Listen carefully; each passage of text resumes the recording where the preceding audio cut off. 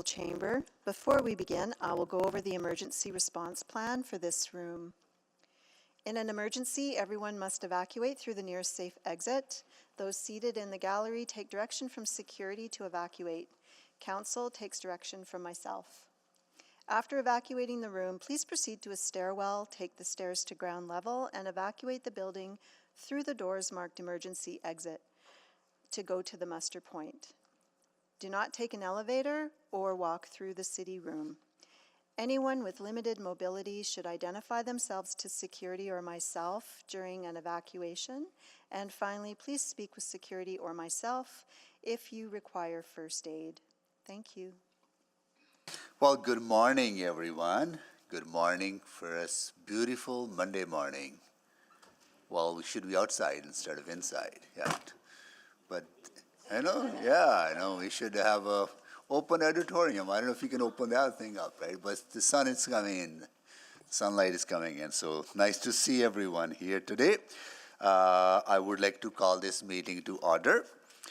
And at this time, I would like to acknowledge that we meet on the traditional land of Treaty 6 territory and the Métis homeland, and acknowledge the diverse Indigenous peoples whose ancestors' footsteps have marked this territory for centuries, such as Cree, Dene, Saulteaux, Blackfoot, Ngora Sioux, as well as Métis and Inuit, and now settlers from around the world. We'll do a roll call of council colleagues. Councillor Wright. Good morning. Councillor Knack. Good morning. Councillor Principe. Good morning. Councillor Stevenson. Good morning. Councillor Paquette. Good morning. Councillor Tang. Good morning. Councillor Hamilton. Good morning. Councillor Rutherford. Good morning. Councillor Salvador. Good morning. Councillor Carmel. Good morning. Councillor Rice. Good morning. Councillor Jans. Good morning. So everyone is here. Councillor Hamilton, can you move the adoption of the agenda, please? Yes, Mayor Sohi, I will move adoption of the February 24th, 2025 City Council Public Hearing Agenda. Second. Okay, please vote.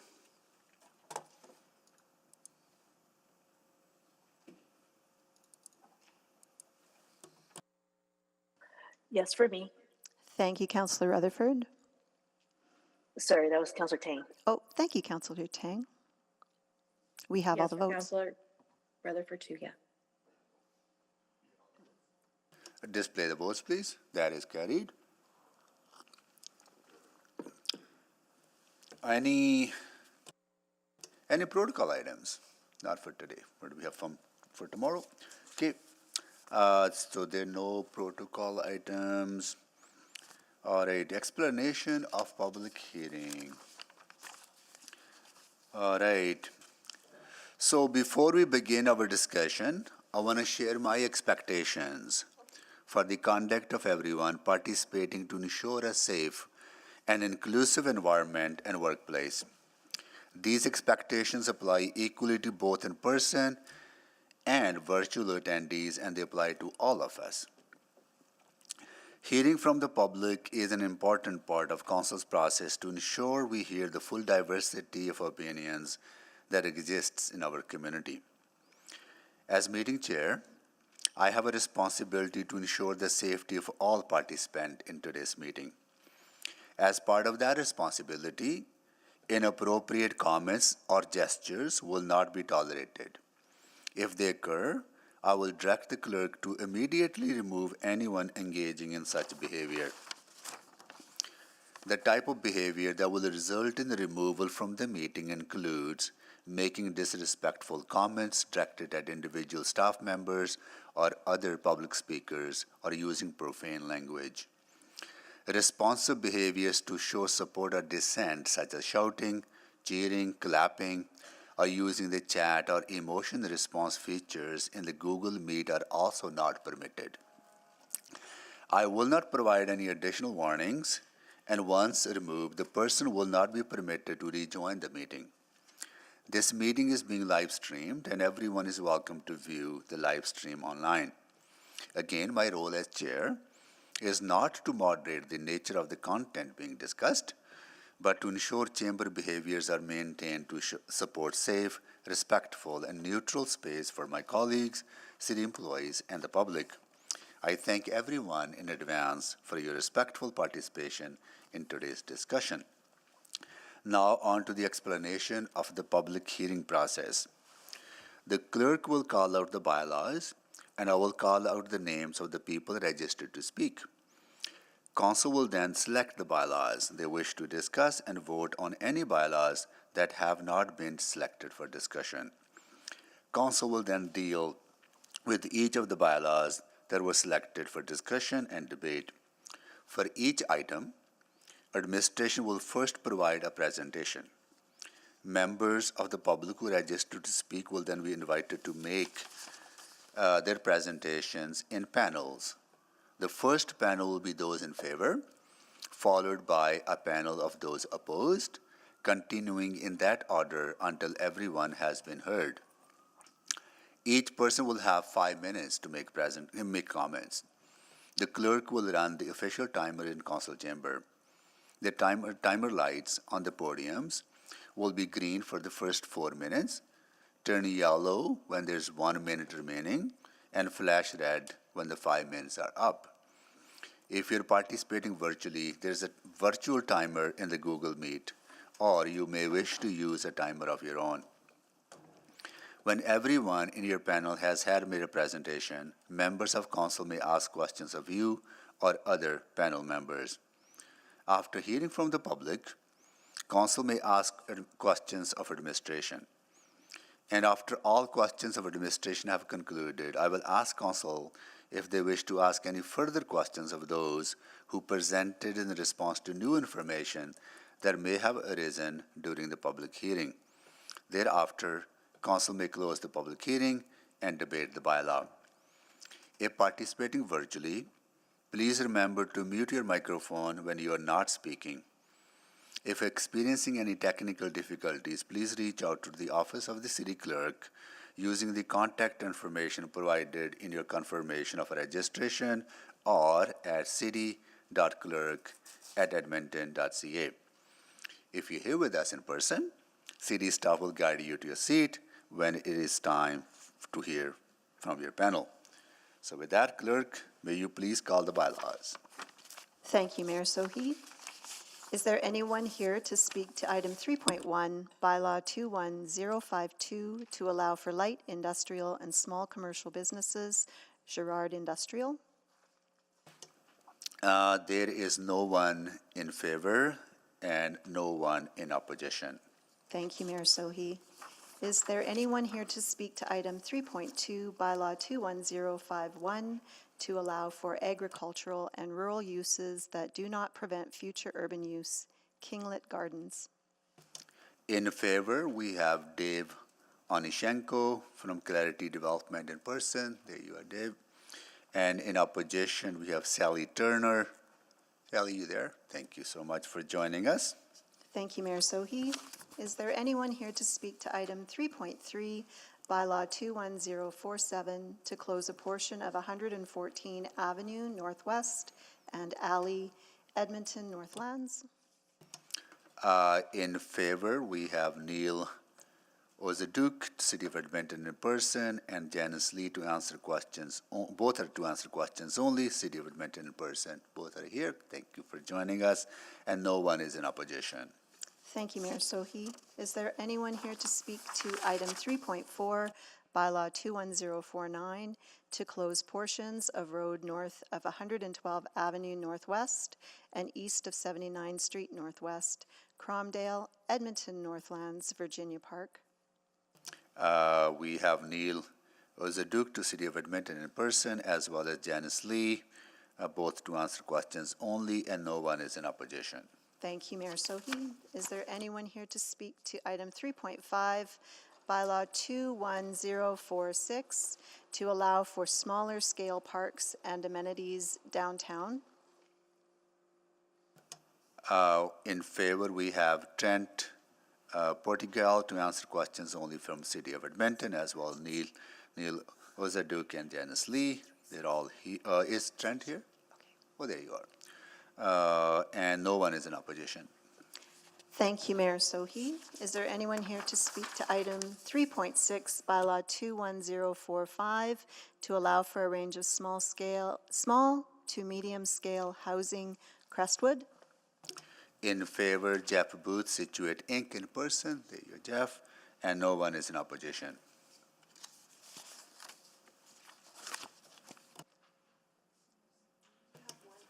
Oh, we do have a, okay.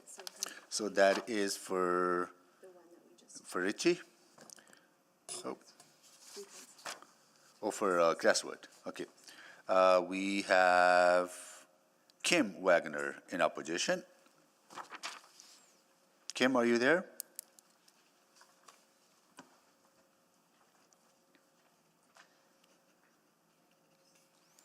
Okay. Do we know? She's probably just getting ready to Okay. come in. We'll call the name again when they're ready to join. Thank you, Mayor Sohi. Okay, let's carry on. Is there anyone here to speak to item 3.7, Bylaw 21053, to allow for a range of small to medium-scale housing, Richie? We have Jeff Booth, Situate Inc. in person, and no one is in opposition. Thank you, Mayor Sohi. Is there anyone here to speak to item 3.8, Bylaw 21048, to allow for a range of small to medium-scale housing, McKernan? We have in favor Prashant Kumar Patel to answer questions only in person. There you are.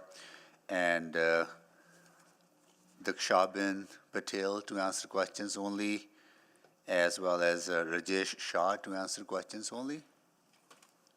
Joining Good morning, remotely. Mayor. There Good you morning, Mayor Sohi. Thank you. And no one is in opposition. Thank you, Mayor Sohi. Is there anyone here to speak to item 3.9, Bylaw 21050, to allow for a health and wellness center, Brander Gardens? Yes. Somebody, hold on. Please, everyone remain muted until I call your name to ask for your presence. Okay, we have a number of speakers in opposition as well as in favor.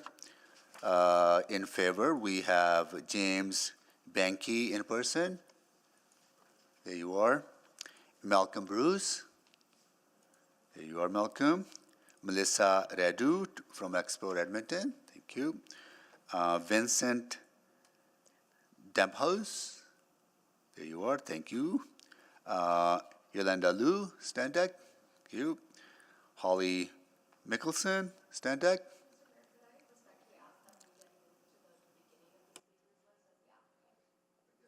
I am sorry, Holly, I can't hear you. If you come to the clerk and let them know what you need, and we will accommodate that.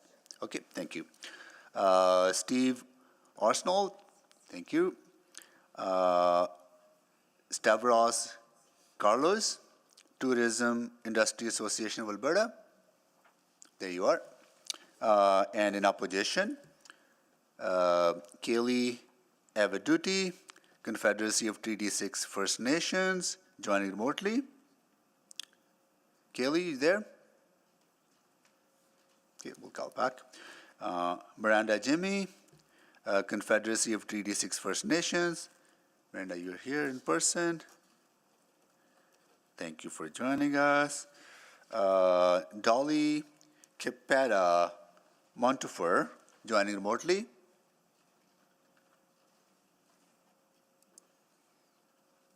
Okay.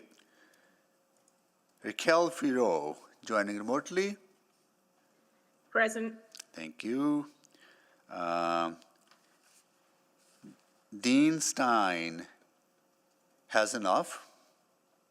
Deanne Stein Hasanoff, sorry. Joining Yeah, I'm remotely. here. Thank you. Eric Gormley, joining remotely. Present. Thank you. Christine Kowalchuk, Edmonton River Valley Conservation Coalition, remotely. Good morning. Thank you. Gloria Michalchuk, remotely.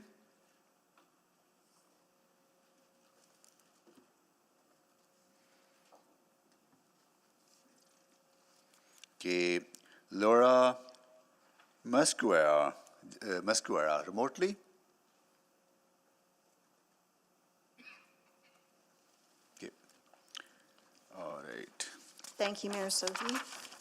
Is there anyone here to speak to item 3.10, Leisure Municipal Reserve Removal?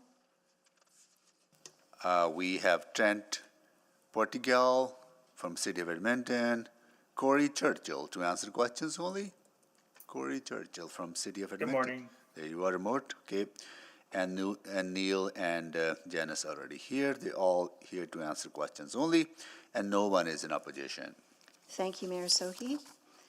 Items 3.11 and 3.12 will be dealt with together. Is there anyone here to speak to Bylaw 21041 to amend the Edgemont Neighborhood Area Structure Plan, or Bylaw 21042 to allow for smaller scale parks and amenities and infrastructure, systems, and facilities that provide a public benefit and a range of small to medium scale housing, Edgemont?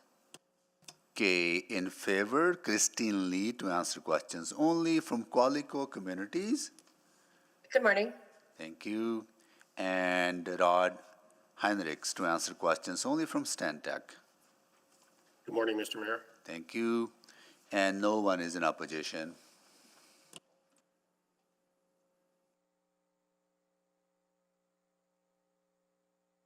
That is it. All right. Selections. Councillor Knack.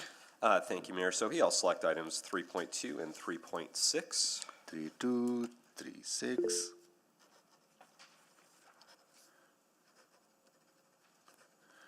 Okay, Councillor Cardmell. Thank you, Mayor Sohi. I'll select item 3.9, please.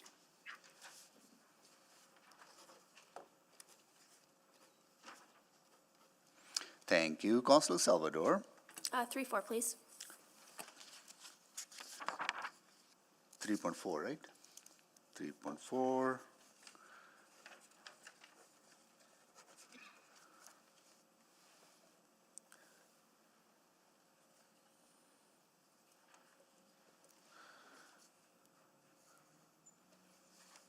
Okay, I don't see any other.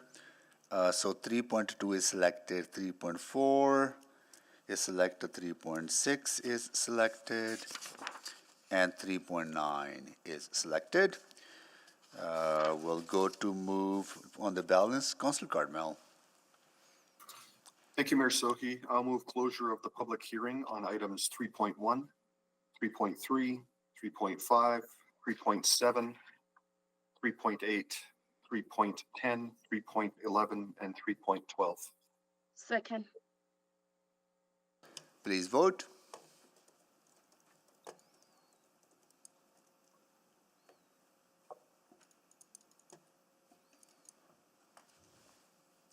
We have all the votes. Display the votes, please. That is carried. Mayor Sohi, I'll move first reading of those aforementioned items. Second. Mayor Sohi, Yep. on item 3.10, we have a recommendation. It can be dealt with at the end. Okay. All right. Please vote.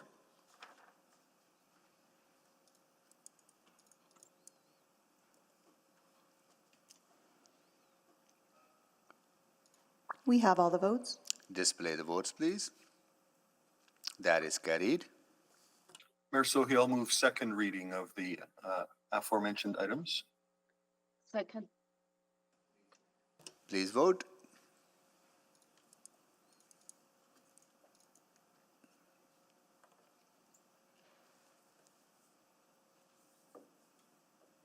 We have all the votes. Display the votes, please. That is carried. Mayor Sohi, I'll move consideration of third reading of the aforementioned items. Second. Accepting 3.10, I suppose. Second. Okay, please vote.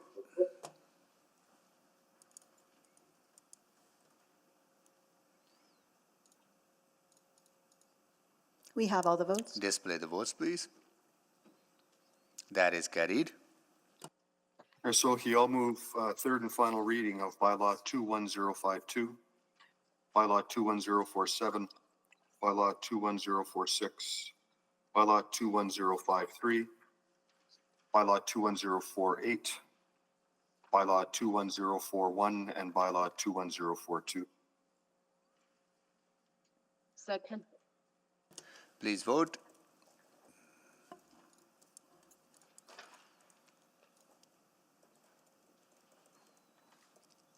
We have all the votes.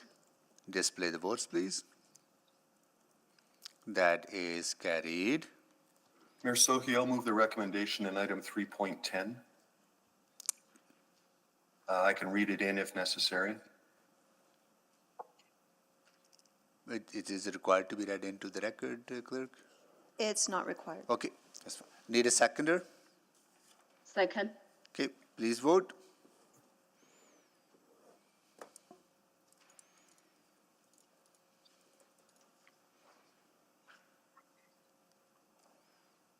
We have all the votes. Display the votes, please. That is carried. Okay, thank you, Councillor Cartmel and Councillor Rice.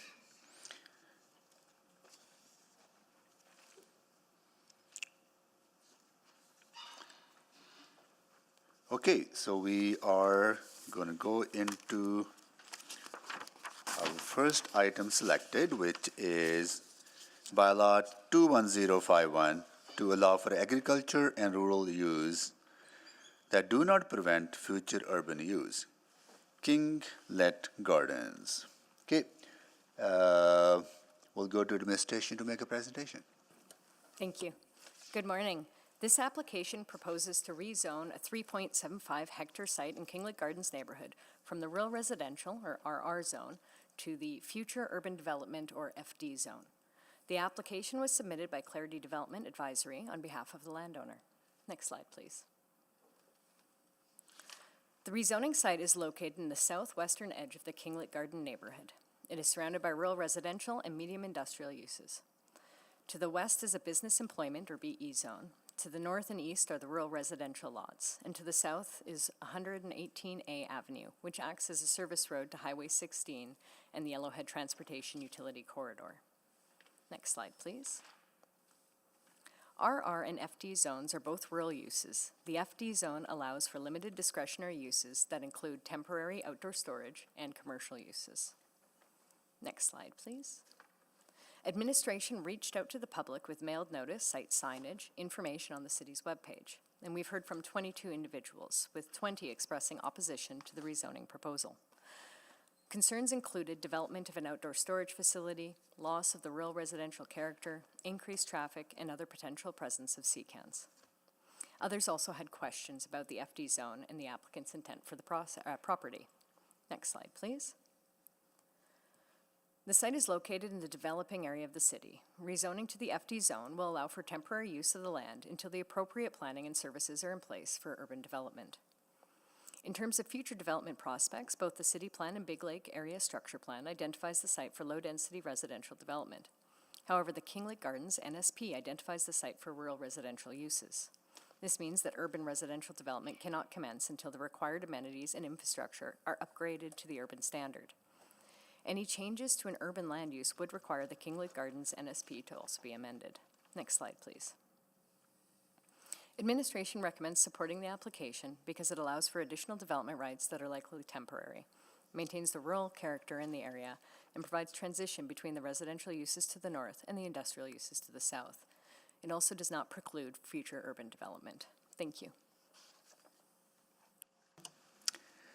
Thank you so much for the presentation. Now we're going to go to Dave Onishenko to make a presentation from Clarity Development.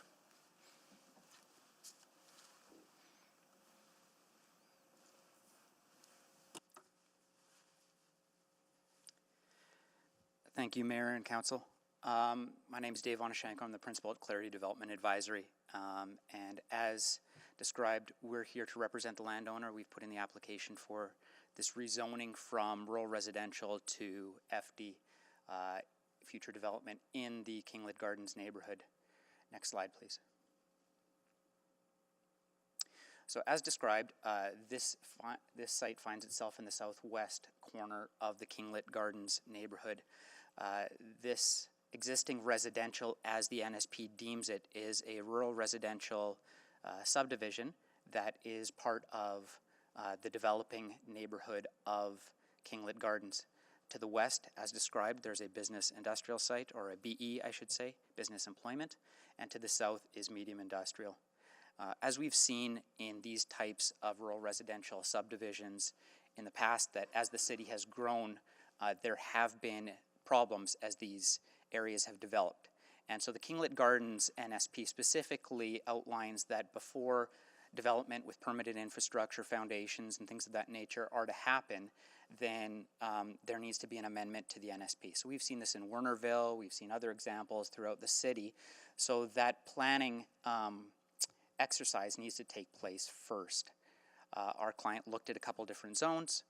When they purchased it, this is a 10-acre site without any structure on it. But those opportunities are limited without a full analysis of that neighborhood structure plan, as well as millions of dollars of off-site infrastructure to run it to that site. Without ownership of adjacent properties, that prospect is limited and will require the consolidation of those lots in the future by some developer at some point in the future. Next slide. And as indicated here, you can see this brown area is that existing residential. Next slide. And our site as well. Next slide. So as I had said, there's no existing infrastructure currently zoned as rural residential. One of the big things is rural residential zone prohibits subdivision. So this 10-acre site has to sit exactly as it is. It can't be divided into smaller rural residential sites, which is what our client had explored at one point as well. And as I had said, the NSP prohibits redevelopment of any significance without amendments to that plan and millions of dollars of off-site infrastructure. Next slide. So that proposed FD zone, which we are seeking, allows for agricultural and rural uses that don't prejudice future use of that land until required, until there's a statutory plan update. And the developments, anything that occurs on the site must not materially alter the state of the land. So we had said, no footings, foundations can be readily moved or relocated. So again, there's agricultural uses, there's temporary storage uses, there's things of that nature, but there's no permitted infrastructure, no permanent foundation in the ground. Next slide.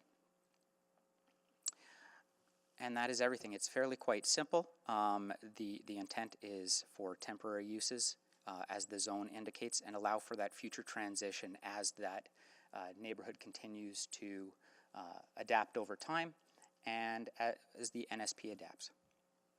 Thank you. Thank you for joining us. Just don't go away yet. Hold on. Dave, walk back to the podium. Thank you. I'm just going to see the deck cleared here so I can see the names. Councillor Knack, right? Yes, Yeah, thank go you. ahead, please. Yeah, thanks for coming today. So I think the only complication in all of this and what we're going to hear today is, because I think the residents fully expect that this site is ultimately going to be developed. I mean, the report shows that this could ultimately, talks about residential. I think you could easily argue this site in the future could be commercial. It's essentially at the corner of what would be a future new neighborhood development. So there's a lot of different uses that could go there that would make a ton of sense. The one that is really holding up a lot of the residents right now are the ones, specifically the industrial uses. We have 2 industrial uses in this FD zone that I can see their point why I'm not sure those particular uses would make sense here. And I think everything else would. The problem is, as you know, when we're doing these decisions, we're supposed to be approving every potential use, and that would include the industrial uses. So I wanted to just get your take, because I know in the end we don't know.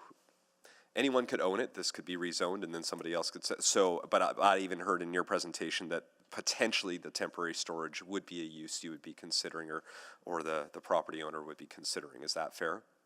Absolutely. Yeah. And I guess I want to ask the question, is there a reason, I know the NSP says, yes, we should do a full-scale plan, but I think you even flagged Wernerville, where we have been in some of these rural residential areas sort of doing sort of one lot. I think about the one on the south side, we did the first lot. We turned it into commercial, which would be the ultimate future use. I think just in the last couple of months, we did the next lot adjacent, and we did the same thing at the other end of that rural subdivision. So we essentially approved the zoning to what its future end state would be.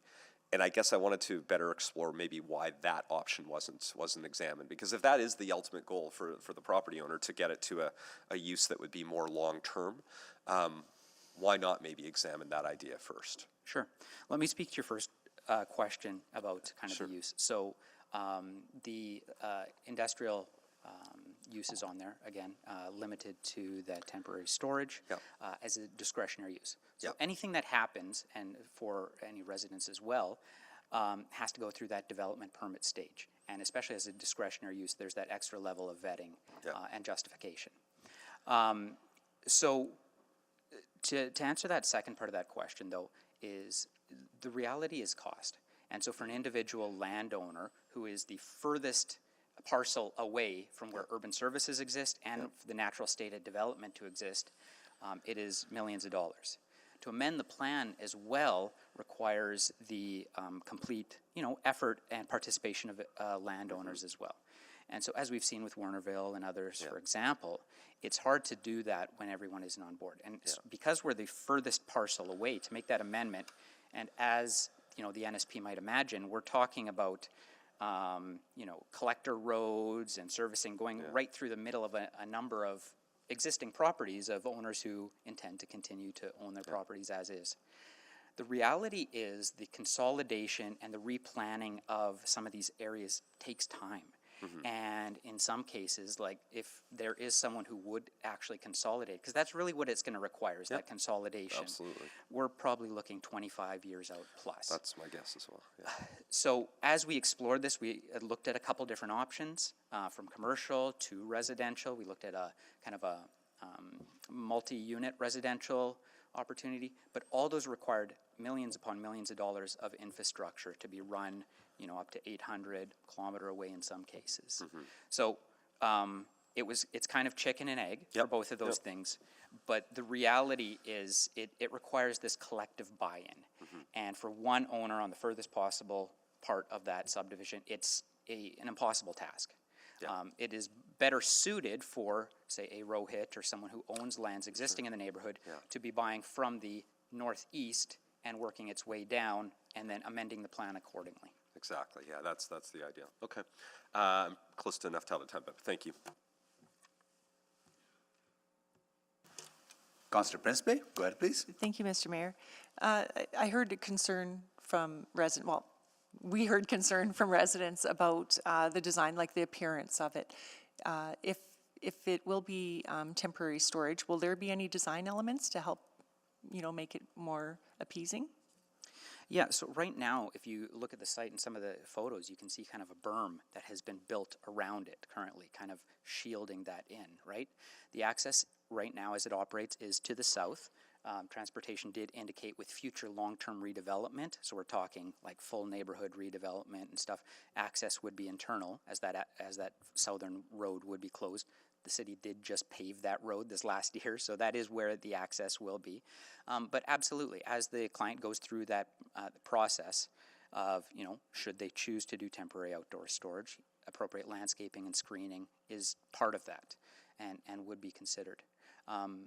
The intent is to find a temporary use that wouldn't preclude, opportunities on this land. Right now, as it states, in rural residential, you can only build a single detached house on it.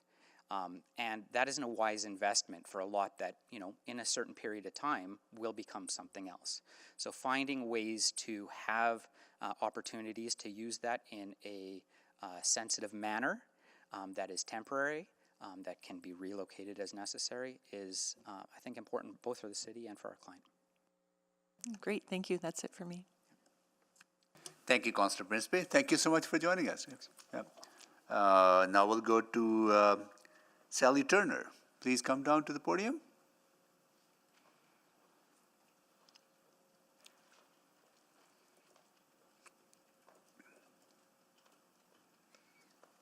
Thank you so much for joining us. And You will have 5 minutes to make your presentation, then council members may have questions to you. Go ahead, please. Yeah. Okay, thank you. Good morning. I come to council with support from the residents of the rural area, residential area that we're talking about in Kinglet Gardens. As a community, we're in opposition to this rezoning of this lot. This property has had a long and controversial history since the original owner sold it over 20 years ago. We've gone from dealing with landscape developers to large-scale storage of large oil field equipment, to the last owner who destroyed the property, to have a storage yard for pipe and equipment. We acknowledge the change is coming. We know that that's coming, is coming all around us. It's a large lot. No one's going to buy it to put on acreage on it, especially in the condition that it is now. But we're looking for change that makes sense to us and to our neighborhood, and change that will add value to our community and not detract to it. Change that fits the goals in of the area and neighborhood structure plans, and hopefully as a community be a part of deciding what that change looks like. Will it be residential like the other parts of Kinglet? Will it be commercial? We need a plan, something that our little corner of Kinglet doesn't have yet. We know exactly what we don't want, and that is any more industrial type, storage type developments in our area. We understand the purpose of the future urban development. It's a stopgap. It's temporary. We believe it makes more sense when the properties abutting it aren't occupied by residents. Allowing temporary industrial activities will only delay interest in developing that property in a more appropriate manner and prolong the decrease in integrity of our residential neighborhood.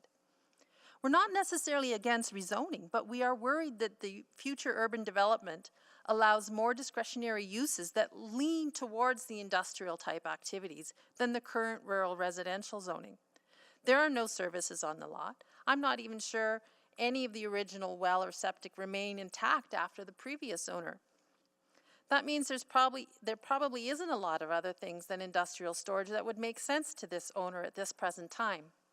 Further to that point, a majority of the landowners surrounding the property, our sources of water are wells, and we would be concerned that any kind of industrial activities on that could impact our water sources. We would also be concerned with the increased truck traffic on the service road and merging into the highway at 231st Street, where there is not an overpass. There's no lack of property in our area that is available for properly zoned for that activity. There's Winterburn Industrial across the street, and just down the highway there's Atchison, just a few minutes away. We don't need this type of development next to our homes. We're in favor of rezoning, but as a community, we would be more than happy to work with finding a zone that is more aligned to the overall Kinglet Gardens neighborhood structure plan. Thank you so much for joining us. Councilor Knack, go ahead, please. Thanks, Mayor Sohi, and thanks, Ms. Turner, for coming. We had a chance a little while ago to have a group meeting at your house, so we do that once a year, and so it's always a pleasure to get to chat with everyone.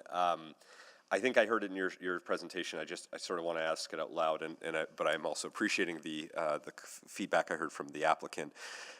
Separating aside the cost of bringing servicing into the site, which is a very valid and real issue that complicates this.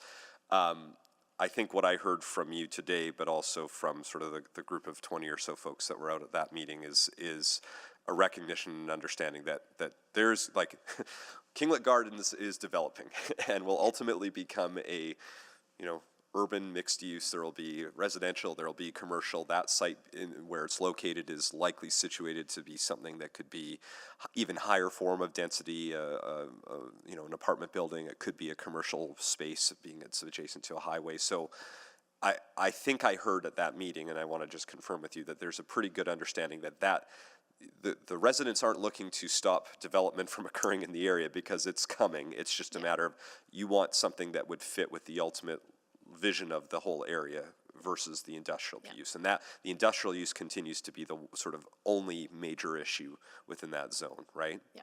Okay, great. I don't have any other questions for the speaker. I have some questions for Min. Thank you so much for joining us. Thank you. Next, we will go to questions to administration. Councillor Knack, you want to start? Yes, please. Thank you. Yeah, and so sort of just one set of questions, and this is the one I'm struggling with, which is the fact that, you know, and I'm going to confirm with Mr. Johnson an answer that I'm sure is correct, but I feel I should ask it out loud, which is we're being asked to approve a zone and every one of those potential uses within that zone, and there is no way for us to separate out the industrial zone, recognizing it's discretionary under this particular zone. Is that correct? Absolutely correct, Councillor. Okay. And I guess that is going to be my question from a land use planning perspective, is that I think I am struggling with the idea of any type of industrial use in this area. I know we haven't really had the FD zone in front of us too much at this point. I think maybe 1 or 2 or 3 times since we've had it. And I'm not aware if any of those were immediately adjacent to what is a residential community at this point. So how did you weigh that out, recognizing that because there's no servicing there, essentially this is the use that would make the most sense is the one that I think the residents have the most concerns with, which is a storage yard. So thoughts on that and how you balanced that when you considered it? Yes, thank you, Councillor Knack. The zone, the FD zone actually has significant restrictions on the industrial use. It's actually limited to outdoor storage only. Correct. So there's no other industrial uses that are possible other than natural resource development. But again, that's not the intent that has been brought forward, and I'm not aware of any potential on that particular site, given its size. And so that weighs heavily into it. And then when you consider the discretionary nature of the use, as compared to the lot directly to the west, which is BE, it actually allows a much larger suite of industrial uses, which includes the minor industrial, without that limitation. And it backs on to the residential as well. So those are all weighed into that consideration, in addition to the fact that there's additional screening that would be required. Because it's a discretionary use, there is that consideration of compatibility when they get to the development permit stage. So really, in terms of potential uses on this, that both alleviates any significant implications to the existing residents, while also allowing some level of availability to do something with that lot. This really balances everything very well. Okay. There's a lot of consideration that will be given to what the adjoining uses are when they're applying for any development permit.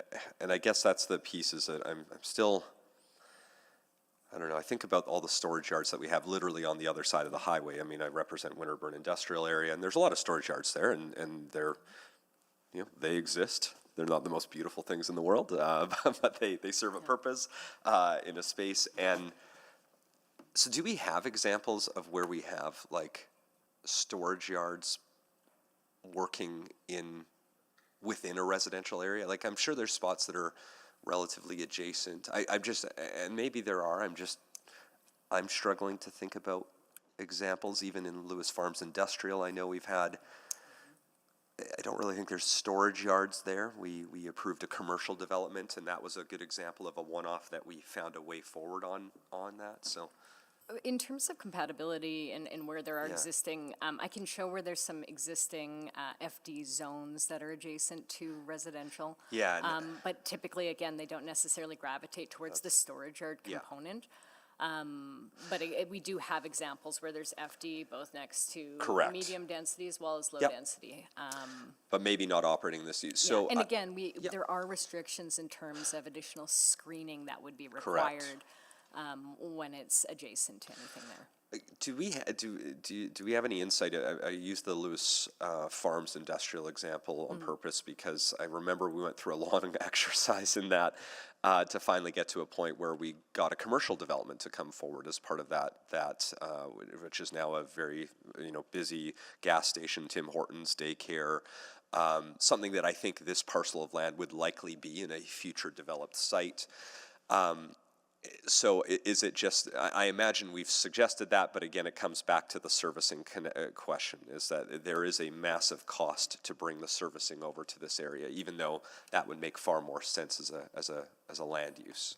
There's actually a few components on it, one of which is actually that service road is intended for closure, and so any significant permanent development that would occur there would need to be done in consideration with how the transportation network will eventually be connected to an area that's currently unplanned. And so because that service road isn't going to be there forever, to actually have that come on as a significant gas station or something that produces any level of traffic, you would have to do so in a way that in the interim could require all of that to be routed through the community. And it just, again, between that and the servicing costs and the lack of planning, this really is just the appropriate zone. Thank you, I'm out of time.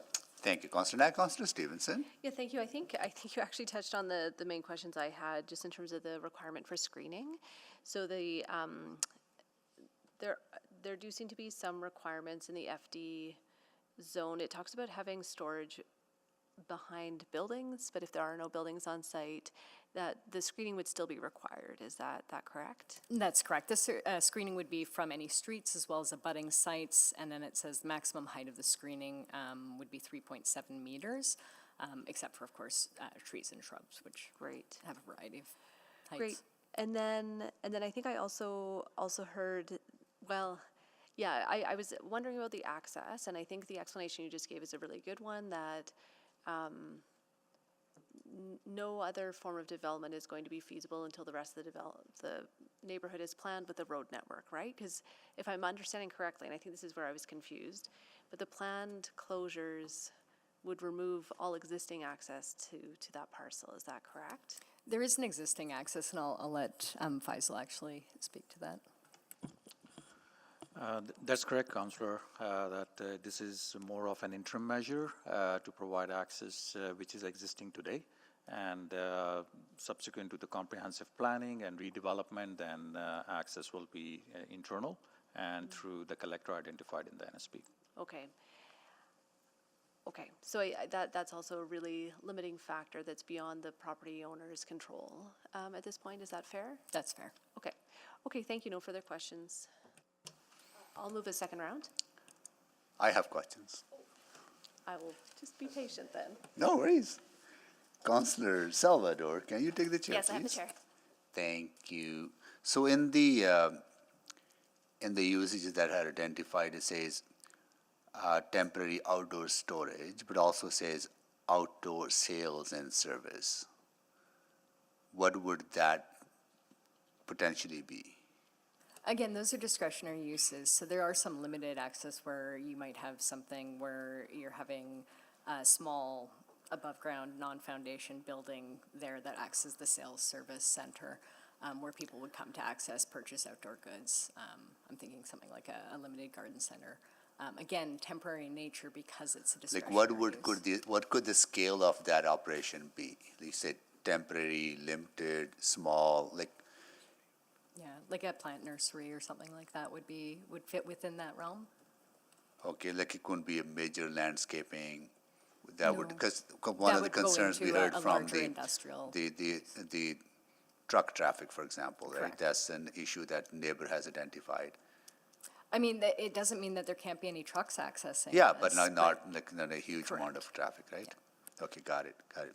And that's discretionary, so that is subject to appeal by the neighbors? True, and it's also discretionary and subject to the development officer going through and seeing compatibility with the adjacent land uses. Okay, so development officer will look at that, but there's also, if neighbors want to appeal that, they have the ability to appeal it, right? Yes, through the SDAB. To SDB, okay, got it, okay, thank you. Okay. I will move the second round. Second. Please vote on a second round.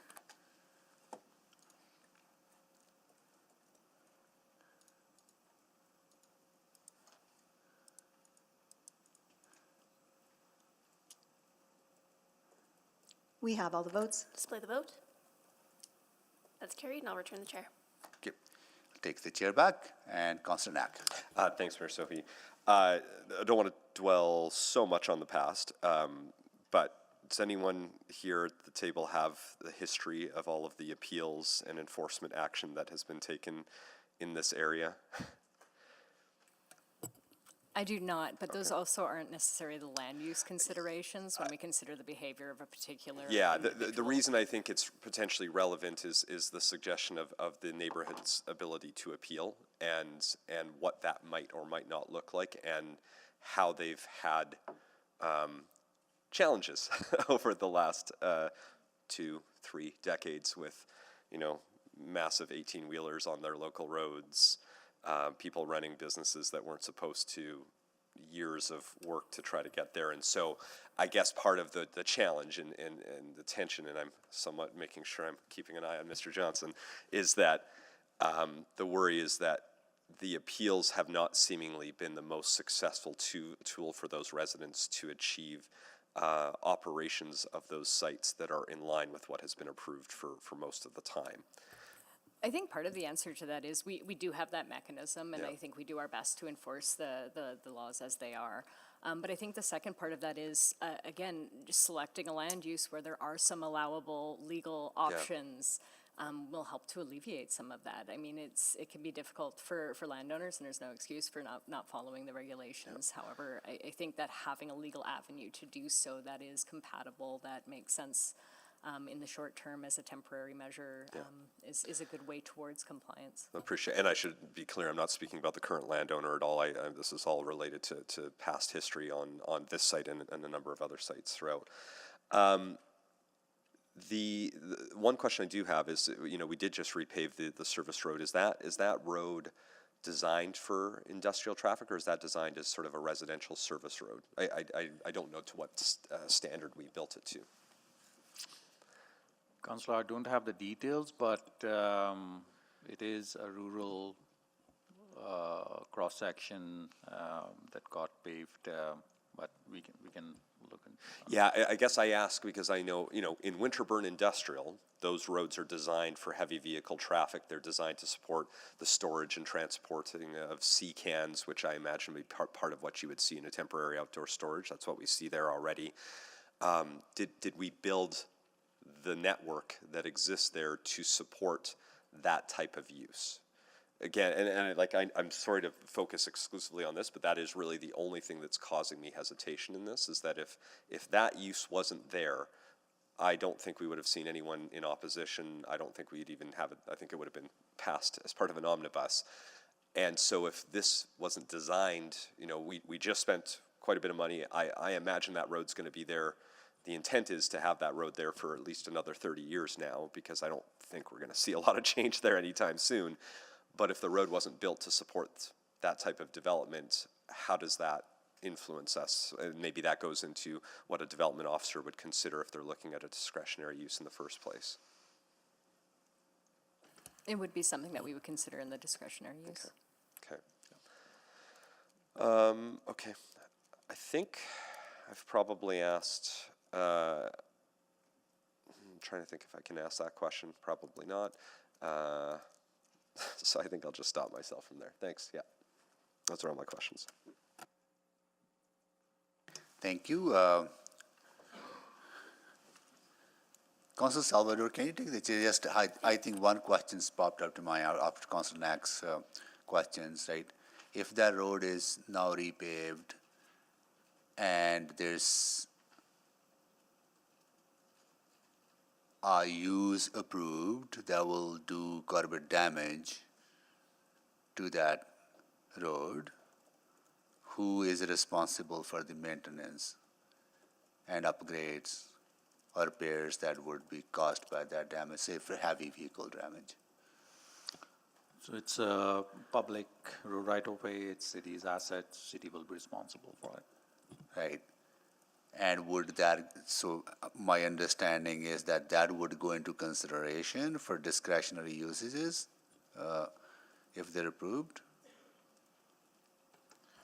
Mr. Mayor, there's clear authority for the development officer to look at the access and egress and the condition of the road and whether proposed use. The city's authority would then be to impose conditions or deny the use, but to impose conditions to mitigate that. Once the development is approved, then it is up to the city to maintain the road. So If there's an upgrade needed, that would be a legitimate authority we have at that point to do so. So what I want to understand is, like, how much consideration is given to public liabilities that are caused by approval of usages such as this or anywhere else as well. But that's what I want to understand.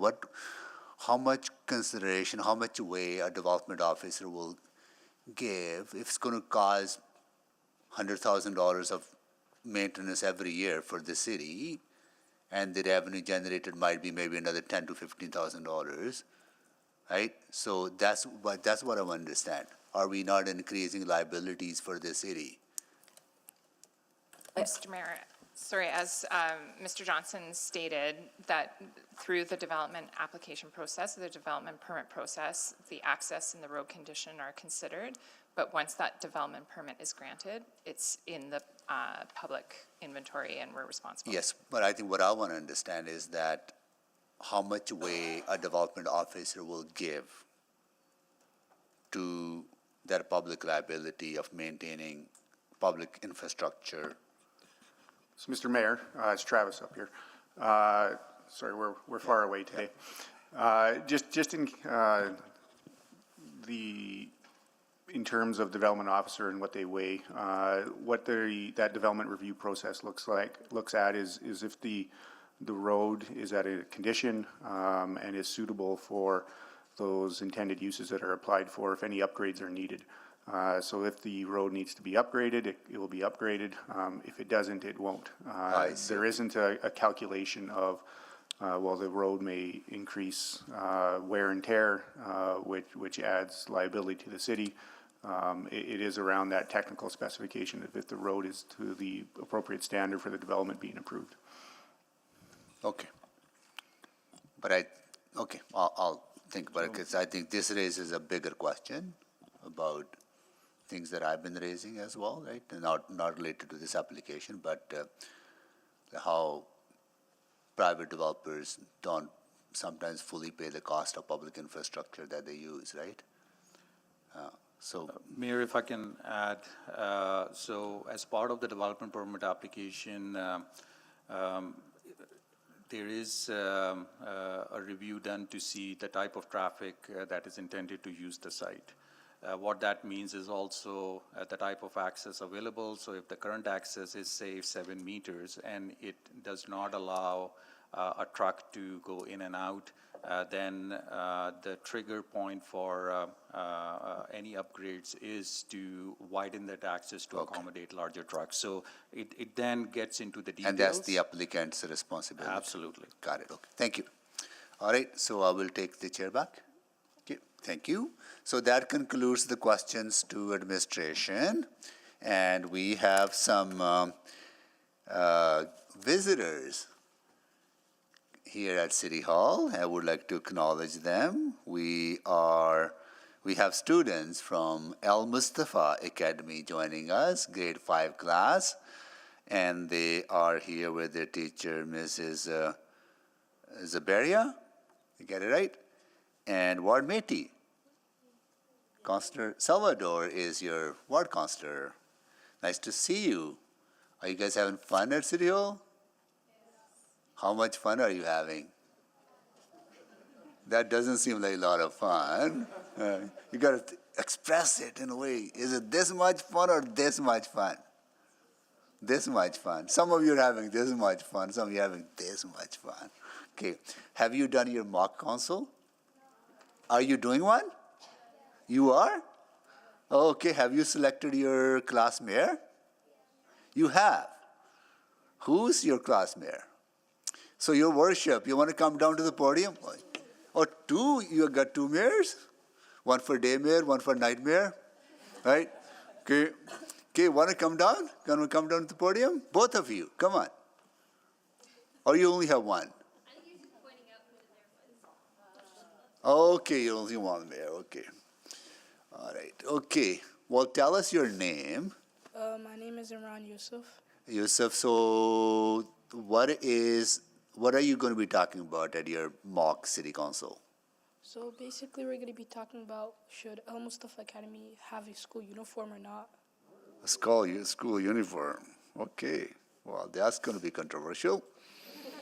Right? Well, let us know what you decide. Right? Okay. Thank you. Thank you for joining us. Nice to see you all. Okay. Cool. All right. Now we conclude questions to administration. At this time, we'll ask if council members have any questions to administration, to the applicant, and member of public signed in opposition on any new information arising out of the previous conversation.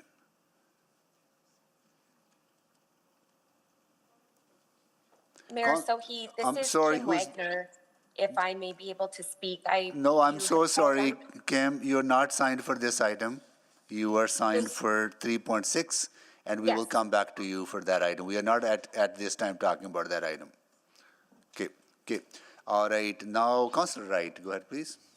I guess my question is for the proponent. Is the property owner willing to, I guess, put up the extra cash if it was determined that the road needed to be upgraded? Well, I will defer back to administration. I'll say this. Let's imagine we're talking about a use, because that keeps coming up, and we can't preclude that will be the use, but we talk about temporary outdoor storage. We envision these temporary outdoor storages are service trucks, they're half tons carrying tools, there's someone pulling a trailer. Right now, if a resident was pulling their boat, or their RV on the road, or if construction traffic from the adjacent neighborhood is driving on that road, that isn't required. So I want to kind of shift the perspective that if this was this use, that what the type of traffic may or may not be. Now, this is determined, again, by the development planner, development officer, who will determine if those necessary upgrades are required. So I think, like anything, as working on behalf of the client, as the applicant, would leave it to them to do so. Okay, That I don't know determination. if that answered my question. I cannot speak on behalf of the applicant, but if there was requirements required by transportation that said for this use to proceed, these upgrades would be required to the access, to the road, then absolutely. But I can't speak to a dollar value. I can't speak to anything like that. Okay, because I mean, if it was like flatbed trucks bringing in sea cans and that would degrade the road. I would think if it was being done on a frequent basis. So if the development officer, well, I guess that would then come into the decision. If the development officer determined that additional funding would be required, then it would be the decision, I guess, by the owner would be made at that time. Correct. Okay. And as I alluded to, I mean, I can't speak to the cross section and the standard, but right now we're not preventing construction traffic and other larger trucks from driving on that. So I would speak heavily to the integrity of the road and the standards that the engineers require. In the same way that we don't prevent trucks over a certain size from driving on some of these rural Residential roads. yeah. Yeah. Okay, thank you. That's all I had. Thank you, Councillor Knack.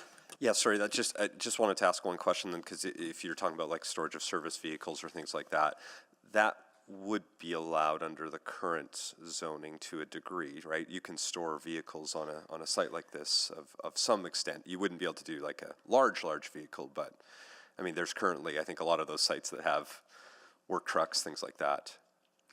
Sure. I wasn't talking about the storage of vehicles. I was saying access by vehicles. Oh, I if it was see. some form of temporary storage. Oh, okay. So, then, what I do want to I make get it. clear, though, like you had brought up talk about bylaw complaints Yep. of this site historically. Again, different owner A different now. owner, absolutely. Yep.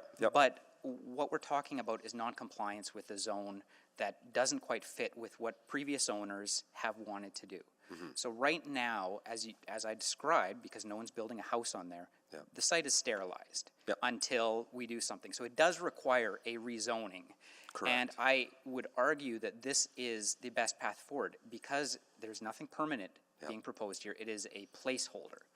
Now, if there was some use on there, discretionary or not, that has implications and has, nuisance, things like that, that can be solved through bylaw issues as well, but also required beforehand for screening, for measures to prevent that. So I want to be clear. If this is not approved in terms of a rezoning, the site continues to sit sterilized and completely empty. And the best path forward to be able to regulate it, even from a community perspective, is to have something that is approved, a temporary use, and then that any change that happens on there can be guided appropriately, as opposed to someone owning it, throwing on there, talking about, big oil tanks for storage or things like that. So I think it is the best way to proceed in terms of regulation and then enforcement and nuisance control. I appreciate that. Okay, thank you. Those are all my questions. Thank you, Councillor Knack. Councillor Tang. Actually, my question's for Ms. Turner, if that's okay. Yeah, please come down to the podium.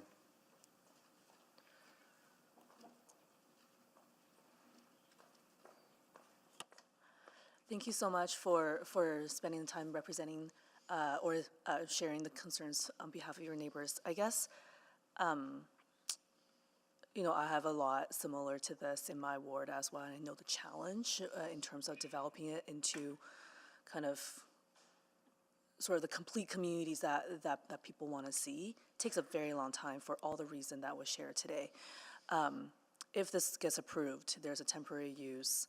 It will still be decades before, servicing becomes available and the conditions becomes ripe for residential or, other developments. If it doesn't get approved, land will remain, vacant or underused, also for decades until the same conditions becomes ripe. I guess I'm curious about, based on what you heard today, when you say we want to have a say in what that will look like that's best fit for the community, does that mean you would prefer to stay under use for that period until the conditions becomes better? That's a tough one. I would say, well, we've been living with that site there for a few years. One thing that no one's brought up is none of us have services. Why not work with all of us and get services?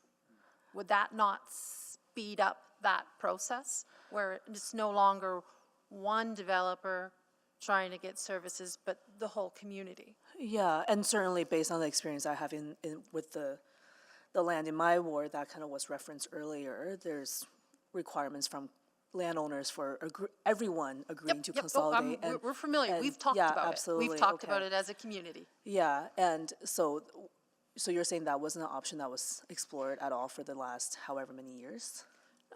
We tried 2 owners ago. I think 2 owners ago, he tried to get it going and stuff, and he just kind of got frustrated. But I mean, we're as a community have really been regenerating.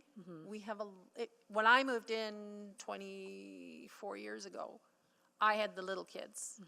Now I'm part of the old group, and we have lots of young families in there now. And so there's a real revitalization of new people in the last 5 years. So I think that's not something that we couldn't rule out, and that's not something, Do you, I guess, for these conversations with new families in there, with a new landowner, for example, if there's that opportunity, I guess I'm wondering why could that happen even with an interim use in place that will still have that kind of runway and you will still have that opportunity for those conversations? Yeah, people are really up at arms about the whole storage thing. Okay. Part of it is Winterburn has lots of storage. Yeah. Winterburn has lots of crime in those storage areas. And we have some residents that are concerned that, okay, now that's just going to head towards our way. Like there's people that access storage in our neighborhood. They pay for storage over in Winterburn, and they don't want to leave their vehicles there because their catalytic converters are going to be stolen. Right. So, yeah. You kind of put me on the spot. I can't,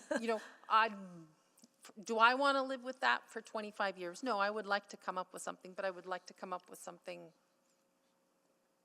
that's not temporary. Okay, thank you very much. Thanks.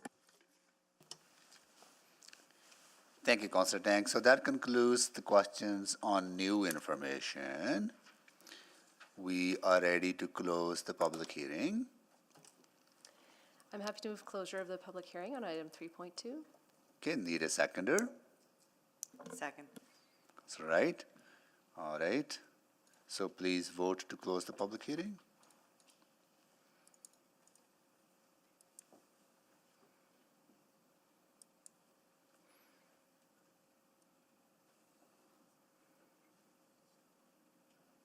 We have all the votes. Display the votes, please. That is carried. Thank you. And I'll move first reading of item 3.2. Second. Okay, we have first reading on the floor. Now to speak. Councillor Knack, go ahead, please. Yeah, thanks, Mayor Sohi. Yeah, and so appreciate the FDE zone hasn't been used a lot, and so my struggle is solely around the one set of uses in the industrial category. And I'll share a few reasons why that I still have those same concerns. Is that, you know, I heard some of the questions were worried if this doesn't get approved, it's going to be sterilized. I guess I would pose the question: is a temporary storage yard vibrancy, especially in a residential area? Is that the use that is going to provide value over the next 10, 15, 20, maybe 25 years before servicing gets out there? And I'm not sure it is.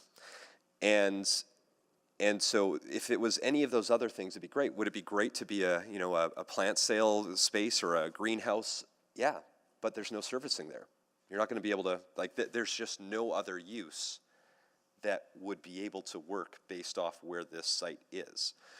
And I appreciate the tension, which is that unlike the examples that we had in Wernerville, where we've approved commercial zoning, which should ultimately be, this should likely be a commercial zone, this should be a mixed-use zone, this should be a high-density residential zone because it's at the corner of what would be a future residential development. It makes a ton of sense for that. The only way to get there is for the servicing to come from the east to the west. And so that is going to cause challenges in this. But I'll come back to the piece of if we know what this use is, most likely, is that really what we would strive for in spaces like this? Again, I look to across the highway, we have a lot of great storage yards. They serve a purpose. I'm not sure they're necessarily, and Mr. Johnson would tell us it's not really relevant. They're not really big money makers for the city. They exist, they provide a service, they're needed. But there's also not a shortage of space there, to be very fair. Like Winterburn Industrial is a great place that is still undergoing a lot of transformation. There are some who have been investing to bring in full services there.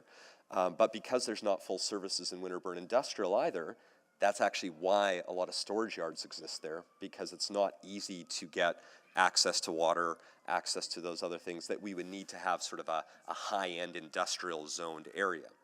So, you know, even if we were maybe in a shortage of industrial land that could host a storage yard in the West End, I might feel a little bit differently, because I do, and I take administration's point very well, I don't have a clock to stare at, which is to say, yes, if this is approved, and that is ultimately the use they apply for, there's going to be a development planner that goes through and looks at all of the factors and makes a decision, and will likely put in requirements around screening, around all of those things. So I think the impact to the residents would be not significant, but they're also not going to be zero. And that's the tension in all this. There's nothing else in the FDE zone that gives me pause. I would have been fine, and I've told the residents as much, that I think if that had been what was before us without the industrial uses, no problem at all. So that's where I'm at, is that this is an area, and the worry is that nothing we do, if you say yes or you say no, that is not speeding up development to this area. So really, we're just asking, are we okay with all of those uses currently listed, including a storage yard, recognizing there could be requirements and stipulations put on the development permit? Does that make sense in an area that is currently operating and has been operating as a residential community for well, we annexed it over 40 years ago, but it's been operating like that for more than that. And I feel like my answer is no, because I think we heard the answer earlier today that I can't pinpoint an example of where we have a storage yard in a residential community. I think we have FD zones adjacent to this because of the change in the approval of the zoning bylaw, and so there would be a possibility that maybe a scenario like this could materialize. But I think if we were being asked this question, is an industrial storage, is a temporary storage yard the right use in this zone, in this location, with what we have around it? I think the answer would be no. That's how I'm approaching it. So I'm going to be not supporting it. And I would encourage my colleagues not to support it. And then hopefully we can go and work and figure out a way to get it developed faster than 20 to 25 years, because we need housing, and this is a great area where we could build a lot of housing, but we should do it with the community on that. So thanks. Councillor Tang? Thank you, Mr. Mayor. I think Warnerville came up a lot today as sort of the comparison site to this. Warnerville is in Ward Garahio that I represent, and I guess maybe want to speak to that a little bit. Yes, there has been a number of things, similar to this plot. There's a long history of disparate land ownership, making conversations around consolidation very, very difficult. No one, the residential homes in these sites, no one has servicing. That's, yes, I absolutely recognize that. Because of some of the special parameters, Warnerville has been extremely difficult to develop. And yes, we have approved some of the changing use. We're starting to see commercial development happen. They're happening on the edges because they're easier, but by no means are they kind of a shoo-in for something to happen readily. And in fact, some of the major commercial developments I'm working very closely on, following the progress of some of these projects, and they are incredibly difficult. And there's a reason why it took decades for some of these developers to come in, because some of them decided to finally bite the bullet. It's costly, and they recognize that. Somebody had to step forward to do that catalyst development. But it's incredibly difficult, and it remains very difficult. And I don't necessarily think that, and perhaps we can. I guess I just feel like the community will then bank on someone with that level of resource and time and energy, and be willing to take something so challenging that we don't really see this anywhere else in the city.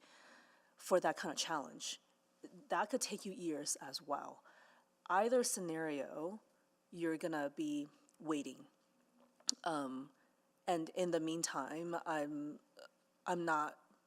These are conversations that spans decades. Not approving this today, you're waiting, and I'm not even sure if there's a whole lot of conversations with landowners, developers to kind of bring that to speed that up. Approving it, then I feel like it starts that conversation. I just don't know if Warrenville is necessarily different. It just means somebody finally decided to bite the bullet on something really, really hard. And there's a reason why these lands have stayed the way they have been, underused, not fulfilling their potential, even as the city around them has continued to grow. And for me, I just don't think status quo is necessarily the best option. So, I recognize the worry that the residents have, and I can see the ward councillor have certainly advocated and shared a lot of those concerns from your residents. I just don't know if that comparison is necessarily, accurate in this case. I think that's kind of where I am struggling with this one, and I'm curious for what my colleagues will say. Thank you. Thank you, Councillor Tang. Councillor Salvador, can you take the chair, please? I have the chair. I really want to thank the members of the representative joining us, Speaker Turner, on behalf of the community and sharing your concerns with us. I am struggling with this too because I used to represent Vernerville when I was in council, and there were similar struggles on that area, and they still remain. But I think one thing that I have noticed different is that there has been a couple of developments in that area that would actually are somewhat catalyst into the kind of change that we would like to see in those neighborhoods, such as more residential, commercial, and other usages that are more appropriate for that these legacy type of areas that we have inherited as part of the annexation. And I don't know if this, what is in front of us, acts as a somewhat catalyst for development, right, in that area, the kind of development that we want to see. But I also understand that the land has been sitting vacant, and if there's any other use of that land that could generate some activity, I think that is positive too, right? So, but I think another point I want to make is that if FD zoning allows industrial usages, and those uses do bring heavy traffic into the area, that causes a lot of damage to the public infrastructure that taxpayers would have to pay. And for me, that is kind of the issue that I've been raising in the past, is that people who benefit from those developments should also be paying for the cost of those public assets too, right? Or at least somewhat maintenance of those public assets, instead of taxpayers paying for those. And so that's my struggle as well. But I understand that something has to happen, and so I might have ended up supporting it. After I'm going to listen to Councillor Stevenson as well, right? Know what she has to say in her closing remarks, not to put pressure, but I think that's where my struggle is. Like, this is not really the kind of catalyst or somewhat catalyst development that you want to see in the area. Yeah. Okay. Councillor Stevenson. I'll take the chair back. No pressure at all. No, really appreciate the discussion today, and I really sense these tensions as well. I think the mayor is absolutely correct that this isn't catalytic development. This won't necessarily help to move things forward. But I am still intending to support the rezoning, and there are a few reasons for that. My colleague spoke earlier about value as a community, and to have a viable community, to have a financially viable city, we do need a whole host of development and different types of use of land. And more than anything, we need to be using that land. Vacant land to me is a missed opportunity for the range of services that we need, and having options about whether those services are, what they can provide, I think is something that does contribute to our city. I reflect a lot on the fact that this is adjacent to a BE zone, that for me speaks to an opportunity that already exists in the area for higher intensity of industrial uses, and I think what's offered through the FD zone is actually a really gentle transition, something that doesn't lock anything in the long term. Again, recognizing how many years it will take for this area to comprehensively redevelop. I think just in terms of the neighbors and the neighborhood concerns, certainly feel those. And I think, what I would reflect on is that all the development, all the uses of this property that we've seen in the past have been unsanctioned, from what I'm understanding. They haven't had permits, they haven't had any sort of review, and I have no doubt that they did have impacts. What this rezoning offers is an opportunity to have a more rigorous framework to ensure that any uses that are going on that site can be sanctioned, that they have to follow regulations that can help mitigate impacts. I'm really pleased to hear that there are, built into the zone, the requirements for screening, And also, you know, assurances that I'm hearing from our staff around ensuring that the road network can support those uses. So, you know, appreciate all the perspectives that are shared. I think on the balance, this is a zoning that I intend to support. I'm going to encourage my colleagues to do so as well. Thank you. Thank you, Councillor Stevenson. So please vote.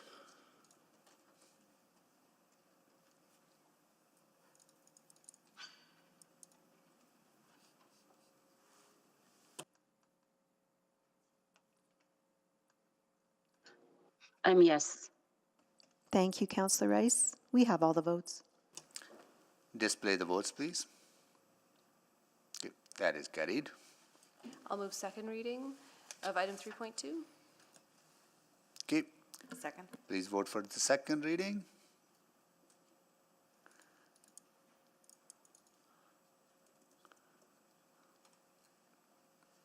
We have all the votes. Display the votes, please. That is carried. Sorry, can I press the wrong button? Okay. Can I change my vote to? Yeah, we'll reconsider. Let's Just recall the vote. recall the vote and vote again on second reading, please.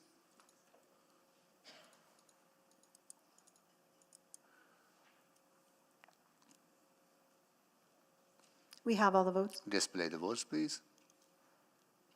Okay, that is, that is carried. I'll move consideration of third reading. Second.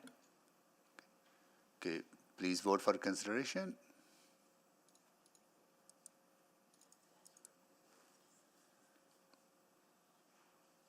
We have all the votes.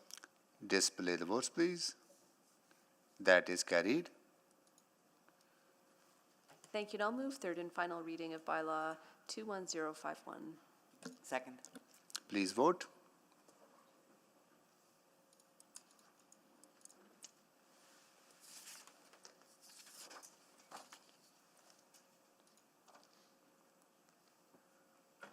We have all the votes. Display the votes, please.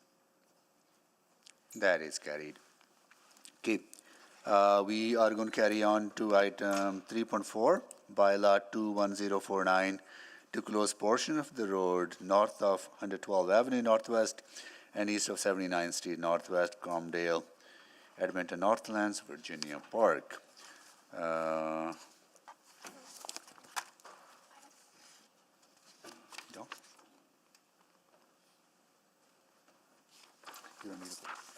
Okay, Councillor Salvador, you exempted this, right? And I understand you don't need a presentation. You have questions to admin or to? The applicant? Okay.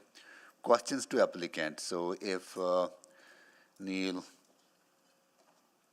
Duke and Janice Lee, please come up to the front.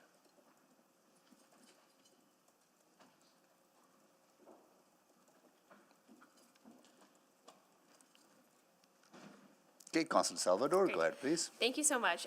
Really just appreciate the opportunity to ask just a few clarifying questions.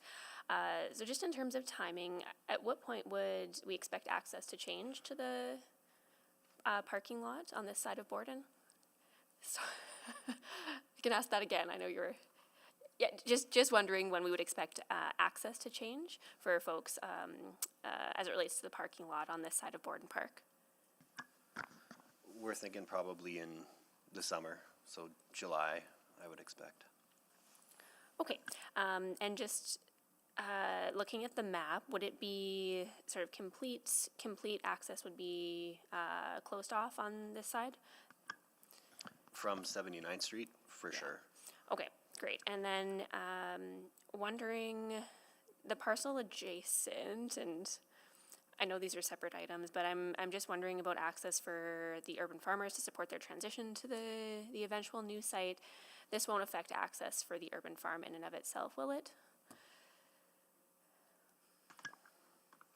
I don't believe so, but the urban farm will be closed for this season. Yeah, and my understanding is that the urban farmers are just looking to ensure that they can get access to that site to move some of their items or ensure that those are stored appropriately, and that we're going to support their ability to access that. Is that correct?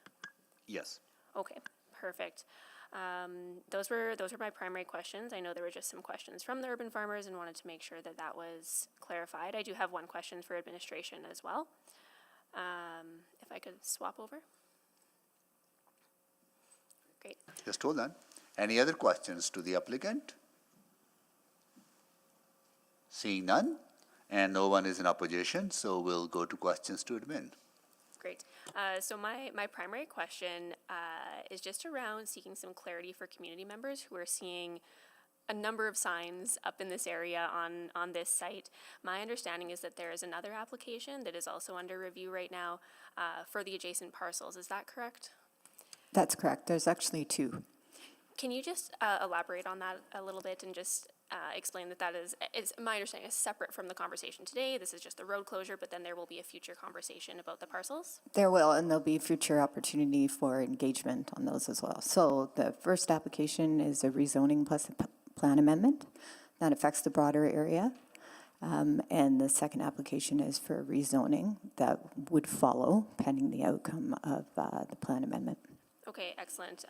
So there are opportunities to engage in that process separate from today. Are stakeholders like the urban farmers going to be notified directly of that application as well? They are. They're within the radius. Okay, perfect. That's all. Thank you so much. I really appreciate the opportunity. Okay. Thank you. Any other questions to admin? Seeing none, at this time I will ask if council members have any questions to admin or to the applicant on any new information arising out of the previous conversation. Seeing none, we're ready to close the public hearing. I'll move closure. Okay. Second. Please vote.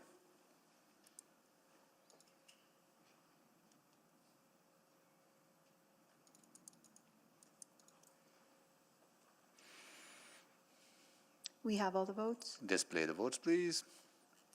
That is carried. I'll move first reading of Bylaw 21049. Second. Please, we have first reading on the floor. Anyone to speak?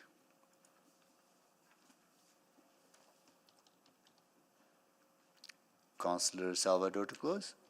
Just very briefly, good to see this work moving forward, support the development of exhibition lands, and I look forward to future conversations about these sites. Thank you. Please vote.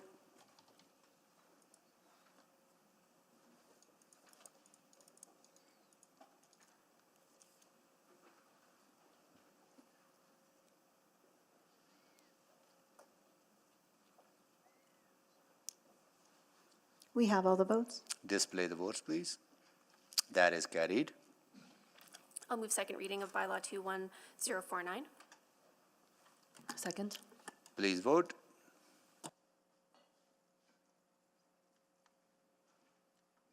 We have all the votes. Display the votes, please. That is carried. I'll move consideration of third reading for Bylaw 21049. Second. Okay, please vote.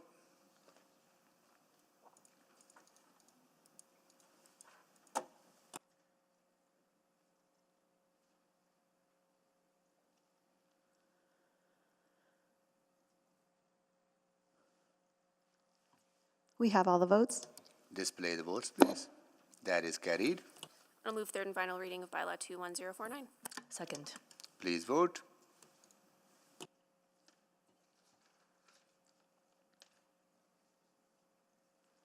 We have all the votes. Display the votes, please. That is carried. Okay.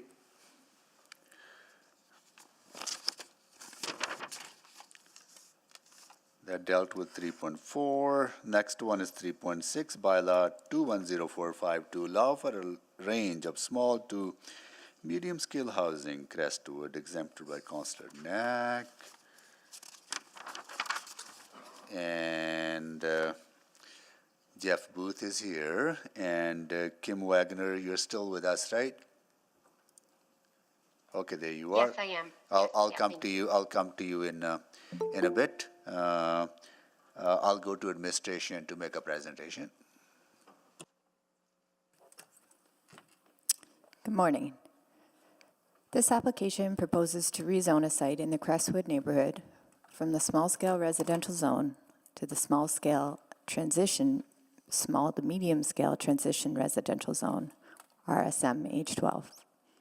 Next slide, please. The site is located one lot in from a corner site.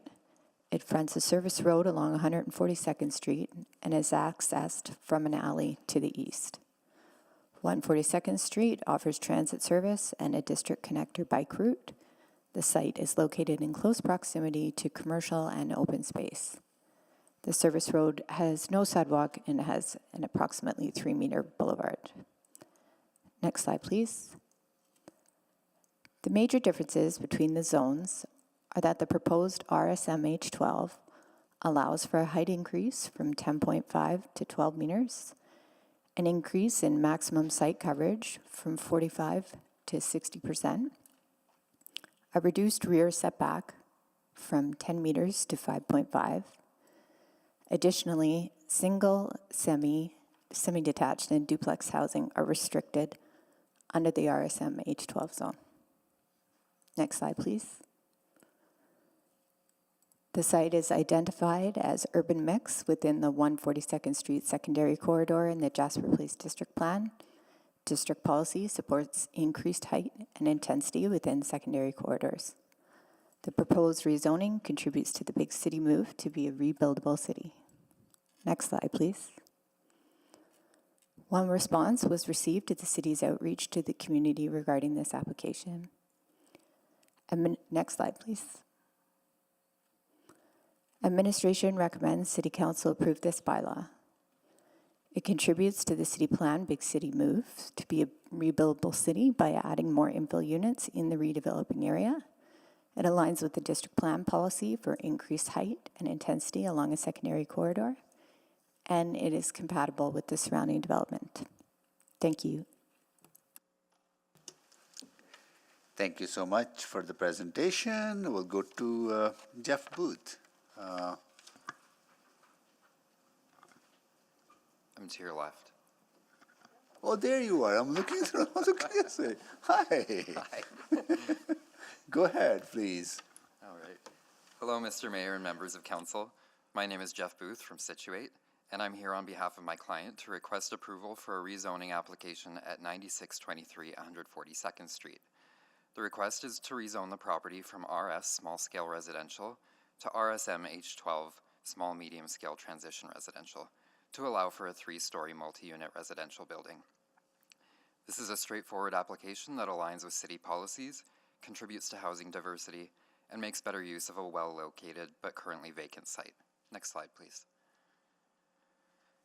Crestwood is a well-established neighborhood, but like many mature communities in Edmonton, its population has been in steady decline. Since 1971, the neighborhood has lost about 1,000 residents.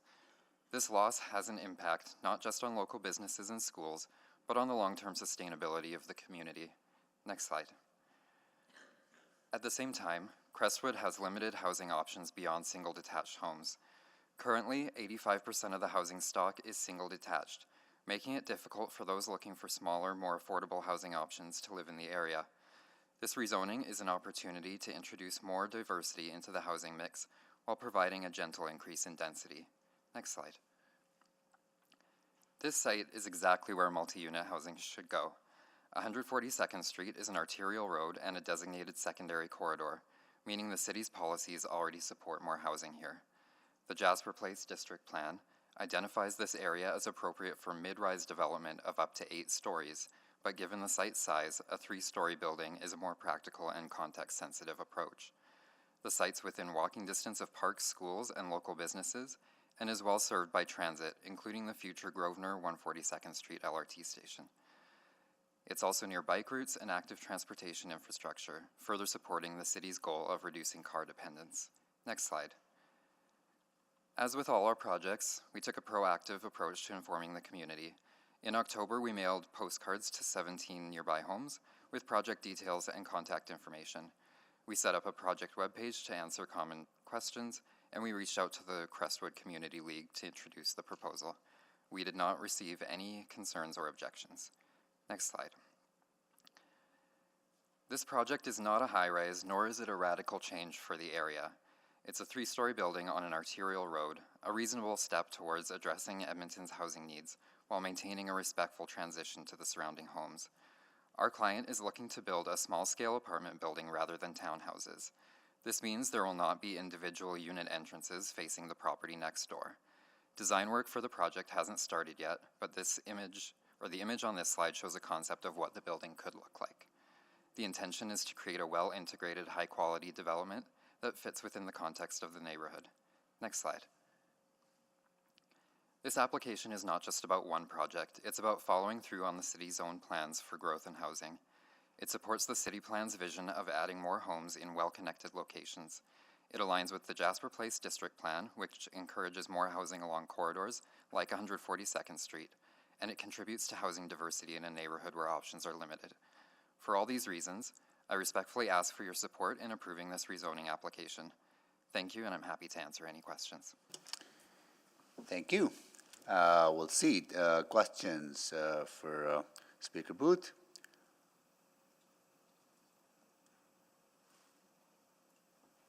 Oh, okay. Thank you so much for Thank the. you. Oh no, hold on. Actually, I do have questions. Yeah. Can you take the chair? So what can you build under RS? Under RS, you can build a maximum of 4 units and a 10.5 meter high building. Our client is looking to build something slightly taller so that the basement unit of this building can have more access to light and be a bit more livable. The increase in site coverage will also allow for the development of slightly larger units. But same number of units? The RSM has no maximum density, so he's looking to do a 4-unit apartment building and potentially a backyard house, which could be 5 units, which would be over what's allowed in the RS zone. Yeah, okay. But have we not just created RS zone, a new zone, as part of the overhauling of our zoning red tape and regulations? Yeah, all of these zones are new, but again, the district policy would support development of up to 8 stories here, so we're asking for a slight increase over what's allowed in that new RS zone, but not going all the way to what would be supportable under the district policy. Okay, so tell me again, what would be different under RSM? You get about H12 a meter and a half. on this specific site. Yeah, so the building could be about a meter and a half taller, and the site coverage increases by about 15%. And 4 units with a possible. With a possible backyard house. Backyard. Under RS, it would be a maximum of 4 units. Okay, thank you. Okay. Thank you. I'll take the chair back. Okay. Thank you so much for joining us. Thank you. Now we'll go to Speaker Kim Wagner. Please go ahead. You have 5 minutes to make your presentation. Thank you very much, Mayor Sohi, and I do appreciate your presentation, Jeff. My name's Kim Wagner. I'm a resident of Crestwood Community. And to start, Jeff, I would like to know if there's a source on the population of Crestwood, as you have indicated that there's a loss of population from, I don't know what year you stated, up until recent. However, what I can say is that there is an absolute influx, and the community has bright, lively people who live there. There's been many infills that have been integrated into the community over the last decade at least. And with the new rezoning that Mayor Sohi mentioned was already passed of January 1st, 2024, there is small scale residential that has been rezoned. And in fact, the maximum units you can get on one lot is 8 currently under the new rezoning. And so I feel that there is not as much justification to increase from 10.5 meter high to 12 meters, just based on the fact that you're looking to add only 1 more unit in this dwelling compared to the 8 that is currently allowed on the property. So as the resident of Crestwood, I am asking for consideration to be made, because what we're seeing now is, yes, of course, we are a growing city and we need that intentional densification, especially along the nodes and corridors close to 142 Street. However, what we are not seeing is an enforcement of responsible densification. And so what's happening is these builders are coming into the neighborhood, they're leaving open excavation, unmanned sites that my 8-year-old son actually gained access onto.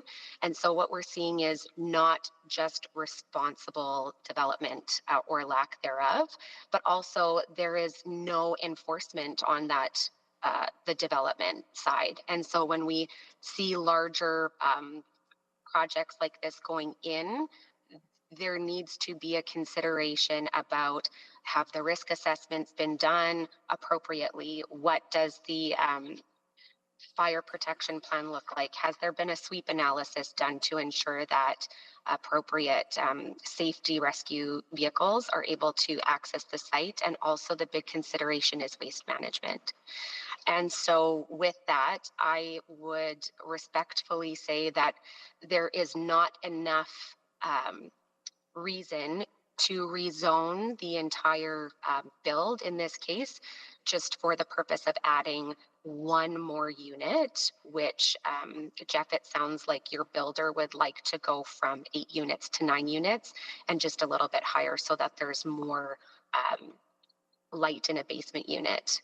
I would argue against that, just because there has been already, under the 2024 rezoning, 8 units on one lot, and we're already feeling a bit of a squeeze with regards to the considerations for infrastructure. So Jeff, if your project goes through and is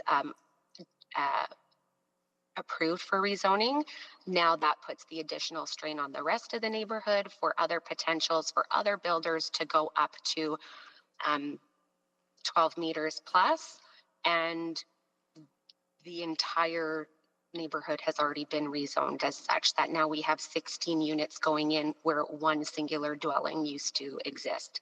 So that opportunity has already been created to ensure the vision of intentional densification that the city of Edmonton wishes to pursue.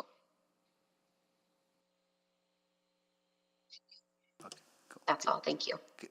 Thank you so much. Councillor Knack, go ahead. Yeah, thanks, Mayor Sohi, and thanks, Ms. Wagner. I wanted to just make sure, I think we're, maybe there's just a, make sure we're all on the same page, because I think what I heard and the way I understand it, and I'll confirm with admin, because this is a narrow lot, they can't do 8 units. So the way it works right now is they can do 4 units because it's on a 25-foot lot. This zoning would allow them to do a 5th, but they couldn't do even any more than that because of setback requirements, lot coverage. If the entire site, because I think if you know that parcel of land immediately to the north is a new single-family home, had they redeveloped that all at once as a single parcel of land, they could be looking at not just 8 units because it's on an arterial road. They would have been looking at probably a 16 to 20 unit development. And so because they did a single family home on the one parcel and this is a 25-foot lot essentially on the other, we're talking the difference between 4 and 5. So is that your understanding as well? I'll double check with our administration, but that's my understanding. It's not an 8 versus 9, it's a 4 versus 5. I was not aware that it was a 4 versus 5. However, if the rezoning were to be granted, then that essentially would serve precedent so that other properties within the neighborhood would then be able to be developed as such. And we have not seen any enforcement thus far for ensuring responsible development from the builders in this case. So there is a risk potential to public safety. As I mentioned, my 8-year-old access an open unmanned excavation site that we have had to call into the city numerous times. And we're just lucky that it wasn't a headline making event and we were able to get him out of the lot safely. So if we were to consider adding infills like that into the neighborhood, I would request an amendment from the city to be able to have some type of enforcement to ensure that these developers developing on a mass scale are doing so safely. And also another big consideration is what risk assessment has been made for the sewers, the 80-year-old sewers in the area. I've already done a capacity of water search with EPCOR, and it shows that within the neighborhood, we do have a lower max volume of water for firefighting purposes, let's say, within that area as is, because it is a more mature neighborhood. So these are all considerations when you're getting closer to other properties for the purpose of increasing a footprint on a lot. You're also making sure now that we need to make sure that the neighboring properties are also being kept safe from potential fire hazards now that the lots are going to be closer together. And we should come back to that because closer together still hasn't changed under the zoning bylaw. It's still a 1.2 meter, but we'll come to that. I can't remember, Kim, forgive me, because there were a lot of people at the meeting a couple of weeks ago. Were you at the meeting we hosted a couple? No, I sent an ambassador in my place. I was on vacation for my last bit of maternity leave. This is maybe a separate, I'd love to have a separate conversation with you because I want to review some of the things that are changing related to construction standards and all of that, because there have been a number of changes, and we have a report from September that I can send over to you, and we could talk a little bit more about that in detail. Not that I don't want to talk about it now, it's just the challenge before us is that we're focusing specifically on the land use decision, and the construction standards is incredibly important and one that we're working on, and I want to make sure I can talk about that with you in a longer time. So I guess the other question I had related to this, and this goes back to sort of that bigger question, is that over the decades, and you would know it through the Valley View as well, 142nd Street as well as all of our arterial roads is typically where you do see taller buildings, right?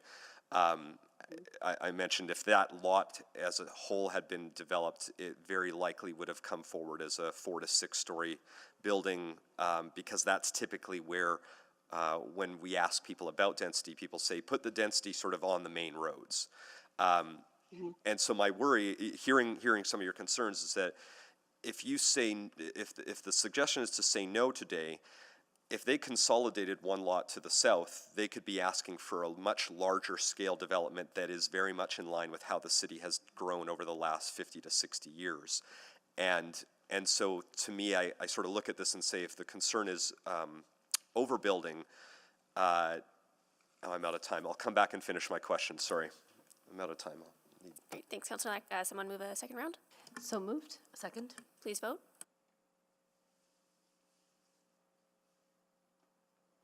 Yes.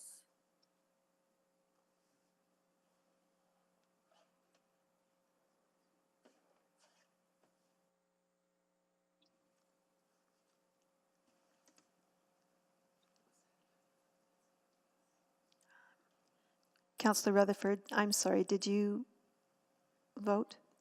I verbally voted yes. Thank you. We have all the votes. Display the vote.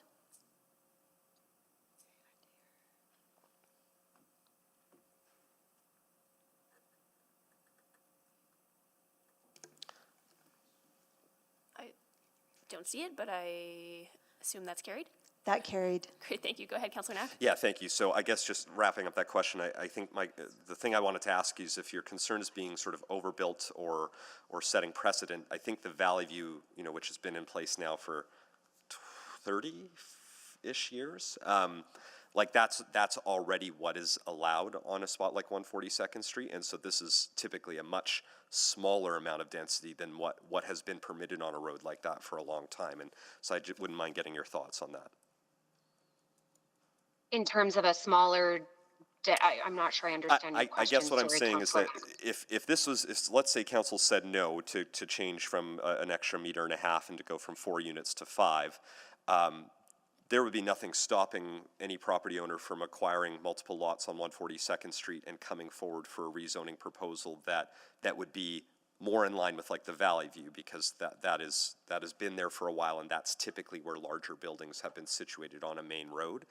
And so, to me, this is what I worry about. Hearing your concerns is us saying no feels like we're actually asking them to do much more, because that road like all arterial roads, is where we've typically had higher density.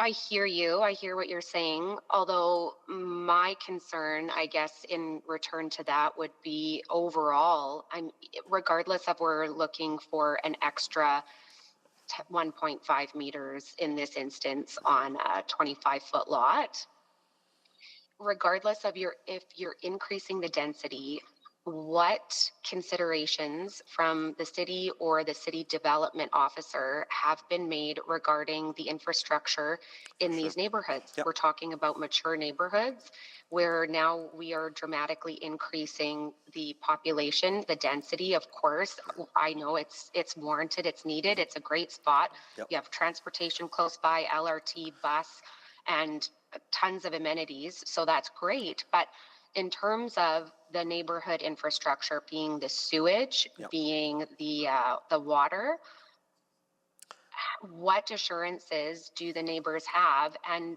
for these new buildings going in, is there any risk assessment being done or any consideration from the city and or the city development officer with regards to this? If it is a 5-unit, 4-unit, or 20-unit building, when we're talking about increasing density in these areas, we are having some reasonable expectation that there is going to be a squeeze on the existing infrastructure, no? So short answer, you asked, is that all analyzed? The short answer is yes, and I'm going to ask administration some questions, because when we went through the zoning bylaw discussion back in October 2023, EPCOR had come to talk about how that is, what the status of our utility infrastructure is citywide.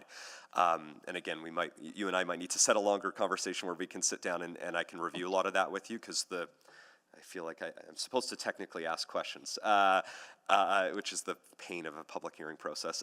So would it interest you to know that when EPCOR did present on that, part of what they shared is that in most cases our mature neighborhoods, because the population is much, much lower than it was 50 years ago, and our fixtures, our appliances are far more efficient today, that there's typically seen to be a lot of capacity for sewage, stormwater, all of that infrastructure really across the city right now in our mature neighborhoods. I would love to see, I would put the question to you, if there may be an engagement opportunity to show the residents of Crestwood in particular that the population has declined, because I've lived here my entire life and I've seen the opposite. We've had a much more high turnover in these neighborhoods. There's a vibrant community, schools, young children. Lots have already been developed and split for development beyond just single dwelling homes.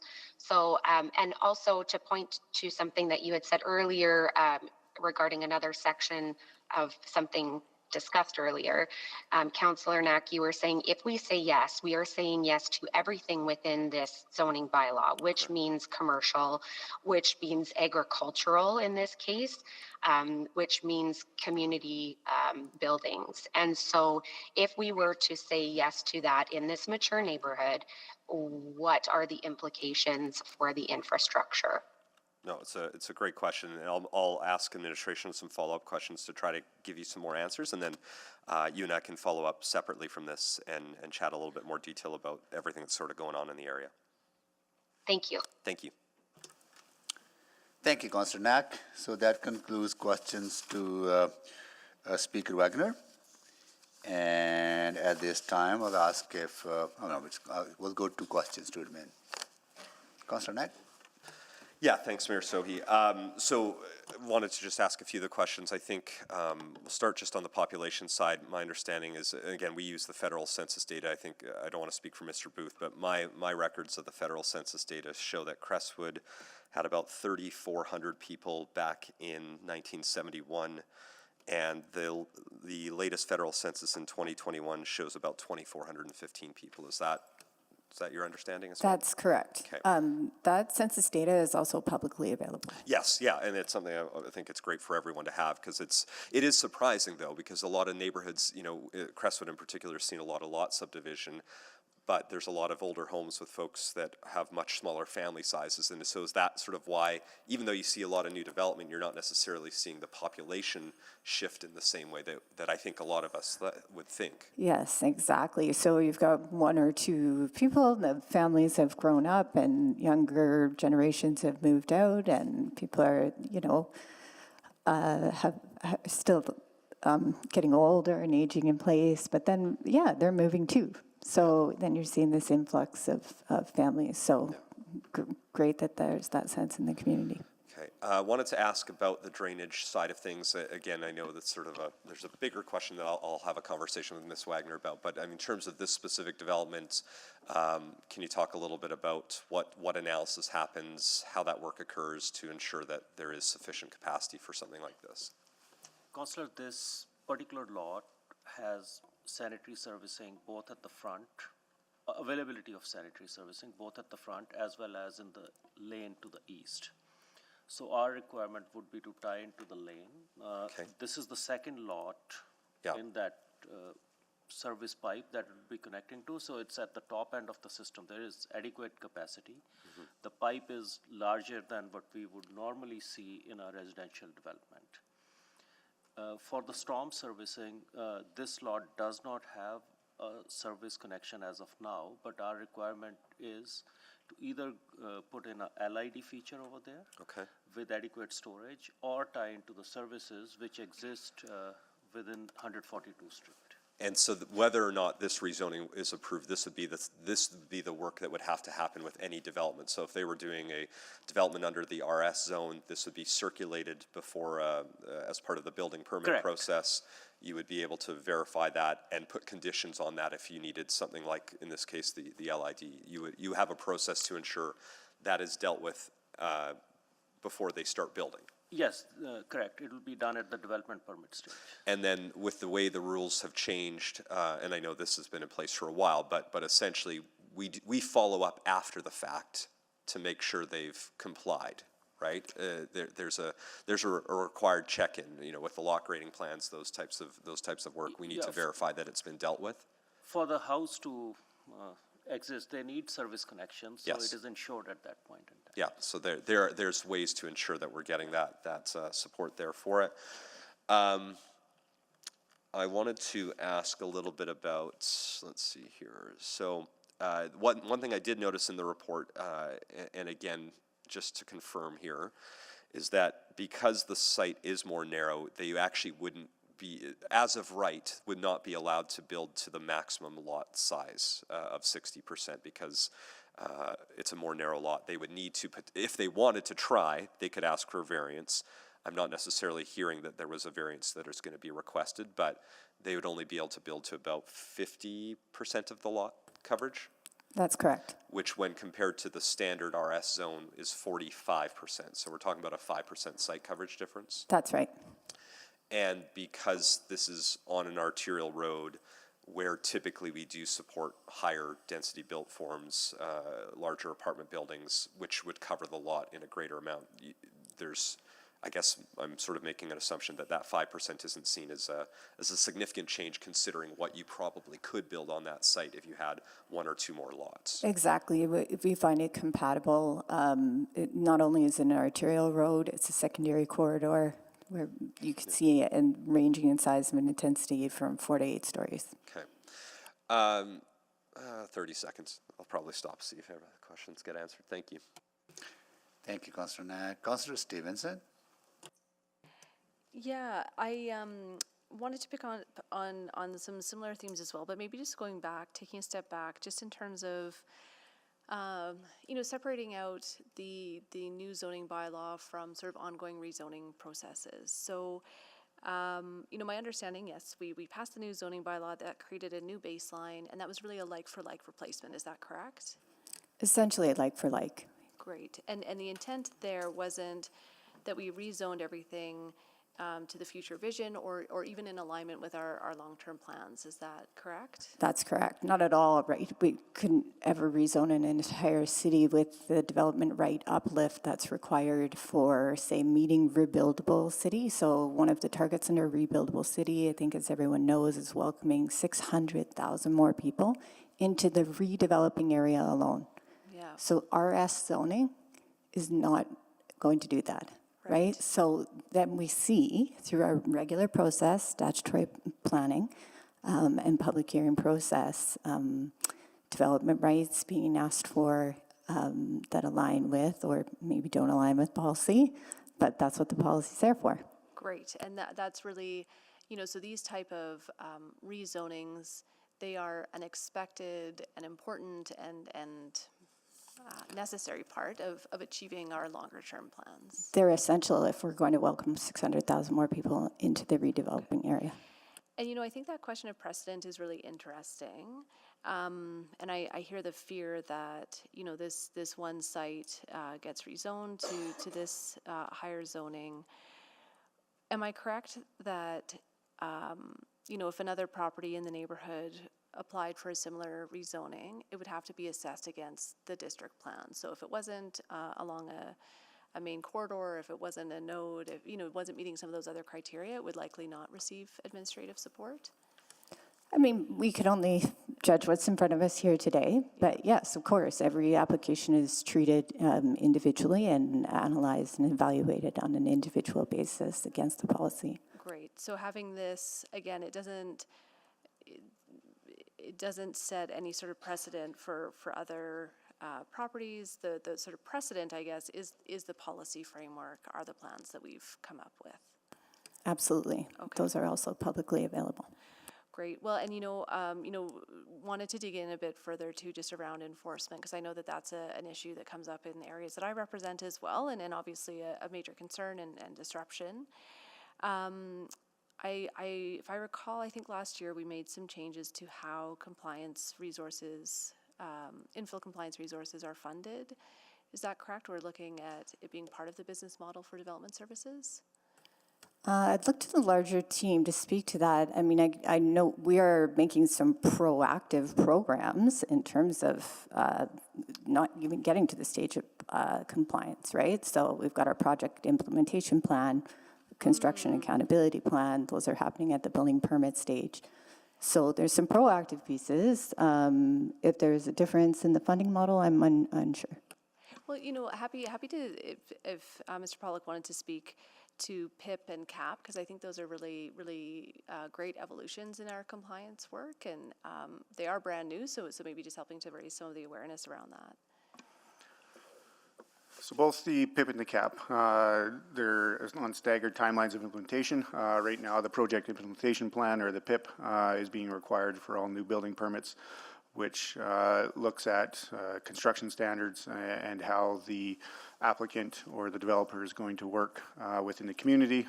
So there's strong language around encouraging that communication with your neighbors to make sure that there's an expectation of roles and responsibilities for each through this process. In terms of the CAP, that's more of a back-end enforcement type mechanism, which will be gathering data through the years and how these applicants work their way through the system and perform on the PIP and their construction practices, and it allows us the ability to actually, if they meet certain thresholds, deny building permits until they correct their actions. So a pretty strong hammer that allows us to correct some of those behaviors out there that are really seen in the small minority of developers and developments that happen.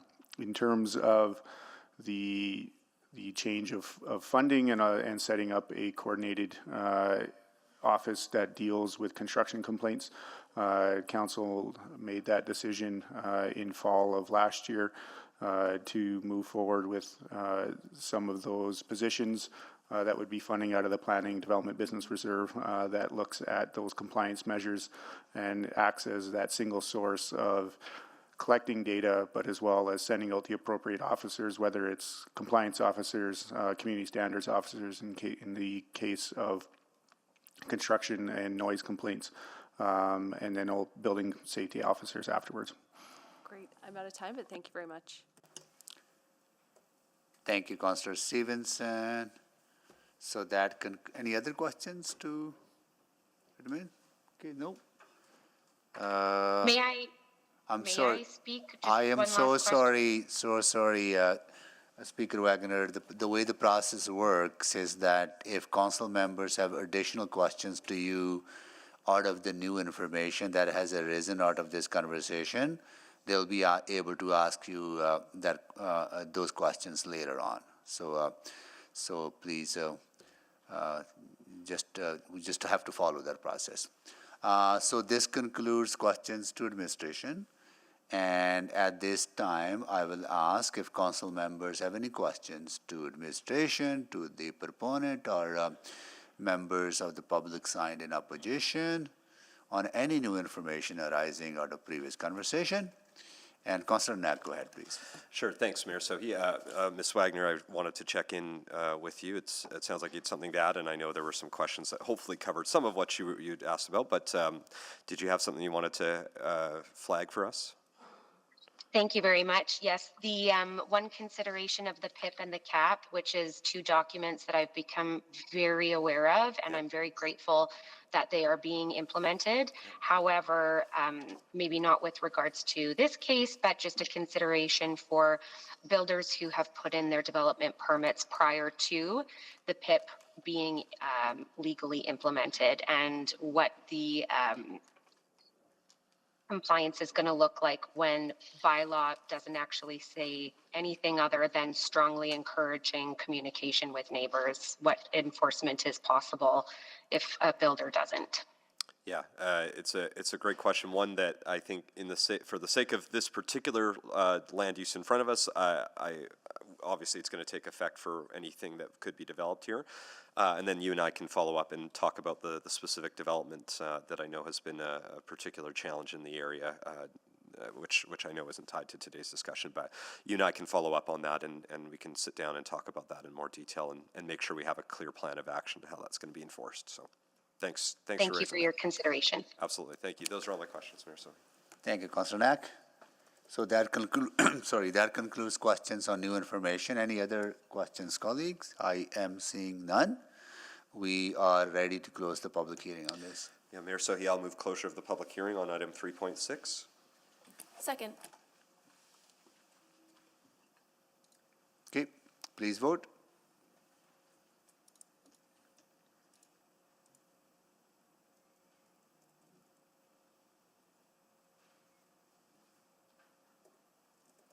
Yes.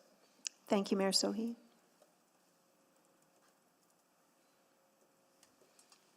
Yes. Thank you, Councillor Jans. We have all the votes. Display the votes, please. That is carried. Mayor Sohi, I'll move first reading of item 3.6. Second. Okay, please vote. Oh, sorry. Hold on. Yeah, right, hold on. I want to finish this before lunch, right? So, okay, to speak. All right. Anyone to speak to this? We have first reading on the floor. Okay. Okay, Councilor Knack. I only get 5 minutes. I'll be done before lunch. Don't worry. Yeah. You're just tired of hearing me talk already? No. Anyway, thank you, Mayor Never Sohi. get tired of hearing from you. So for this particular development, I am going to be supporting it for some of the reasons that you would have heard through the questions. I think, I always like to talk about these things, and I know I've talked about them many times before, but we always have new audiences at the public hearing, and so I think it's important to sort of discuss these things again. In terms of how the city has developed, arterial roads have been where we have been encouraging higher forms of density for, well, decades, longer than I've been alive. 142nd Street hasn't seen a ton. They've really only had the one, and then in the last 4 years, there's been one other built, just finishing up further to the north, and then another development even further north of that. So recognizing that we've typically always had higher density development like this on arterial roads, there hasn't been a lot on 142nd Street. There's been far more on 149th Street, a lot more on 156th Street where I live. So we're just starting to see the change here. And because that has been sort of the precedent, if you will, I would argue, forgetting even our district plans, forgetting even our zoning bylaw, the precedent has been 4-story buildings on an arterial road for a long time. So this, to me, is a much lower intensity developments. This is asking for changing from a 4-unit development that would be 3 stories to a 5-unit development that would be 3 stories with a garden suite. In terms of where it's situated, not just on the arterial road, it's immediately adjacent and to the north, or rather to the south of a new single-family home that was built. So even things like sun shadow impact are going to be right up against a brand new single-family home that was built at that under the zoning bylaw regulations of a 10.5 meter high home. So from a high level, I don't see any issue with this specific development and the land use that's being proposed. In fact, again, I'll go back to the point that realistically, over time, there could be much larger scale developments proposed on an arterial road like this, and that's been the case for a long time. Wanting to just briefly talk about, because I think where there's a little bit of tension now, in particular in this part of Crestwood, the east part of Crestwood, is that they have had a recent development that's, I would suggest not in relation to this current developer, but I think why we've had the conversation we had today is that we had a developer who is doing a new project on the east side of 142nd Street, 1 block interior, and they haven't been the greatest of neighbors. They've certainly had a lot of infractions, and it's been really frustrating for those residents, including Miss Wagner and her son, or sorry, her child, I can't remember if it's son or daughter, finding themselves on an open construction site. That's a scary thing, and something that's caused a lot of fear within the residents of that part of Crestwood around what that means and how things will evolve. So very important to discuss, not necessarily specific to this land use decision before us today, other than I've made a commitment. I'd already went out with the residents to a home about 3 weeks ago to chat. We're going to host another meeting, hopefully in the coming weeks, where we can talk more broadly about how the city is growing and changing and evolving. And we can talk about things like the construction plans and servicing, because all of those conversations did happen. They've happened for quite some time. I've hosted conversations both in person and virtually in the ward, but you know, it's always one of those things that you might not be following as closely until it's happening on your block, and so it's now happening on this particular block and in this particular stretch of the community, and so I'll be continuing to work with the community over the coming months to help resolve sort of the immediate concerns and the broader pieces. So Ms. Wagner and I can touch base after the fact here after this meeting, but for the development before us today, I think it's a very reasonable, very small scale shift, and I think I'm very comfortable supporting it, and I think it'll actually be a good addition to that road, especially across the street from some of the best businesses that we have in the ward. It's going to be a spectacular spot, so I'll be supporting it. Thank you. Thank you, Councillor Knack. Please vote.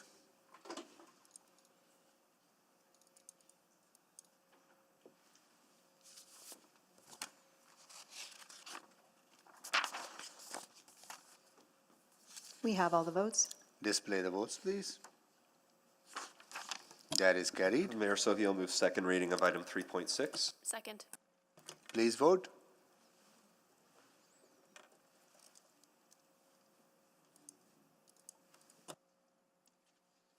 We have all the votes. Display the votes, please. That is carried. Mayor Sohi will move consideration of third reading on item 3.6. Second. Please vote.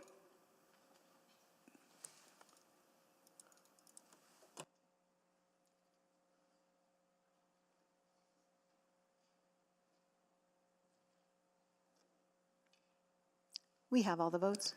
Display the votes, please. That is carried. And Mayor Sohi, I'll move final reading of Bylaw 21045. Second. Please vote.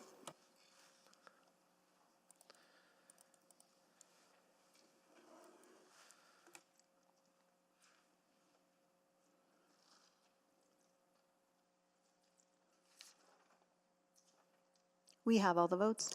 Display the votes, please. That is carried. Okay.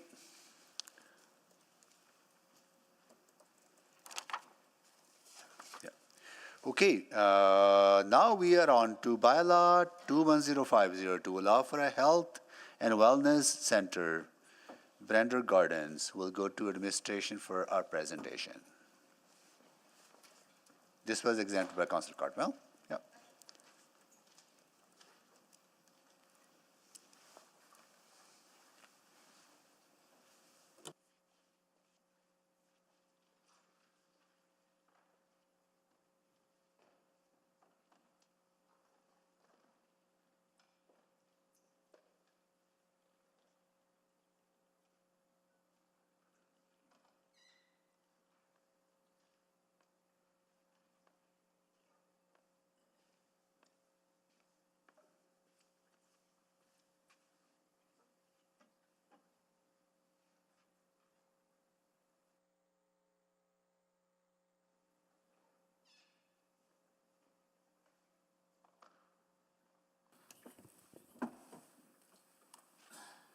Good morning.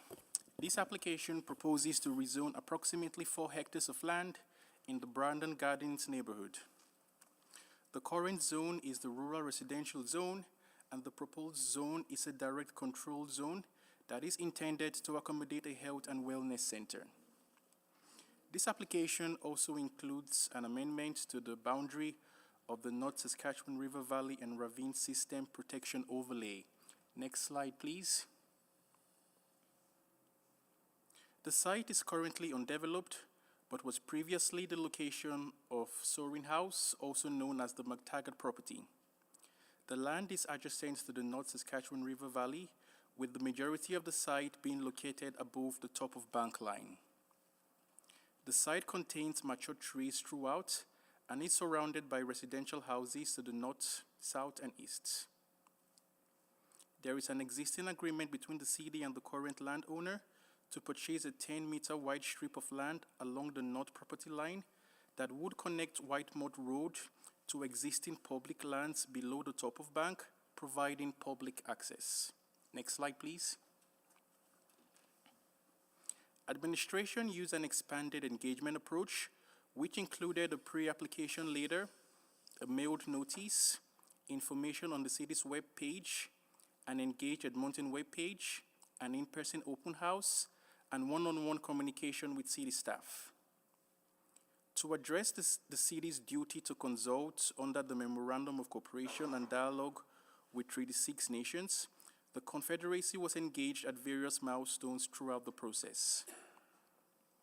Overall, 93 responses were received, with 52 of the comments being in support of the application due to its benefit to the community and Edmonton's economy, preservation of the natural landscape, and preference for the proposed development due to lower traffic impact compared to other potential options. Concerns also addressed traffic, but were focused on its impact to the residential neighborhood, with other issues being raised such as energy use, compatibility with the neighborhood character, and viability of the proposed development. Next slide, please. The proposed DC zone accommodates a very narrow range of uses to ensure that only a health and wellness center can be developed on the site. The maximum height is 16 meters, with impacts to surrounding homes being mitigated by the downward slope of the land and 6-meter setbacks that will retain the existing mature trees. A concurrent subdivision proposal was not included in the application, which is the only mechanism the city can use to bring land below the top of bank into public inventory.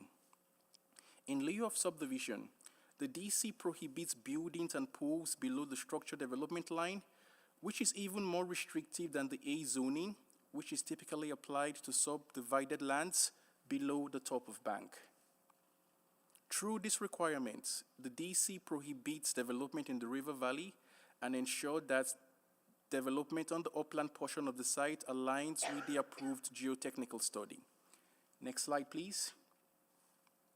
In 2023, a top-of-bank walk was conducted to confirm the river valley boundary and slope crests. The surveyed TOB line from this assessment is reflected in the proposed DC site plan. However, the boundary of the North Saskatchewan River Valley and Ravine System Protection Overlay has not been updated to align with this surveyed line. To ensure consistency, this application includes an amendment to update the overlay boundary accordingly. Next slide, please. The site is subject to the Whitemore District Plan, where it is designated as the urban mix. The urban mix land use category includes housing, shops, services, and offices, and allows for standalone commercial development, such as the proposed Health and Wellness Center. Next slide, please. In conclusion, administration recommends supporting this application because it aligns with the city plan's intention to support Edmonton's identity as a winter city through its infrastructure, design, events, and economy. It aligns with the city plan's direction to conserve, restore, and connect natural areas and ecological networks within the built environment for human and ecosystem health. Thank you. Thank you so much for the presentation, and we are just coming close to our lunch break, but before we do that, there is some adjustment in the order of the way people are going to present in favor, so I'll read that list. So speaker number one will be Vincent Damphouse, right? And speaker number two will Yolanda Liu, and speaker three will be Holly Mickelson, and speaker four will be Steve Arsenault, and then we will follow the list with James Banky, Malcolm Bruce, Melissa Radu, and Stavros Carlos, right? And we also have speakers in opposition. I just want to make sure that they will be here at 1:30. I know Kaylee Avaduti wasn't here earlier on. We'll check back at 1:30 as well. I know Brenda, Jimmy is here.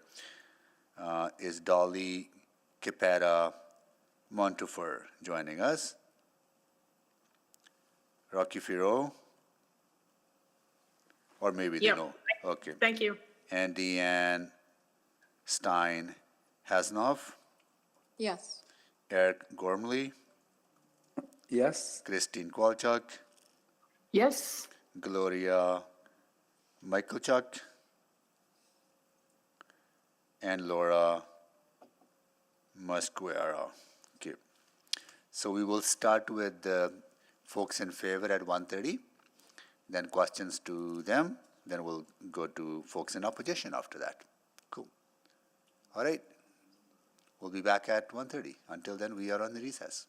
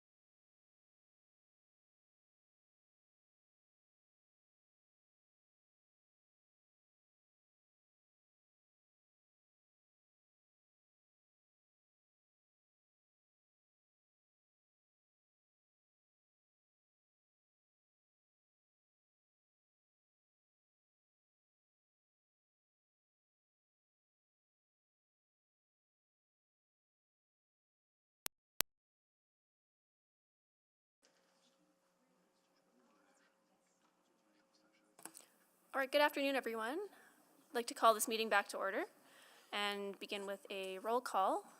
Councillor Wright? Councillor Knack? Good afternoon. Good afternoon. Councillor Principe? Hello. Hello. Councillor Stevenson? Good afternoon. Good afternoon. Councillor Paquette? Hello. Hello. Councillor Tang? Good afternoon. Good afternoon. Councillor Hamilton? Good afternoon. Good afternoon. Councillor Rutherford? Hello. Hello. I'm here. Councillor Cartmel? Good afternoon. Good afternoon. Councillor Rice? Good afternoon. Good afternoon. And Councillor Jans? Good afternoon. Good afternoon. Thanks so much, everyone. All right, so we've heard from administration. We're going to be going over to speakers in favor, and I see they're already down here and ready to go. So we're going to be going over to Speaker Damphouse first. Please go ahead. You have 5 minutes. Good afternoon, Mayor Sohi and members of the council.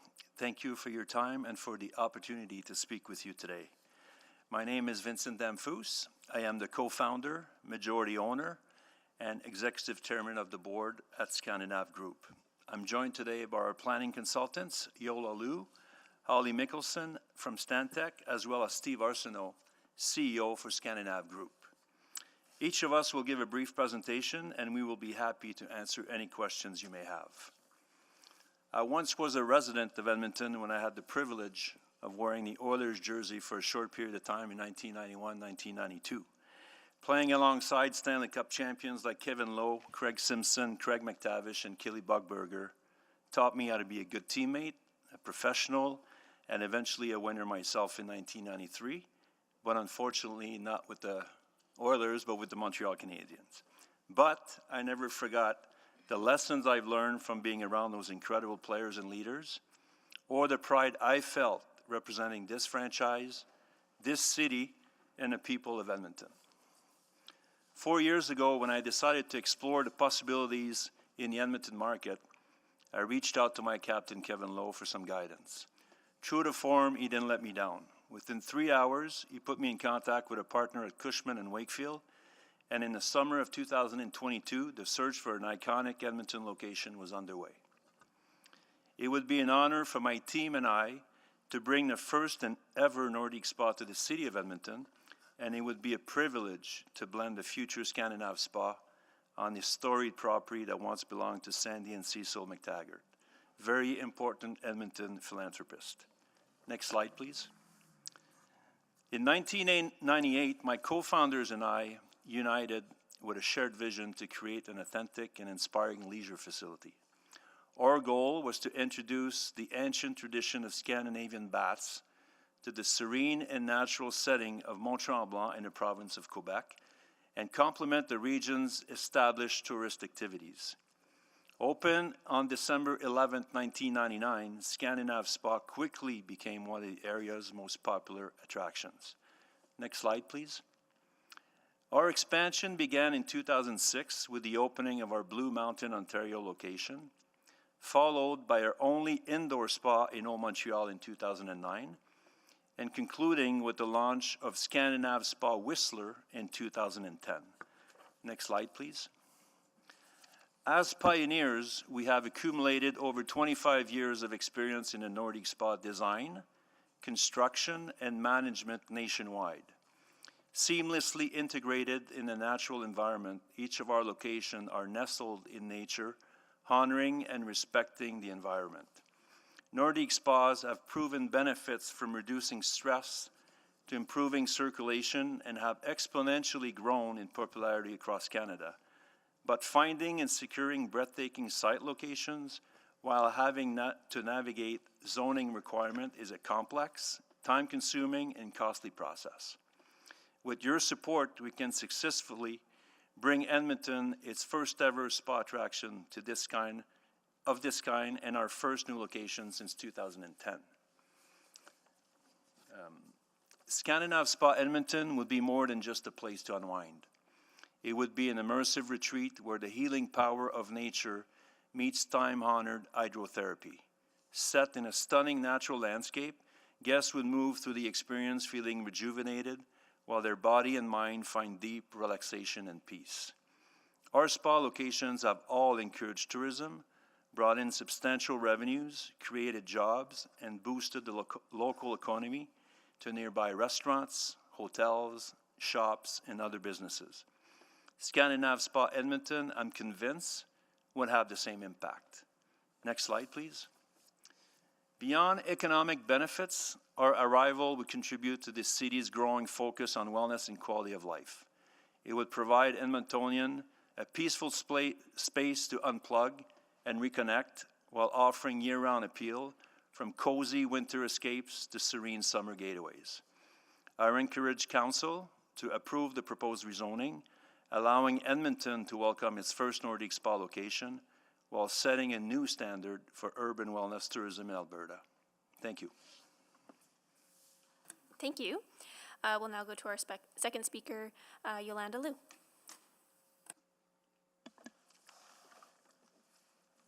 Thank you. Good afternoon, members of council. My name is Yolanda Liu with Stantec Consulting, and I'm here today representing Scandinav Group with a rezoning application. Next slide, please. Today we are asking you to consider a rezoning from rural residential to a direct control zone in the Kinglet Gardens neighborhood. This rezoning would allow for the thoughtful development of an indoor and outdoor health and wellness facility. Although adjacent, the proposed development is not located within the river valley, and only tablelands are proposed for redevelopment. As you are likely familiar, the McTaggart family donated the 10-acre parcel to the University of Alberta in 2010.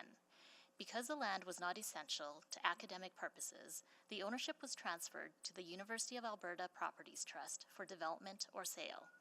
The main soaring house was demolished in 2018, and the property has sat vacant since then. Next slide, please. In 2022, UAPT made the decision to move forward with development. Following due diligence and opportunities exploration, the spa option was later introduced. In June 2024, the UAPT held a community open house to present both the residential and spa option and to gather feedback. In August 2024, the UAPT entered into a sales agreement conditional to rezoning with Scandinav Group.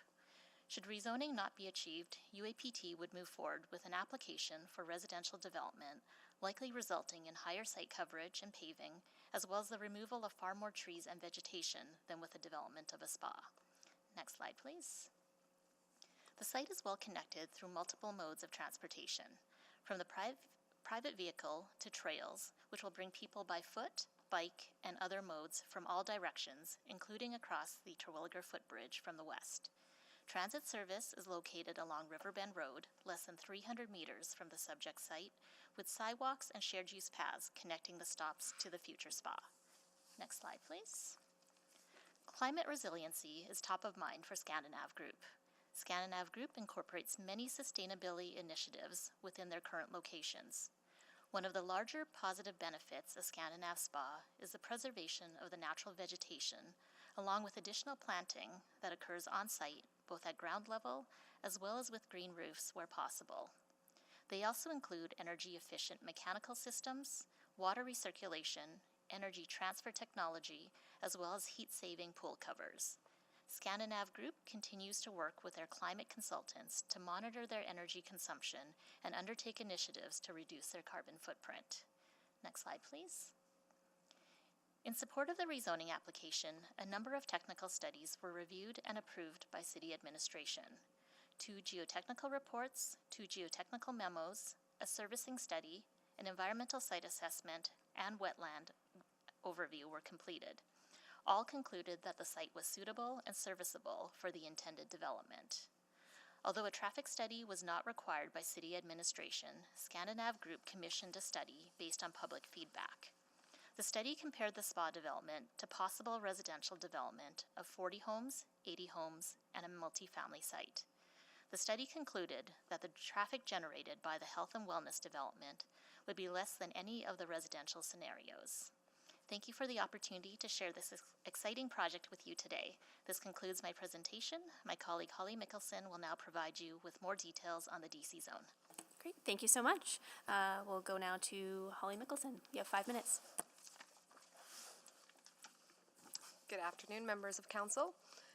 Like you heard, my name is Holly Mickelson with Stantec Consulting, and I'd like to provide you with more details on the proposed direct control zone. Next slide, please. As you've heard, the general purpose of the zone is to facilitate the development of a health and wellness center. The zone includes limited commercial and residential opportunities as accessory uses to accommodate a small bistro as well as a retail area for spa patrons. The residential opportunity is limited to 24 sleeping units and is intended for staff housing if needed in the future. Next slide, please.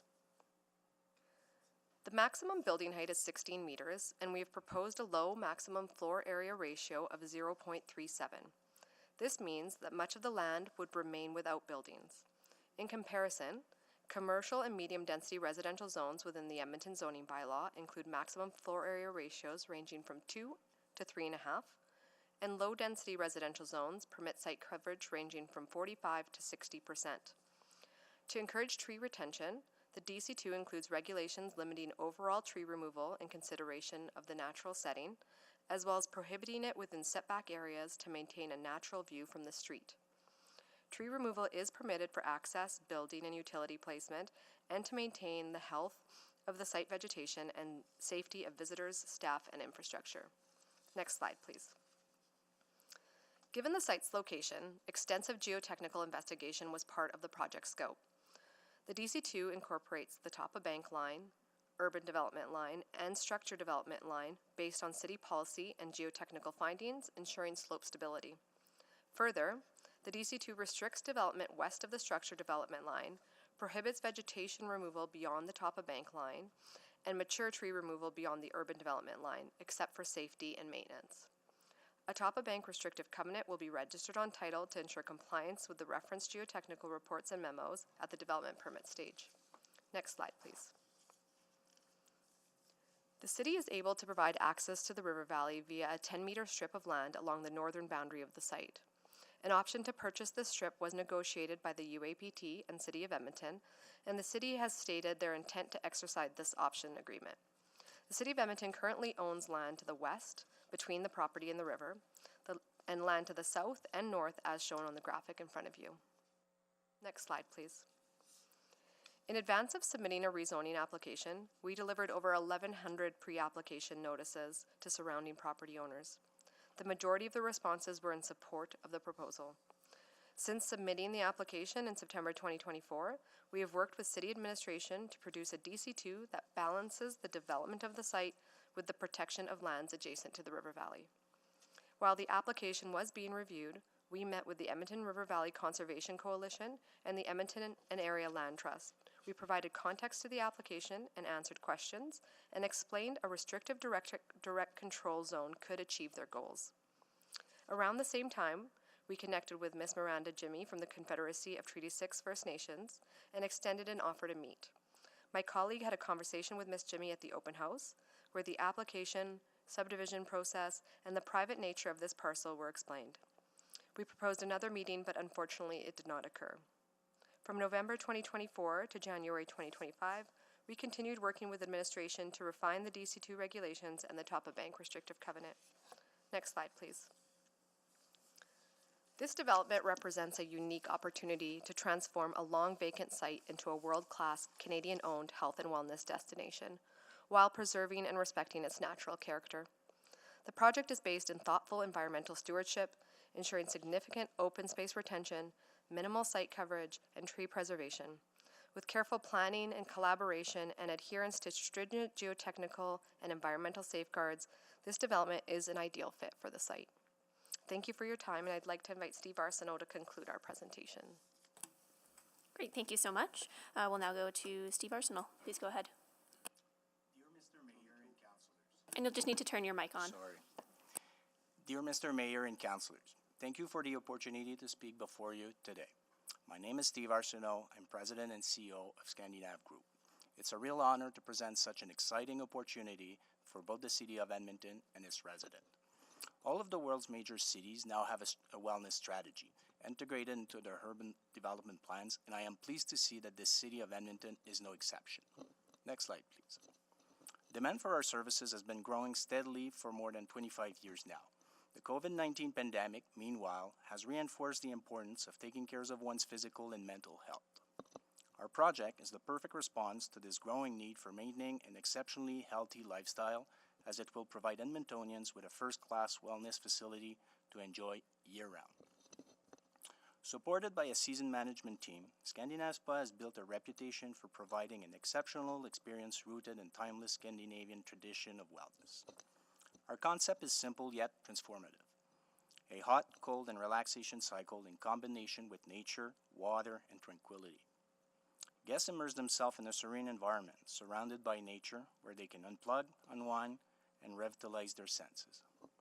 The opportunity we're presenting today is not just about building a spa. It is about creating a life-changing experience that enhances the well-being of the individuals who visit, while also contributing to the broader Edmonton community in a meaningful ways. A Scandinav Spa is more than just a wellness retreat. It is a place for connection. Our project will offer a full-scale and state-of-the-art hydrotherapy experience, including saunas, steam baths, whirlpools, and cold plunges. Terraces and outdoor relaxation areas will allow guests to unwind in the hammocks or loungers, around a fire pit, or under a heated awning. Construction will be carried out with the utmost care to preserve the natural environment.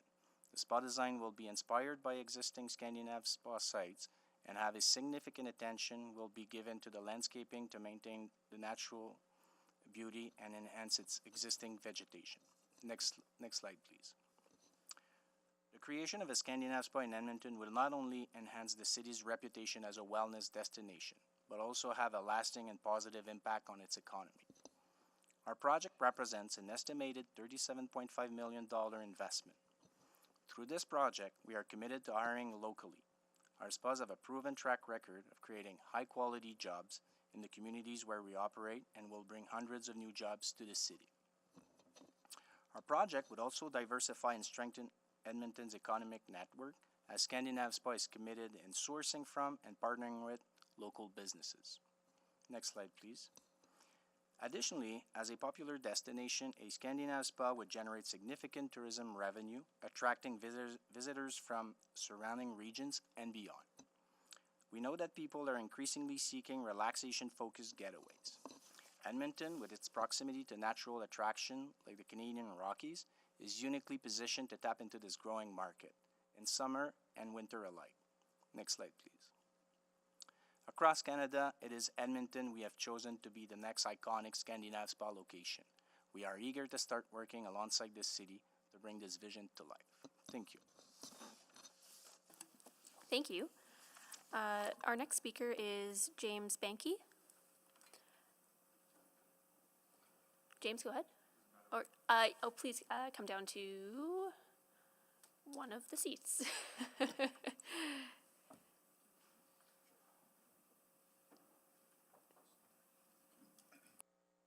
Good afternoon, Mr. Mayor and councillors. I'd like to thank you for giving me the opportunity to speak today.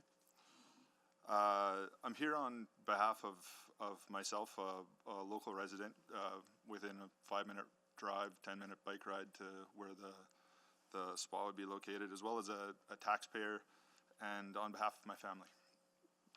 I wanted to voice kind of strong support for the project.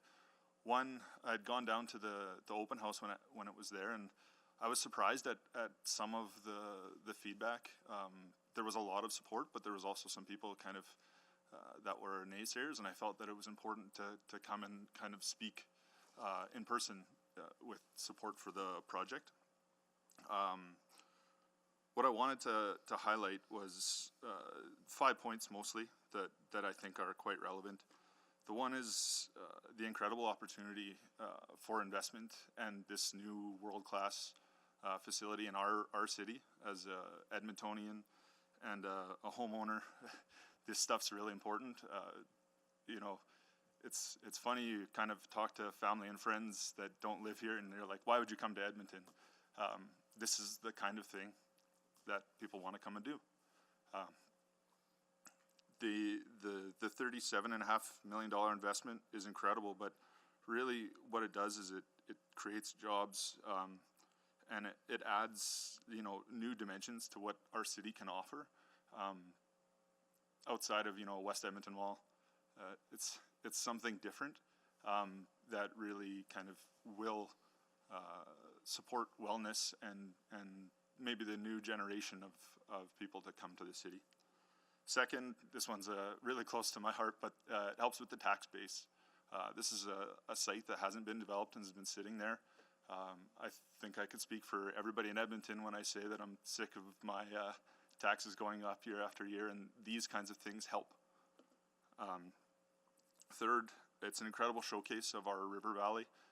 The views from this site are amazing, and we have a lot of reserve already, a lot of recreational reserve, the biggest in the world to my understanding.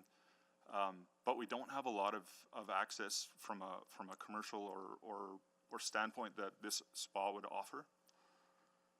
I think that fourth, and it's really important, and I think the guys touched on it here briefly, was the preservation of what the river valley is.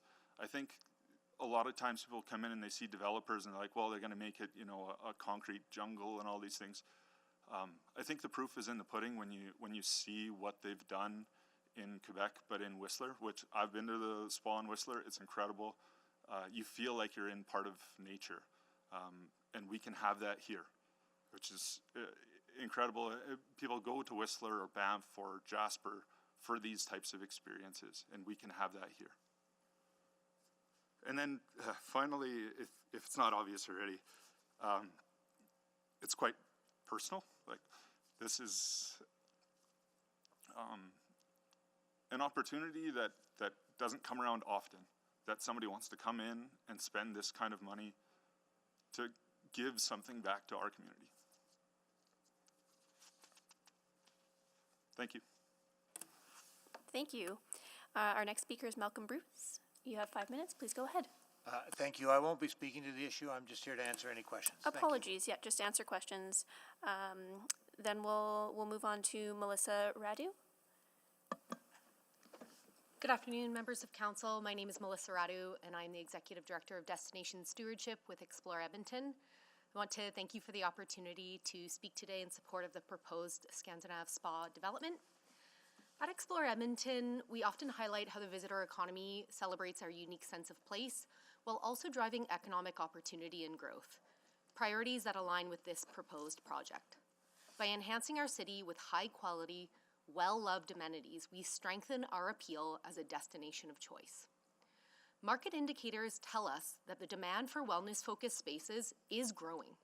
According to the Global Wellness Institute, the global wellness tourism market was valued at over $650 billion in 2022 and is projected to exceed $1.3 trillion by 2027.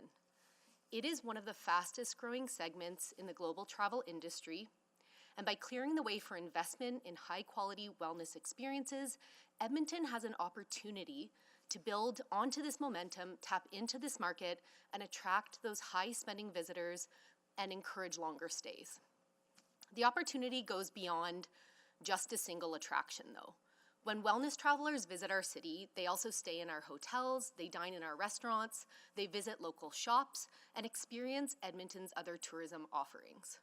On average, wellness tourists spend 130% more than other visitors, and the domestic wellness tourist spends 177% more than the typical domestic tourist. This directly benefits local businesses and supports job creation. This project alone will provide over 97 permanent jobs while also helping local entrepreneurs and small businesses who rely on steady visitor activity as supplementary revenue opportunities. Our city's economy can be best supported by programs and experiences that help our businesses thrive year-round. A wellness center would help improve Edmonton's ability to attract visitors in the winter and the shoulder seasons when some of our businesses need it most. Other destinations like Montreal, Whistler, Winnipeg, Quebec City, Blue Mountain have successfully leveraged similar experiences to encourage off-season visitation. And we here in Edmonton have the same opportunity to invest in our future by diversifying the experiences we can offer. I was involved in the community engagement and the development and now the implementation of our city's regenerative tourism strategy called A Flourishing Future. This plan is an extension of our tourism master plan and focuses on a shared vision for Edmonton that seeks to maximize the awesome contributions of the visitor economy while also fostering positive social cultural impacts and safeguarding our natural environment. This helps to realize new urban development projects that can exist in greater harmony with our ecosystems and are more purposeful from their design. And of course, we all know the significance of our river valley. It is one of our city's most valuable public spaces, and as Edmontonians, we take pride in it as a natural asset, and so it's no surprise that it's also a defining feature that sets our city apart for visitors. Many travelers and visiting friends and relatives will actively seek ways to connect with the river valley and experience Edmonton's incredible natural surroundings.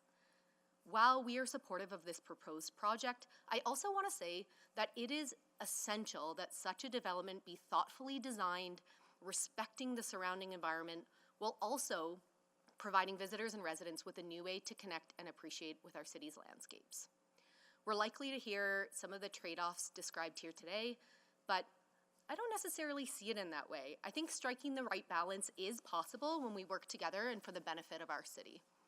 The Scandinave model is an experienced one with proven experience, having built excellent facilities and running them well. They are also known for an emphasis on sustainability and respectful development, and that was really well described in the presentation we saw earlier from Stantec. We, of course, believe that this project, like all projects, must have thoughtful community engagement that includes the voices of many Edmontonians, and that is a critical component in this process. Lastly, overall, this is about investing in our city, and investing in Alberta right now is more important than ever. We've been named as one of the top 10 cities to visit in 2025 for Lonely Planet's Best in Travel series, and there's just no doubt that Edmonton is catching the attention of the world. I recognize this project is a strategic opportunity, one that underscores Edmonton as a Canadian destination of choice. It can support local businesses, improve the visitor economy, and help build a more vibrant Edmonton. Thank you so much. All right, so our next speaker, my understanding, has had to step away unexpectedly, but I also understand that Melissa has filled out the requisite paperwork to allow for speaking on their behalf. Is that correct? I'm just going to go to the clerk for clarity. Councillor Salvador, it was the speaker himself that okay. Filled out the form to authorize Ms. Radu to speak on his behalf. Okay, so in that case, I'm just going to go to legal for a moment just to understand what the best process would be here. Sorry, if I understand correctly, this is the speaker that just finished that is now also representing the next speaker? Correct. Yeah, council's practice is that a speaker gets 5 minutes, no matter how many people they'd be representing, including themselves. Okay. So you would just hear, if there's a few minutes left still in their time, you maybe would allow that to finish out. Okay, well in that case, I would suggest that we Sure. Is it possible to get the last speaker's notes sent to council? Do we know if that's an option as well? I'm just seeing some nodding heads. Yes, they've already been sent to the municipal clerk. Perfect. If we could just get that circulated for our reference, I think that would be helpful as well, and then we'll be able to come back for questions. Absolutely, it'll be added to council correspondence. Thank you so much. All right, so that wraps up speakers in favor. I'll pause for questions from colleagues at this time. And this was selected by Councillor Cartmel. Would you like to go ahead? Yes, thank you. Thanks everyone for your presentations. Particularly thanks to Mr. Danfus and Mr. Arsenault for traveling to Edmonton to present today. Really appreciate it. Wish you had met with more success in Edmonton, sir, but we'll take the Habs. I'm okay with that. So I want to go to Ms. Liu and your presentation. It's disappeared on me from my inbox, but maybe we can bring that up, the slides that Ms. Liu presented. And a little far, sorry, I wish I knew what slide it was. Can you please just cycle? Okay, stop there, please, thanks. So on the slide on the right, we have the purple space, which would be the spa development, and then we have this green sort of, it's a little bit hard to see, but there's a green encircled space there. So first of all, is both the purple shaded space and the green encircled space, are those all tablelands, or does that begin to leak down below the top of bank? Thank you, Councillor Cartmel. It's a combination. So all the purple is tablelands, and then the area in green is the structured development line and below. So within there is the structured development line, the urban development line, and the top of bank line. But no permanent buildings are permitted within that green area. No permanent buildings are permitted in the green area. Is that correct? Right. Is the structured limit line inside of the edge of the purple shaded area, or is that it? The western edge of the purple would be the structured development line. The western edge. Yeah. And so that begins to feel like it's going down the bank. If it's the green line on the left side of that loop, that looks like it's getting close either to the edge of the top of bank or below it. Yeah, between the top of bank line and the structured development line, it does vary between about 30 meters to about 10 meters. So the green line is to the right of the red line. It's the green line that's the structure limit? No, the edge of the purple line is. The edge of the purple line is. Is there a better slide to look at? Because this to me is... The project site figure critical. from Holly's presentation does provide you with more details. Can we bring up that presentation? Sorry, I know they were emailed to us, but it's gone out of my inbox somehow. It's slide number 4. Yeah, this one. Okay, so... So you can see the blue line is the structure development line. So there's no structures permitted to the west of that line, or to the left of that line, correct? That is correct. And then the red line is the limit of urban development. So what can happen between the blue line and the light red line? So you could end up having a couple of benches, and you could have some planting occurring between the structure development line and the urban development line, but you could not have any permanent structures there. And then everything to the left of the light dotted red line and the hard limit of the property must be left undisturbed? Yes, so no vegetation can be removed unless it's a safety hazard. The top of bank line defines the crest of the slope, so that's where you would see that break in the slope and it go down towards the bank of the river. And that's that even fainter line that's kind of in there? Yeah. Okay, I wish I could use my mouse. That land does not revert to the city of Edmonton, though? No, because there's no subdivision occurring at this time, so there's no mechanism to have that land revert to the city. But everything that you would see captured in a subdivision in terms of maintaining that property and ensuring its slope stability and that it's left untouched is captured in the restrictive direct control zone. Okay, am I out of time? 1 minute left, okay.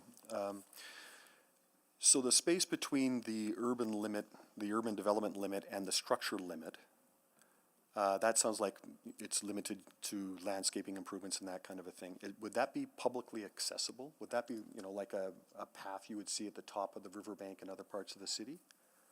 No, it would not be at this time. It would be private property. Would the property be fenced? Or have you gotten that far? Not quite that far. We would like to keep the existing fence that is around the property, and there could potentially be a fence in the back as well, because there is public property in between the property and then the west property line. Right, okay, thank you. Thank you. Councillor Stevenson? Yeah, thank you very much. Appreciate the presenters, and I'll have a number of questions for our administration as well, but I just wanted to go to Speaker Radu, and my question would be, what were some of the comments that maybe from a Tourism Industry Association of Alberta be, if you wished to take some time to share those? Thank you very much for the opportunity. I wish I had the time to deliver Mr. Carlos's comments in their entirety today for you, but I think one of the highlights in there was really about the local investment and job creation perspective. This is incredibly important to the work that they do. Also just underscoring the 37.5 million in capital expenditures, as well as the 54 million in total direct and indirect outputs that this project could help to realize. Some projections show us a $23.5 million growth in GDP impact, which for us from international markets is certainly something we would like to continue offering to the world, and not just see domestic travelers, but also these types of signature premium experiences are what we're hearing from international markets that attracts them and really builds a destination that is world-class. Great, thank you very much. I appreciate that. No further questions at this time. Thank you. Councillor Tang, go ahead. Yeah, great, thank you. I think, I want to say it was Yolanda, your presentation, you talked about traffic analysis. At this time, I guess I'm just wondering, can you elaborate on that? Thank you, Councillor Tang. Yeah, traffic analysis was not required by administration as part of our application, but based on the comments we were receiving from the public that was worried about the increase in traffic that the spa could create, a traffic impact assessment was completed. And so they completed it based on 40 homes, 80 homes, and a multifamily site. And just based on city policies, looking in terms of infill, 50% of that happening in our core, that's kind of where those numbers came from, as well as what the university was looking at as a potential for redevelopment prior to the spa coming in. So all three of those analyses resulted in the spa coming in with less traffic than the site being developed for residential. And it also showed that the peak times of people going to school and going to work in the morning and coming home in the afternoon didn't coincide with the spa opening and closing times, as people would be coming and going throughout the day and not all at once coming in or leaving. So there's some sort of natural mitigation just by the simple operating nature of a spa like this. Correct. Yeah. And then some of the, I guess maybe to Mr. Arsenault or Mr. Danfus, the other examples in Whistler and Quebec City, are they in a residential area like this?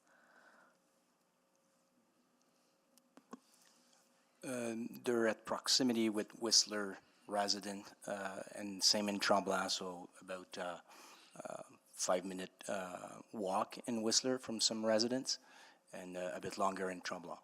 So I guess, there's, with some of the comments that came in around parking and traffic, you haven't, I guess, you have had some experience in the past with these other examples and Absolutely, and parking is all, will be within our site. Yeah. All of the parking, yeah.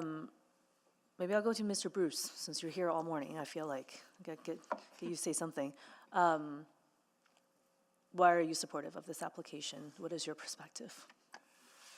As you know, Edmonton Global is responsible for helping attract more investment into the Edmonton region, as well as in the market export. This is an economic opportunity that also provides the visitor economy with more selection. So when you think about what the city of Edmonton is trying to achieve in terms of Winter City and the other things, this seems a natural fit. Great, thank you. And then finally, I'm curious from Mr. Banky. Thank you very much for bringing your resident perspective to this. So currently, this is essentially an estate. There's a single home there. I guess I'm just wondering. You've shared a number of points. You talk about, this is currently underused, not really generating sort of the tax base, but do you have any other thoughts in terms of, best use of the land from that perspective? Yeah, thanks for the question. I think that what, I guess the real question, what are you going to do with this land if this isn't the answer? And although, if you mean for the private landowner, whoever owns that. Who are you going to get to come in and what are they going to build? Where this is tailor fit to be in a scenic spot overlooking the river, and really not just keeping what's there naturally, but enhancing it with the amount of that they're investing in the landscaping and those things. It's really going to be quite beautiful and fit in with what's already in the river valley.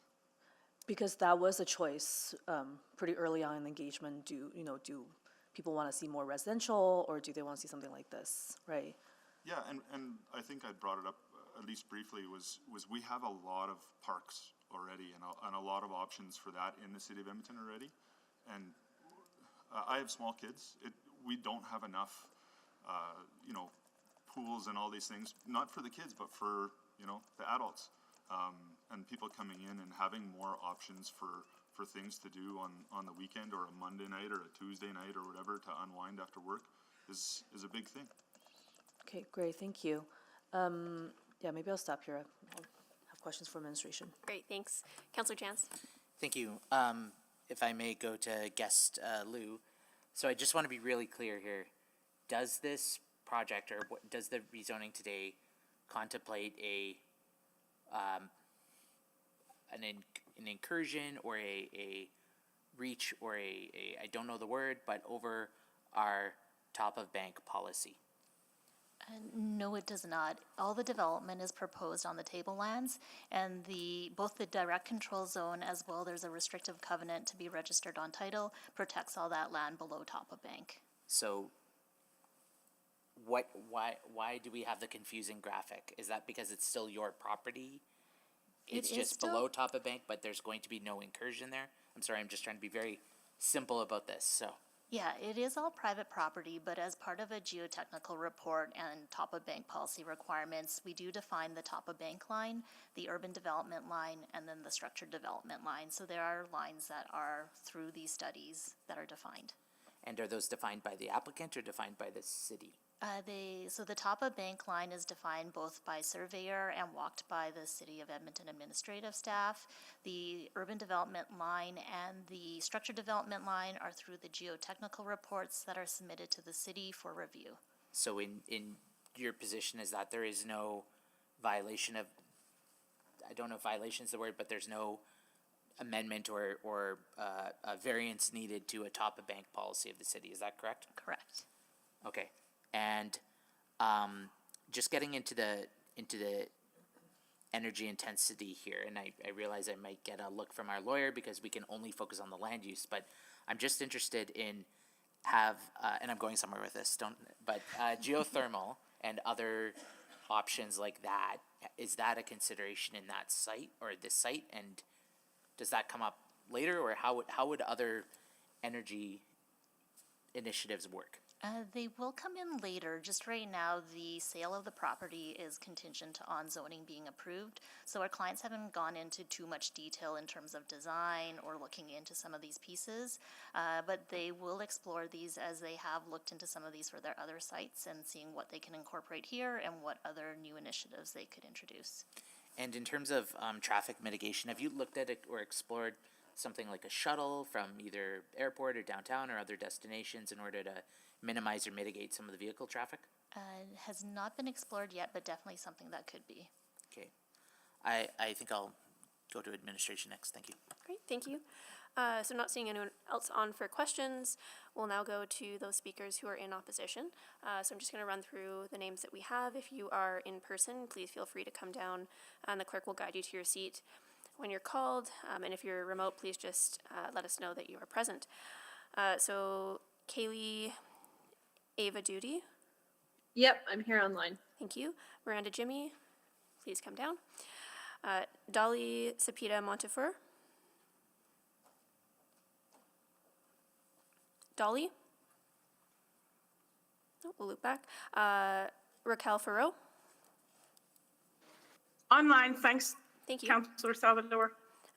Deanne Stein Hasanoff. I'm here online. Thank you. Eric Gormley.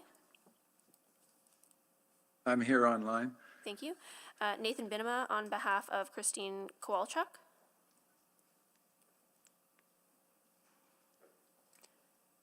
Nathan? Nope. Gloria Mikulchuk.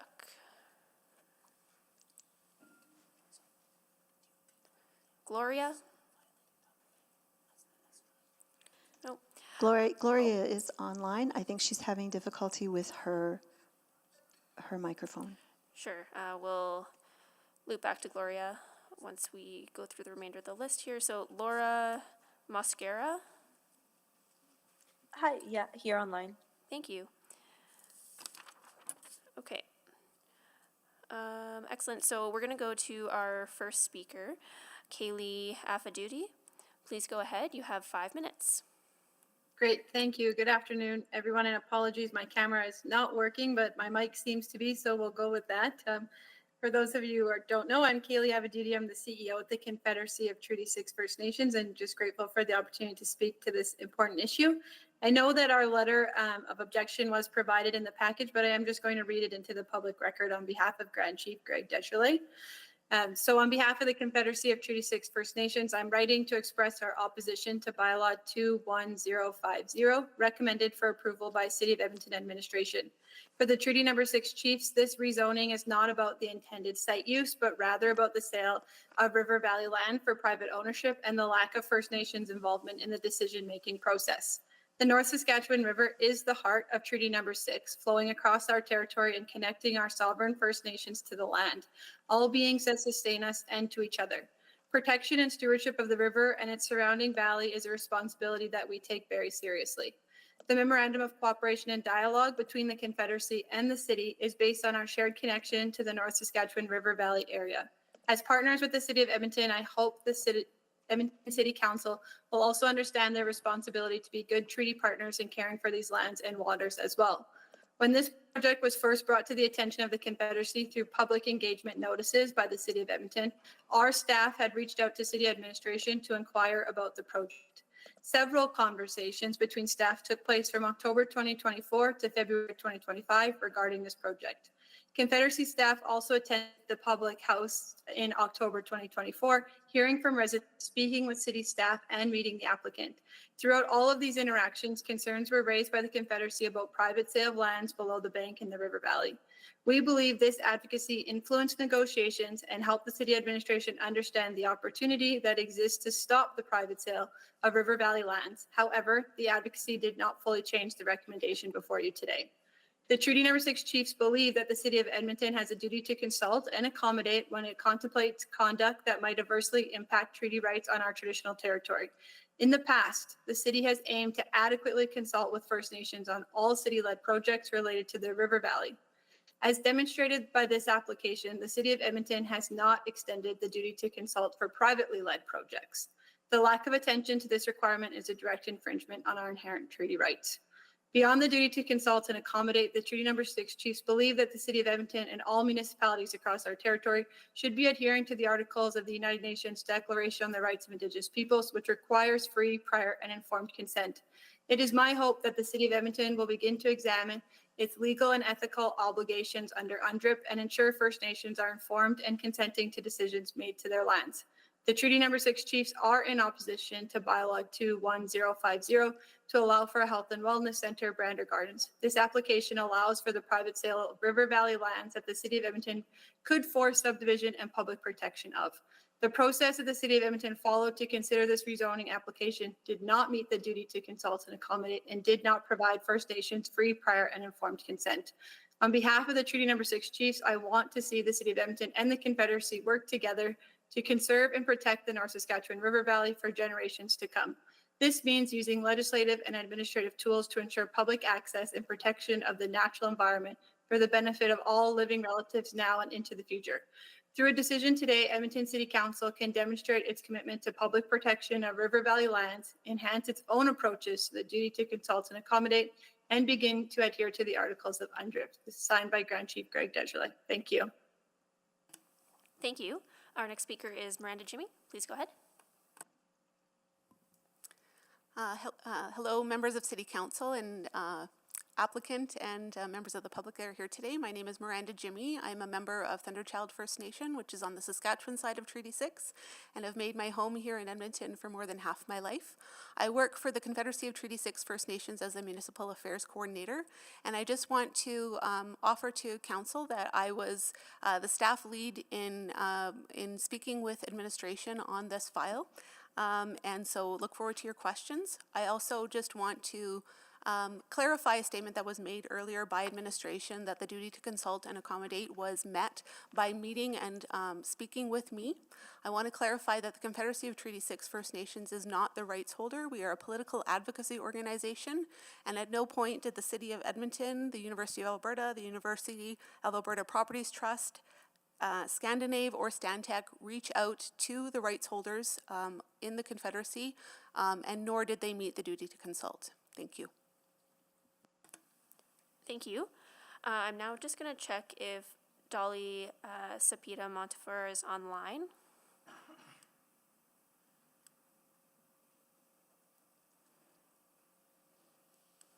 Dolly, are you with us? We've just received a message that she's just leaving class now. Can we come back to her? Sure, Thank sure. you. Okay, we'll loop back to Dolly then. We'll go to Raquel Farrow then. Please go ahead. You have 5 minutes. Okay, thank you, Councillor Salvador. Can you the clerk move ahead to the next slide? Yeah, I'm just going to be talking about.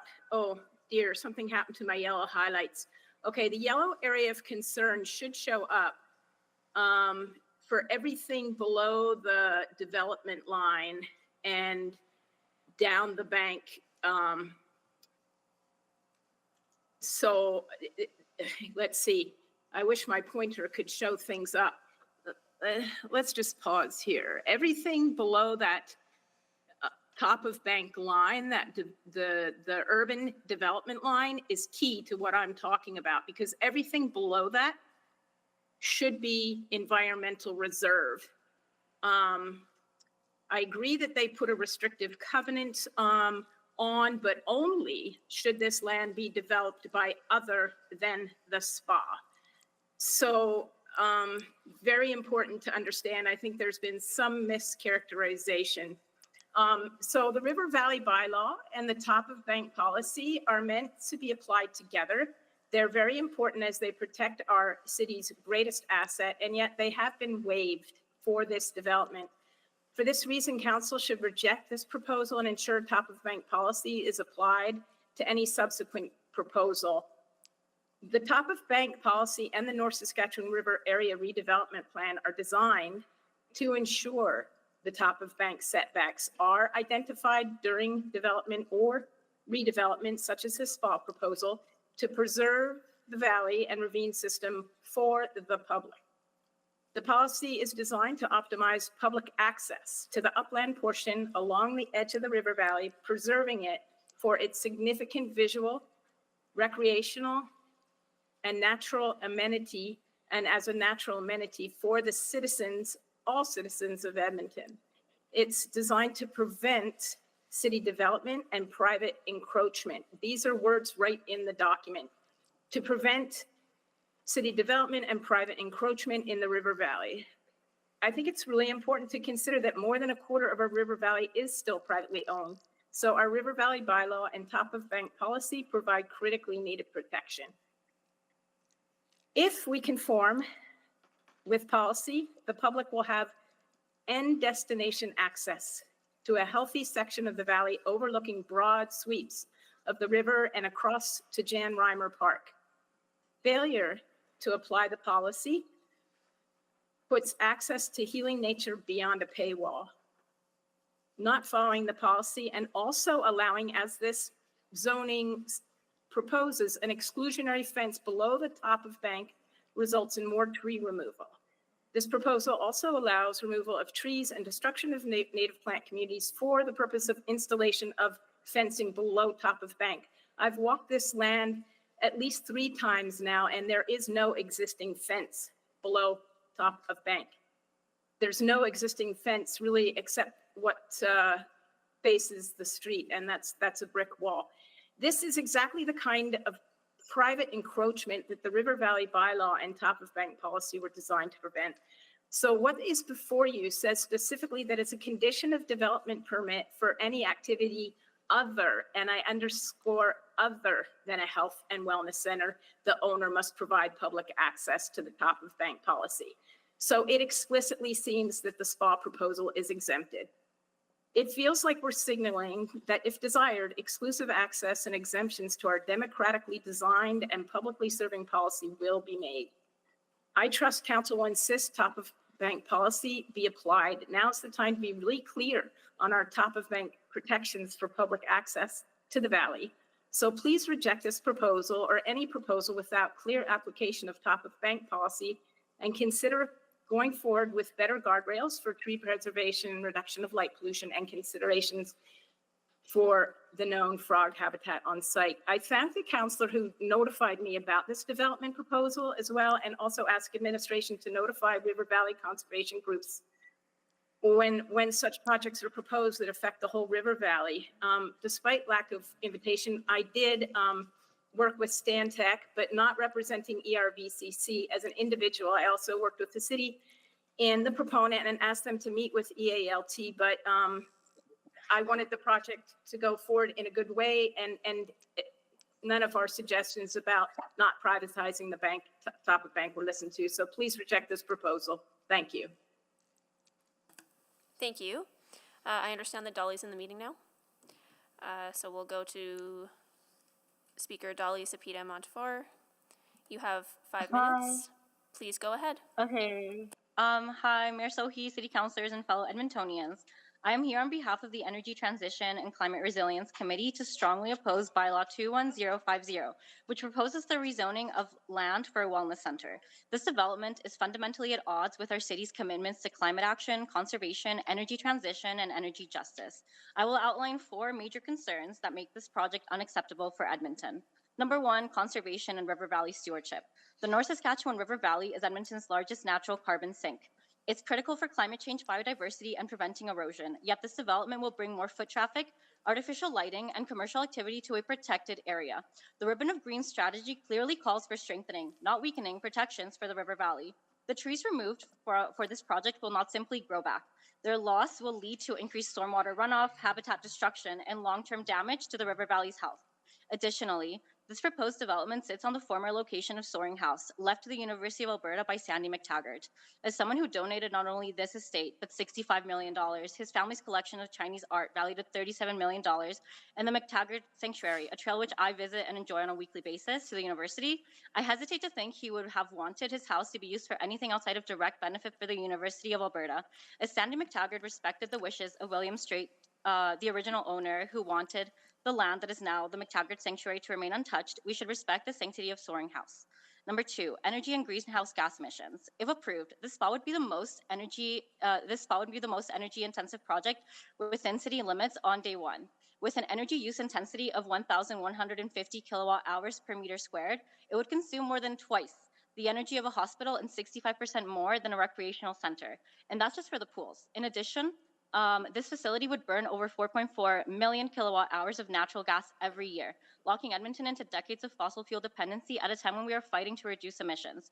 Let me be clear, approving this project would directly contradict Edmonton's community energy transition strategy. Number 3, climate resilience and infrastructure adaptation.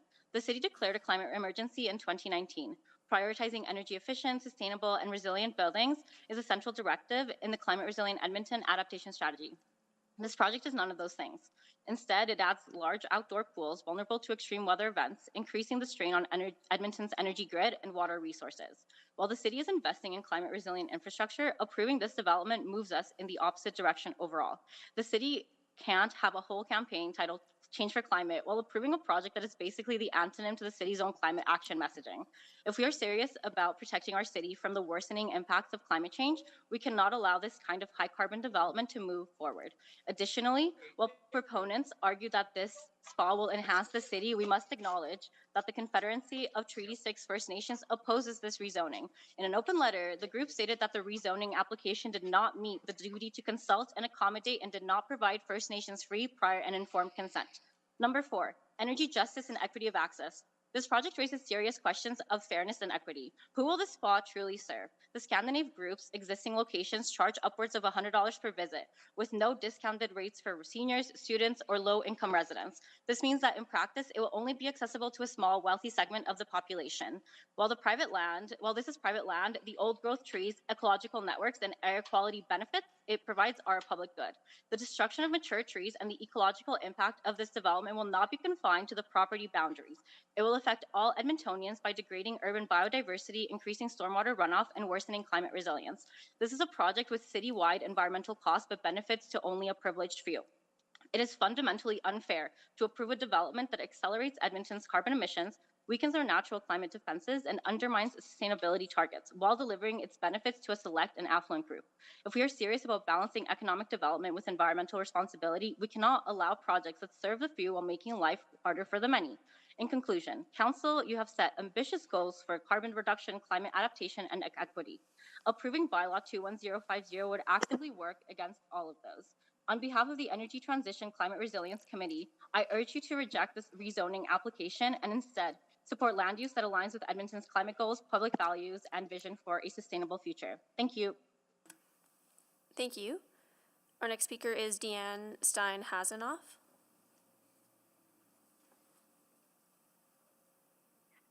Please go ahead. Good afternoon. Good afternoon, councillors and Mayor Sohi. To begin, I also support the concerns of Confederation of Treaty 6 Nations. I'm a resident of Brander Gardens, and I'm speaking today to highlight some concerns around the rezoning for the spa development. Minimizing the impact of this and any development on the river valley is important. Some issues are lighting, fencing, and building height. Uplighting is permitted instead of dark sky friendly lighting, and fencing below the top of bank is permitted, which is not congruent with current policy. Unfortunately, a maximum building height of 3 stories below the 14 meters allowed for a commercial zoning was not included to keep the development well below the tree line and not easily visible from the river valley or surrounding properties. I also have concerns about whether the spa has a plan for coexisting with the wildlife that regularly moves through our neighborhood, in particular our coyote population. It is disappointing that once again a Brander Gardens property is considered an exception to the top of bank policy and the creation of a top of bank public pathway, which is unacceptable for this change to a commercial zoning on the riverbank in a residential area. We have a mixed population, both socioeconomically and in terms of age, with many residents choosing to age in place. I know residents who, as they age, find it difficult to walk into and out of the river valley, but they love being in proximity to it. The current road access with no shoulder or sidewalk and a blind corner is not the safest option, especially in winter when snow accumulation pushes pedestrians into the middle of the road. While the city plans to exercise its option to purchase the 10-meter strip of land to hopefully build stairs and create a safer access point down into the valley, it is giving up the opportunity to negotiate to provide a top-of-bank pathway to the community. This would make it possible to experience the river valley regardless of physical ability or economic circumstances. I heard the argument that it would be a path to nowhere. However, there are other areas of the city in which viewpoints are accessible, thinking of Keeler Road's end of the world. There are allowances in this proposal for patio space that extends onto the top of the bank, so why can there not be a public space for all residents of the neighborhood?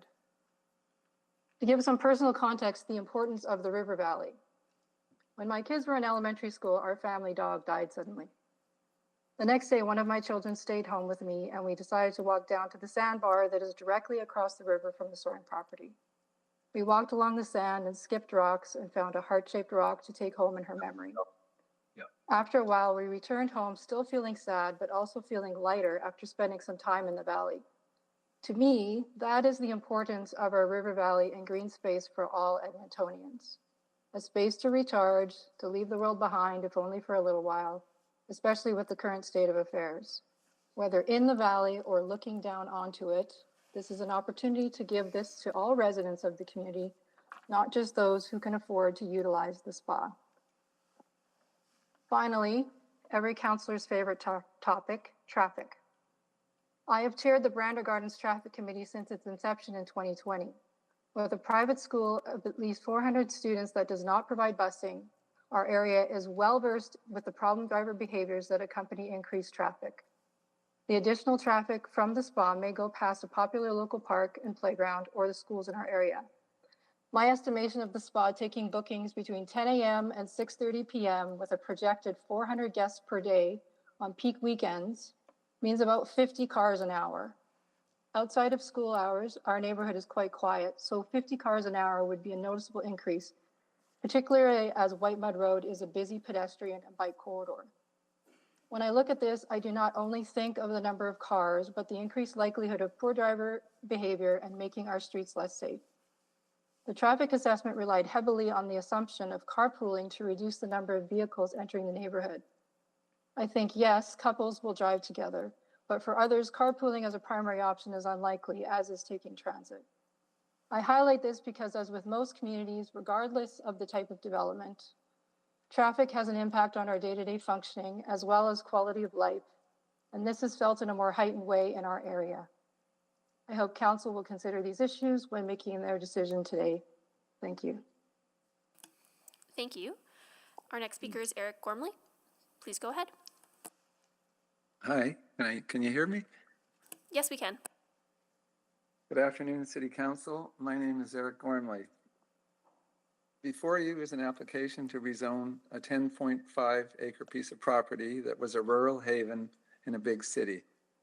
It is land that was donated to a public institution. The original owner put in a wetland and left tree stands in a natural state and also put in bat boxes. The spa company, I believe, is from Quebec and also has spas and recreational areas in Ontario and British Columbia. I'm guessing it was attracted to this location in Edmonton because of its proximity to the river valley. The river valley defines the city of Edmonton. It's where the city began. If Edmonton were to contract, the valley would be the last place occupied. Its value has always been recognized, and that's evident in the recent letter to City Council from the Treaty 6 Confederacy. The Confederacy chief says, the North Saskatchewan River is the heart of Treaty Number 6, flowing across our territory and connecting our sovereign First Nations to the land, to all beings that sustain us, and to each other. The river valley is the foundation of a unique local culture. This culture is connected to good things. Part of that culture is having top-of-bank access. That's been formalized in the city's top-of-bank policy C542A, passed in 2010 and updated in 2016. It's an idea that Frederick Todd, the landscape architect from Montreal, expressed in 1907 and was practiced informally for decades in Edmonton. In contravention of this policy, this application before you today makes no provision for top-of-bank access for the general public. The top-of-bank policy seeks to optimize public access to the upper edge of the river valley and ravine system, to enhance the visual appreciation and experience associated with the river valley and ravines. The policy further states this is key to our quality of life. Anyone who's been to the top of the bank at McNally High School and stood with others to take in the view of the valley as it bends around feels better for it. It's community building. Or sat on top of the hill at the Folk Fest in August and gazed over the valley, the billowing clouds, and the city skyline. Or walked to the east end of Jasper Avenue in the Viewpoint neighborhood to Kennard Park and enjoyed quiet, unobstructed views of the river. The top-of-bank frontage for the McTaggart land is roughly 200 meters. If the city were to acquire this frontage, as the policy says it should, perhaps to a depth of 20 meters back from the edge, how would the public get to this amenity? Fortunately, as other speakers have mentioned, the city has an option to purchase a 10 meters wide strip of land along the north side of the McTaggart property with the intent to provide a trail and a staircase to the river valley for people in the neighborhood and people such as cyclists coming along White Mud Road. The top-of-bank on the McTaggart land could be accessed by this trail. People could come up this trail from Fort Edmonton Footbridge, and there's already a goat trail there, or down from White Mud Road to get to a top-of-bank walkway spanning the edge of the McTaggart land. Is it a walkway to nowhere? This was also previously mentioned. A number of people who have submitted letters to City Council have said, quite rightly, this prominent site, perched above the river valley, offers stunning views of the valley landscape. So, with a walkway to an end destination. A goal of the policy is to maximize public access for local residents, the general public, and civic purposes. Public access to vistas and views along the top of Bank. The top of Bank experience promotes community and good mental health. Public access to this experience is a cornerstone of Edmonton culture. I urge City Council and the spa owners to recognize and reinforce this healthy culture by making appropriate changes to the DC application before you today. Thank you. Thank you. Next speaker, I'm going to check in on Nathan Binema on behalf of Christine Kowalchuk. Nathan, are you with us? Okay, not hearing from Nathan. Clerk, any? No. All right, we'll loop back to Nathan after we're done with the other speakers for a final check-in. And also going to see if Gloria Michalchuk is here. I know they were having technical issues. Yes. Oh, great. Go ahead, Gloria. You have 5 minutes. Okay. I live in Ramsey Heights and walk by Soaring 4 to 5 times a week. In summer, I stop to listen to the frogs. So I know that there's a wetland with a pond, bulrushes, and cattails there. An ecosystem teeming with life. Why do I stop? Because the singing of the frogs and birds soothe me and fill me with hope. I stand here today with the hope that you will oppose this rezoning, with the hope that you will protect all Edmontonians, no matter their socioeconomic status, origin, or political affiliation. I oppose because this will destroy, despite the rhetoric, the rich biodiversity on the property. My expertise is in rhetoric. I do understand how language can be used to confuse or deceive, and the consequences of that. I see no mention anywhere of the small wetland. I don't see the terms wildlife or biodiversity in the documentation. Alberta wetland policy covering private property requires an assessment and mitigation plan for managing a wetland, no matter its size. Where are these? The policy also states, ensure affected stakeholders and knowledgeable experts have been consulted and have had an opportunity to contribute their advice. Edmonton is within Territory 6 territory, the Métis Homelands and Métis Nation of Alberta Region 4. Edmonton has the second largest Indigenous population of any municipality in Canada, yet they've not been consulted. Yes, this is prime land abutting the river valley. There's lots of profit to be made from selling and using it as a playground for the privileged. But how does this rezoning support the residents living in the apartments and low rental housing in our area? How does building an exclusive spa better their lives? How has this been an inclusive, equitable, or fair process? I encourage Council to look beyond the dream associated with Nordic Spa by focusing on the bylaw details. I ask, is City Council willing to be liable and put all Edmontonians at risk because someone wants to push this through? Liability will undoubtedly result from the lack of transparency, vague clauses, missing and conflicting information in the documents. Examples, where's the risk management and mitigation analyses? The admin planning report is riddled with the language of preserving natural habitat, yet the language in the bylaw proposal does not support this. I invite Council to review section 8.2 and 8.2.1. The what we heard statistics and responses are without context, therefore biased and misleading. Why? Because the respondents have were given two options, high density residential housing or a thermal spa. Which do you prefer? Yet you are being asked to make a decision based on these findings. The Stantec reports refers to residential units for staff use only, yet the bylaw refers to 24 sleeping units with at least one for commercial use. What does that mean? What would the other 23 be used for? Short-term rentals, timeshares? Why is this not called a hotel, restaurant, and thermal spa? We are in uncertain times. People are suffering financially, mentally. Wellness supports are needed and not easily accessible in this province. But paying to get into an exclusive spa is not the solution. Driving 3.5 hours to the mountains or crowded destinations like like Elk Island Park is not feasible or financially possible for many. Edmontonians should have access to the river valley for solitude, healing, or enjoyment with their families for free. But public areas in the river valley are becoming very crowded. Edmonton's growing. Soaring was gifted to the University of Alberta. It supports prairie biodiversity.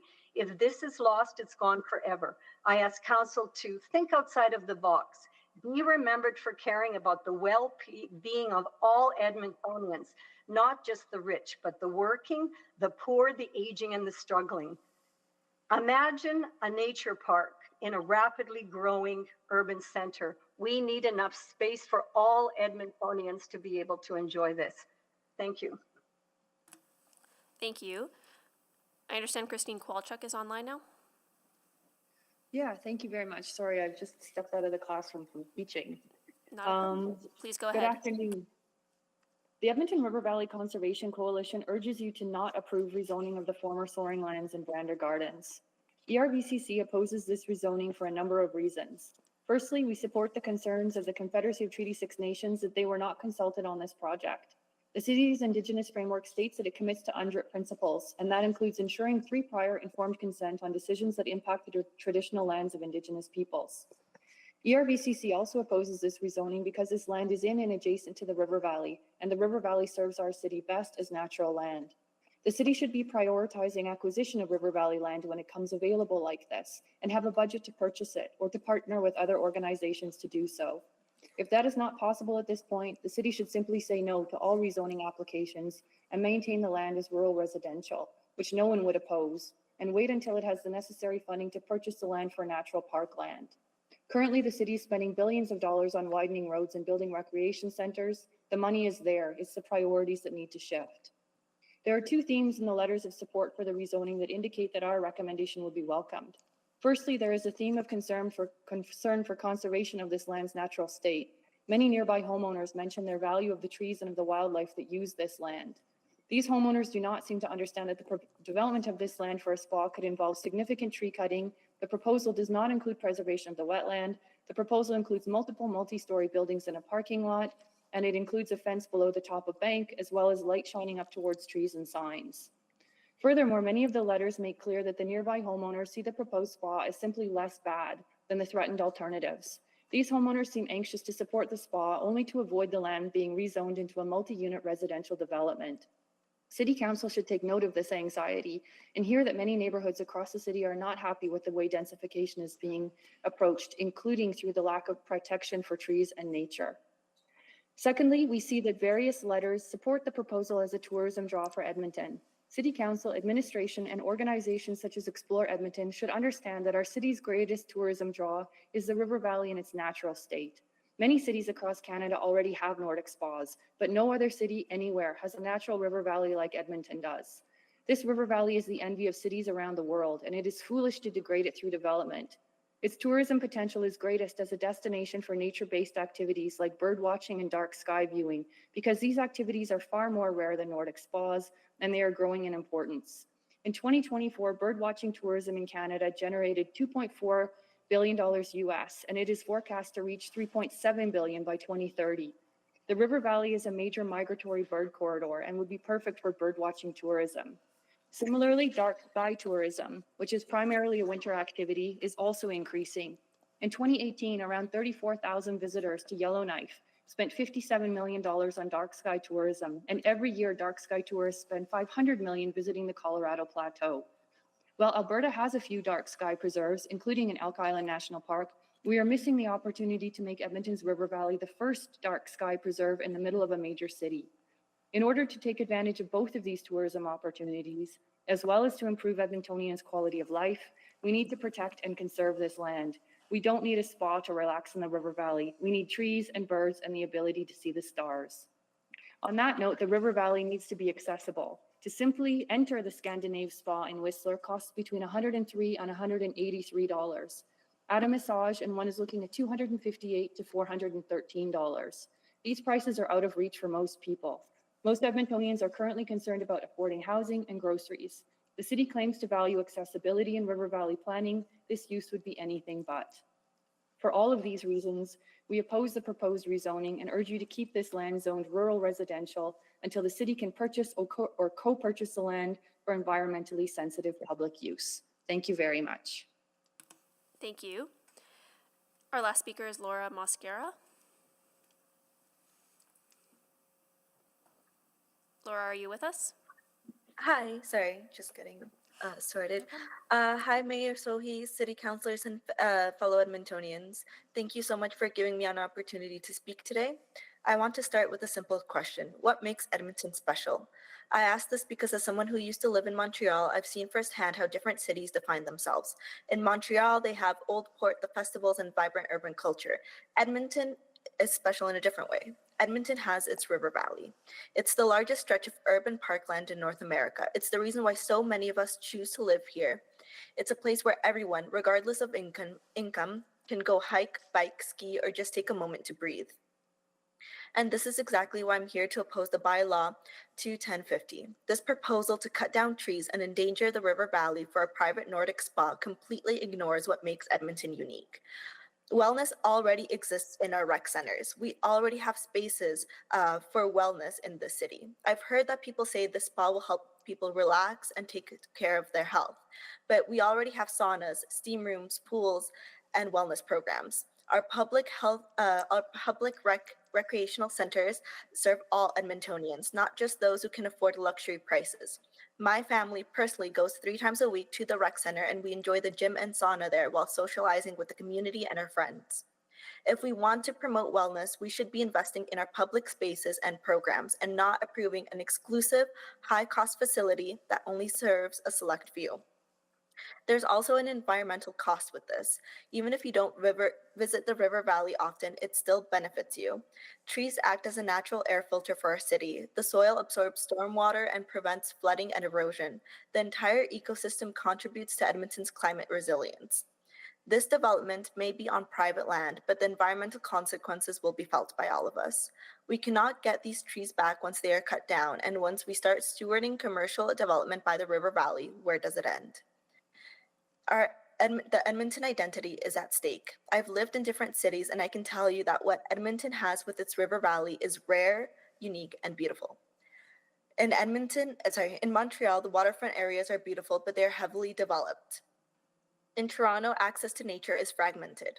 Edmonton is special because you can go into the river valley and feel like you're in the wilderness, even though you're still in the city. And that is not something we should trade away lightly. At the end of the day, this comes to a simple choice. Are we a city that protects its greatest natural asset, or are we a city that sells it off for private development? I urge council to reject Bylaw 2-1050. Edmonton's river valley is too important to sacrifice. Thank you. Thank you. Okay, so no further speakers in opposition. So at this time, we'll go to colleagues who have questions. This was selected by Councillor Cartmel. Please go ahead. Great, thank you. Thank you all for your presentations and for taking the time to speak with us today. I'm going to direct my first questions, at least, to Ms. Stein-Hasanoff. If you still there? Deanne? Yeah, sorry, I'm here. Hi. So thank you for your presentation today. I guess first of all, my question for you is if the land that was below the top of bank and that was clearly in the river valley, and I'm going to check with the administration on this, but I think our river valley is typically defined by the top of bank line. If the land below the top of bank were not part of this application, would that change your views at all? I still struggle with the thought that we will lose the opportunity to have a top of bank pathway in our neighborhood for the second time. As you know, there was another development where that was also excluded about 6 years ago, which didn't end up coming to fruition. So, I guess not completely. Yeah, I guess my thought is, sorry to interrupt, is that if the line if the line of development, so to speak, and I'm trying to use a vocabulary that's understandable, if effectively the line between the privately owned land and the city-owned land allowed for the top of bank trail on the city-owned side of that line, if we could get a path along that edge, would that give you more comfort? It certainly would help, yeah, because that is one of the main concerns I've had with this development. It is the fact that we're losing that opportunity, and once this is rezoned, if it's rezoned as is, then it will be gone forever, pretty much, unless something happens to this spa and it goes back for rezoning at some other point in the future. Right. But that's not likely to happen, so. So I take your point about the land that was rezoned. I think that was about 8 years ago now, and there was no top of bank provision for that. But we heard from the proponents that, effectively this land is owned by the University Property Trust. And so I'm looking at Google Maps, and I'm looking at the part of the neighborhood that is south of 53rd Avenue between White Mud Road and 154th Street. And if you start at White Mud Road, there's 2 residential lots, then a street, then another residential lot, and then the top of bank. And you're not getting anywhere close to the top of bank in that scenario. And, if this proposal fails, I think it's been to some degree implied that this land then gets that same residential development treatment. Which is better? To be honest with you, as it stands, the way the original proposal was for 35 to 50 houses or a spa. And I'm, quite frankly, it's 6 of one, half a dozen of the other, as far as which one would actually be better for the neighborhood. There's the argument that if we had houses, that would bring more community, a sense of community to the area, would potentially populate our schools more, maybe bring more people interested in volunteering, being a part of the community through the community league, those sorts of things. If we bring in the spa, then there's the argument that there's potentially less disruption to the natural environment on site, with the possibility that there's,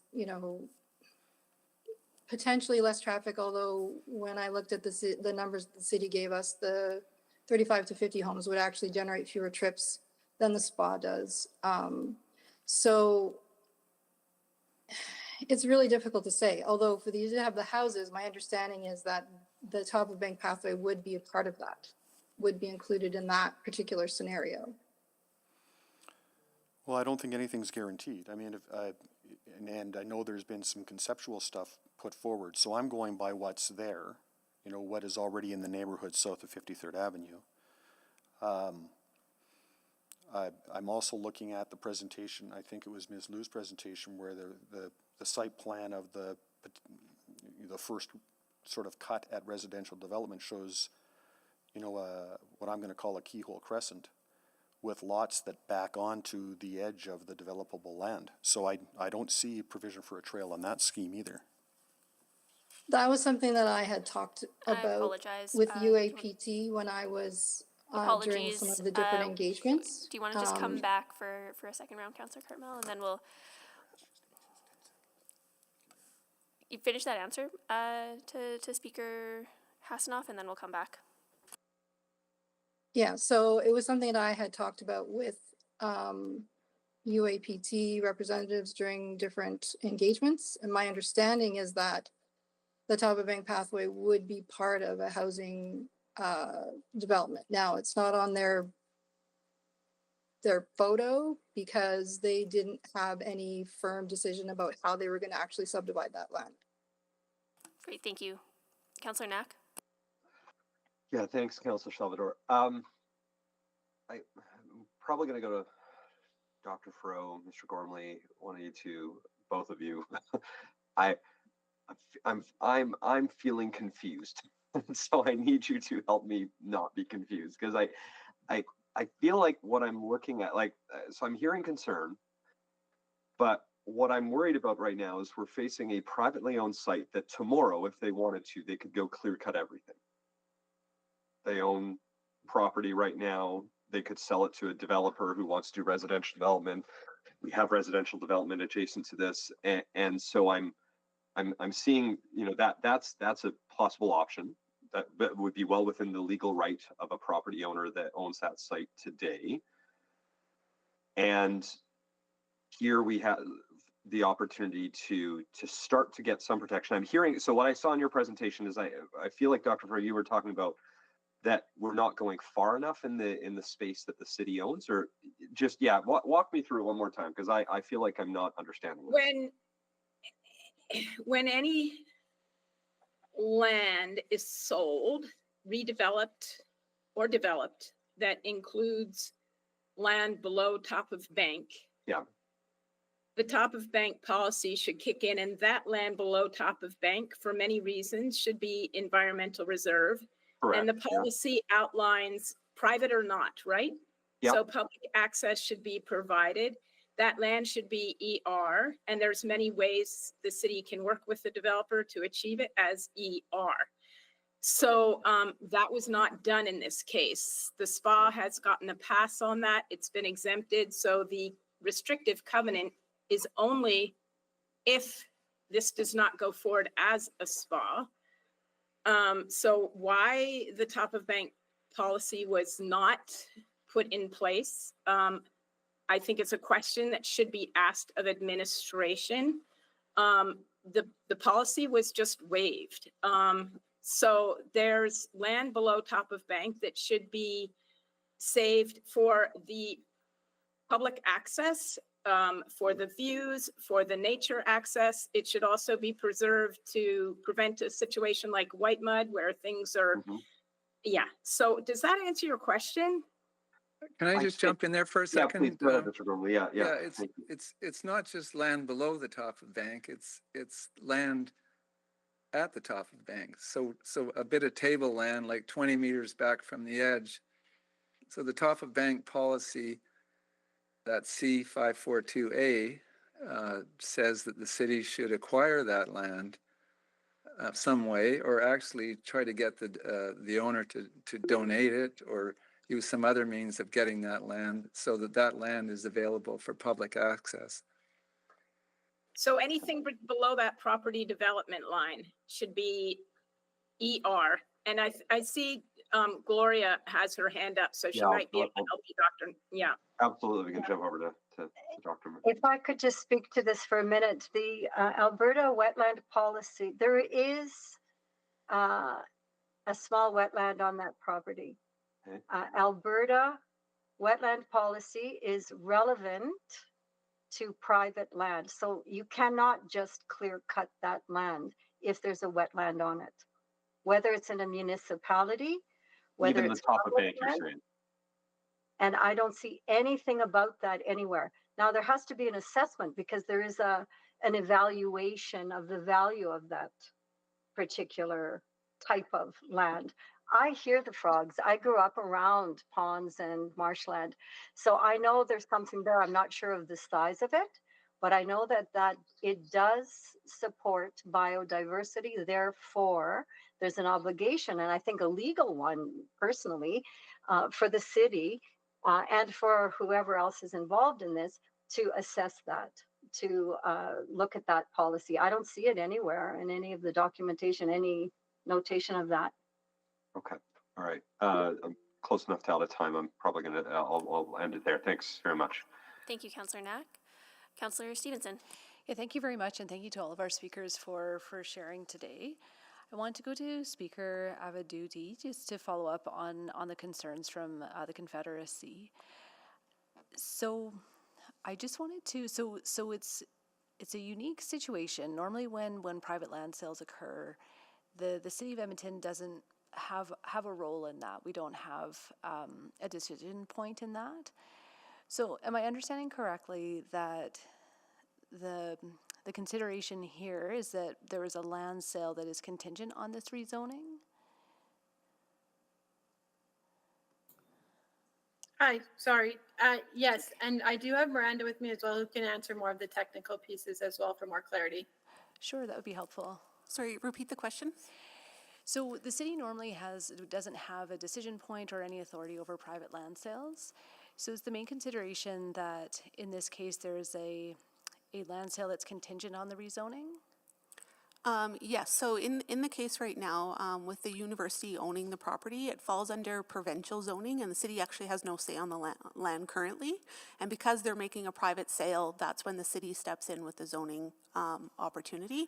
So as a partner, and I can say planning coordination at the city currently does not follow a duty to consult, and so makes lots of planning decisions across our city without involving First Nations. Yeah, I appreciate that, and I think definitely some broader questions there.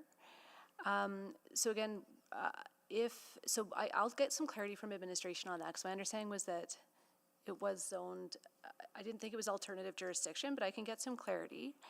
But then if let's say this sale didn't happen, a year from now there's another private land sale that doesn't have a rezoning contingency on it, is there still an expectation of the city playing a role in that? Yeah, so in my understanding, and you can question administration about this, is there would be an opportunity for subdivision, which would allow for the top of bank and allow for the below bank to be covered under the River Valley ARP. Currently, both of those are not being exercised. Okay, yeah, and I think subdivision is a key piece to this, so we'll definitely follow up with administration. Maybe just moving, I don't know if they're still available, Speaker Montufar? I'm not sure if you had to return to class. That seems like that's maybe the case.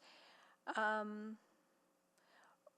then maybe just a last question for Speaker Michael Chuck. I just, I really hear that desire for connectivity and access. Just wanted to see what your thoughts were in terms of that strip of land that has been negotiated to provide the access down into the River Valley. You're just on mute right now, sorry.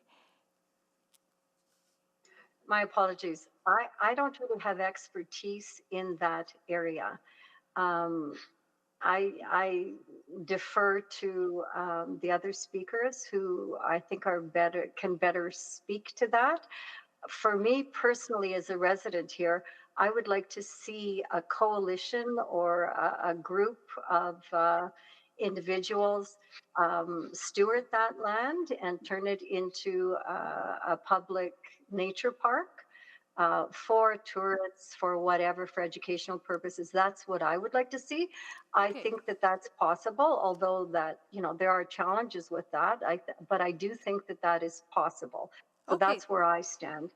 As far as, the concession of access to the River Valley, I think you'd be better off talking with some of the other speakers, such as Raquel or Eric or Ms. Kowalowski.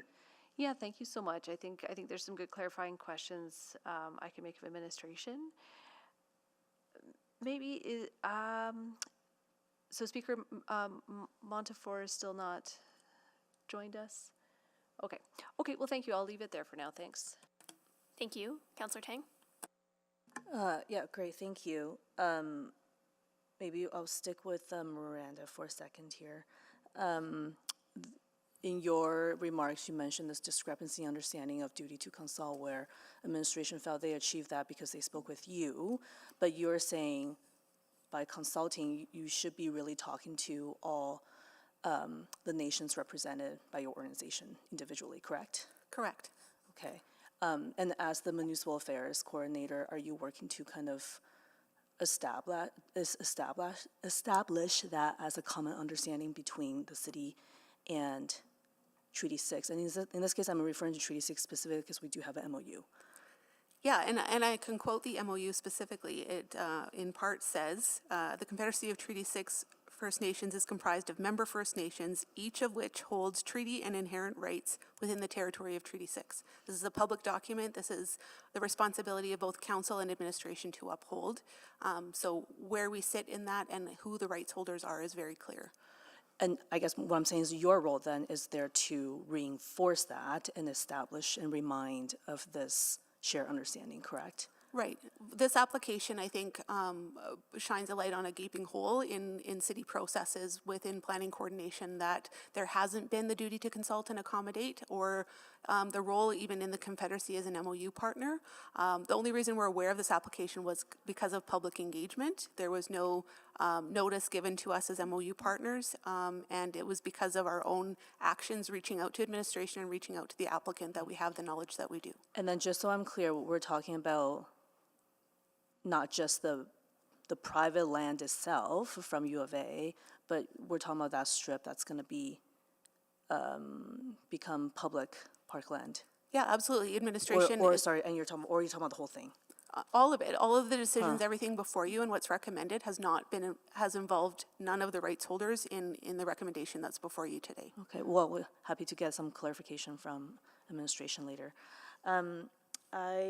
I was curious from some of the ENGOs represented here, perhaps Ms. Kowalczyk.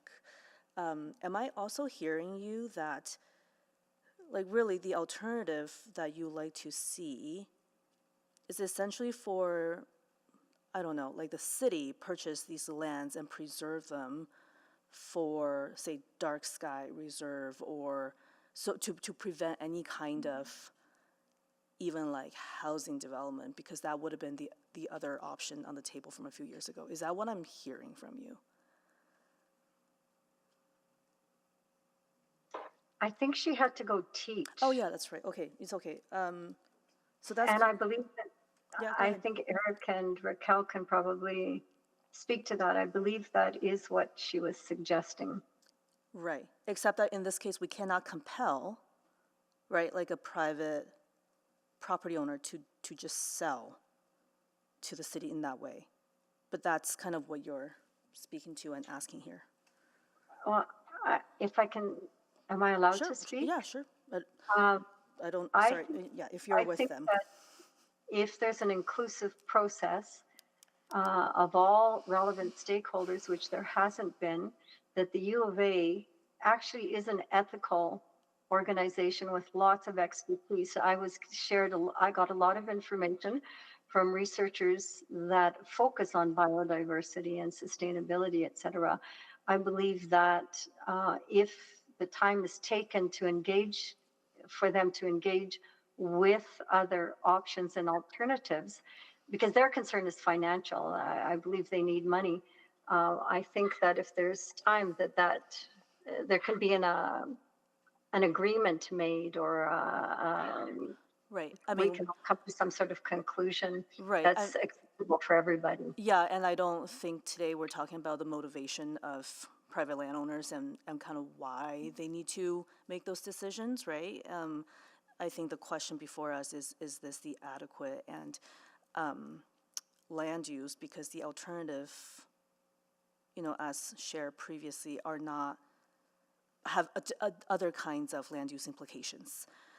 Yes, but the city is liable. The city does need to follow proper process, there are legalities involved, whether it's private land or not, and does need to be aware that there are liabilities to Edmonton taxpayers for pushing, Okay, thank you very much. I'm out of time. I'm out of time. Thank you. Great, thank you so much. So I'm not seeing anyone else on the board for questions of our speakers. So this time we'll go back to administration. Councillor Cromdale. Great, thank you. I guess first of all, with respect to River Valley and River Valley lands, am I right in my understanding that the River Valley is generally speaking defined by the top of bank line? That's correct. Has there been any conversation around subdividing off the portion of this land that's below the top of bank with the proponent? When we received the application, we discussed the possibility of subdivision, but ultimately the applicant decided not to pursue subdivision, and we cannot compel that as administration. Right, okay. I'm looking at the zoning map. So I'm curious about, there's a series of lots that are effectively old river lots, the way I see them. Does the city own most of that property right down to the riverbank? I know that there's a collection of homes on White Mud Road. I think there's 8 or so that are privately owned, occupied homes. But does the city own the rest of the land down towards the footbridge? Do we know? Yes, I believe in one of our slides in the presentation, we did indicate that the publicly owned lands. Sorry, I don't know which slide number that is. Yeah, I didn't know. Slide 2. Yeah, public land, okay. So when I look at that zoning map, if it's shaded green, does that mean it's city-owned? Is that what that implies? Yes, that's correct. Okay.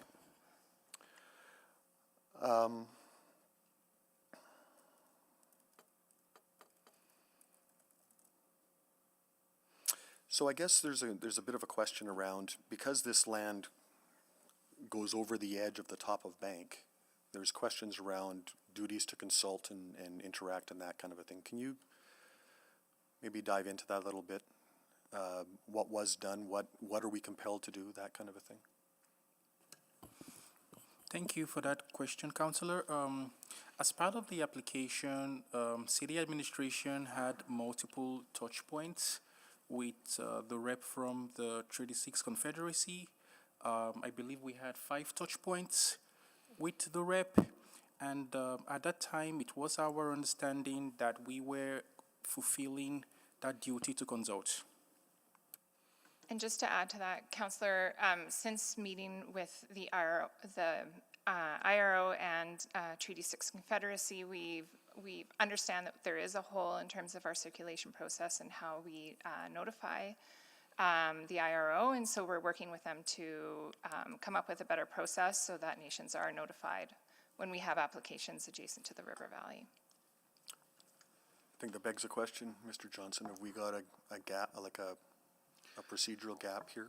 Councillor, I think you have a communication gap. I don't think you have a procedural or legal gap from my review of this at this point. There is a memorandum of understanding. It does talk about a commitment for ongoing dialogue and cooperative discussions. So absolutely that should be looked at. I don't see this as a threshold of where you would have a legal threshold that's been breached, for what that's worth. Okay. I also recognize, just while we're at it, that, you know, there is the UN statements as well, and the policies related to that, which do as well talk about free and honest consent as part of that.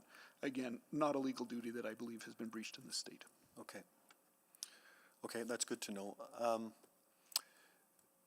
So this land is owned by the university or the university trust? The land trust. The land trust. It's my understanding that the university is not compelled to follow city law when it comes to development, that kind of thing. They're subject to the province directly, not to the city. That's correct. There's a provision in the Post-Secondary Learning Act. If it's owned by the Board of Governors of the university, then it is exempt from municipal planning. This is not. This is owned by the land trust and would be subject to planning. Okay, so the province, or pardon me, the university has transferred this land to When the they trust. disposed it to the trust, it falls within your jurisdiction, correct?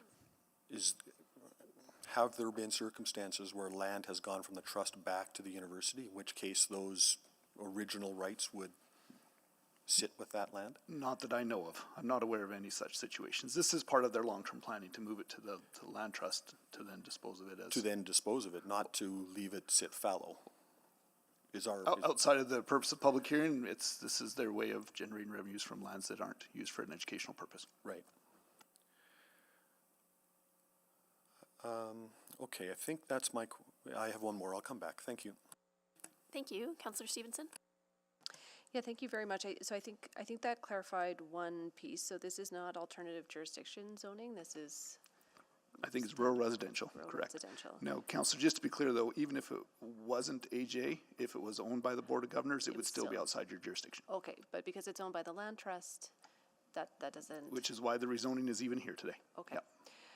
And then are we able to consider land ownership and transactions as part of our land use? No, Councillor, I'd be very careful with that. Okay. And that is some of what is transpiring here today is based on ownership, but this wasn't a city ownership. This isn't, the pending sale is not really a part of your conversation here today. The lack of subdivision may be, but that isn't we can't force that. Yeah, so on to subdivision, which I think is really at the crux of a lot of these concerns and issues that have been raised. So, initially looking at this, I was also concerned to not see the top of bank walkway, as I think that's, a really, really important policy that's provided greater access to Edmontonians to our river valley and ravine system. Am I correct in understanding, though, that only gets triggered in a subdivision process? That is correct, Councillor. Okay. And just to fully understand, if this were to be rezoned to a residential use, and it was, let's say, an apartment building that also wasn't subdivided, it would only trigger at the subdivision stage, not just any other type of development. Is that fair? Yes, that's correct. And there are two properties, and they're both zoned rural residential right now. So that sort of development could occur today with the existing zoning and without subdivision. Okay, and again, I think what I've seen from the application is that in the absence of us being able to require the top of bank walkway through subdivision, there has been that negotiated strip that's been provided.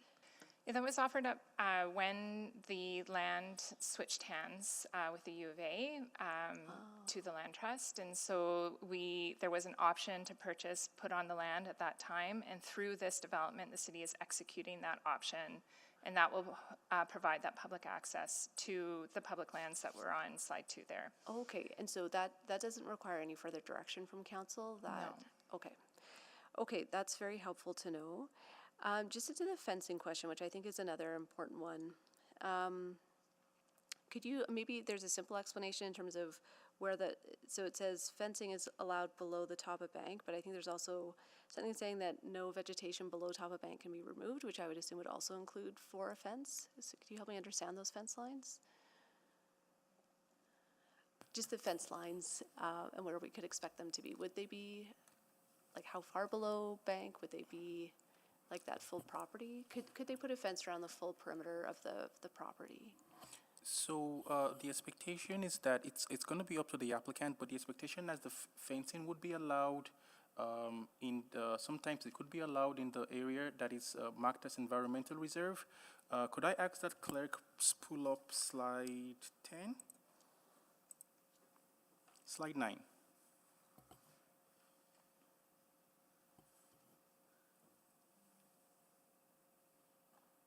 I think it's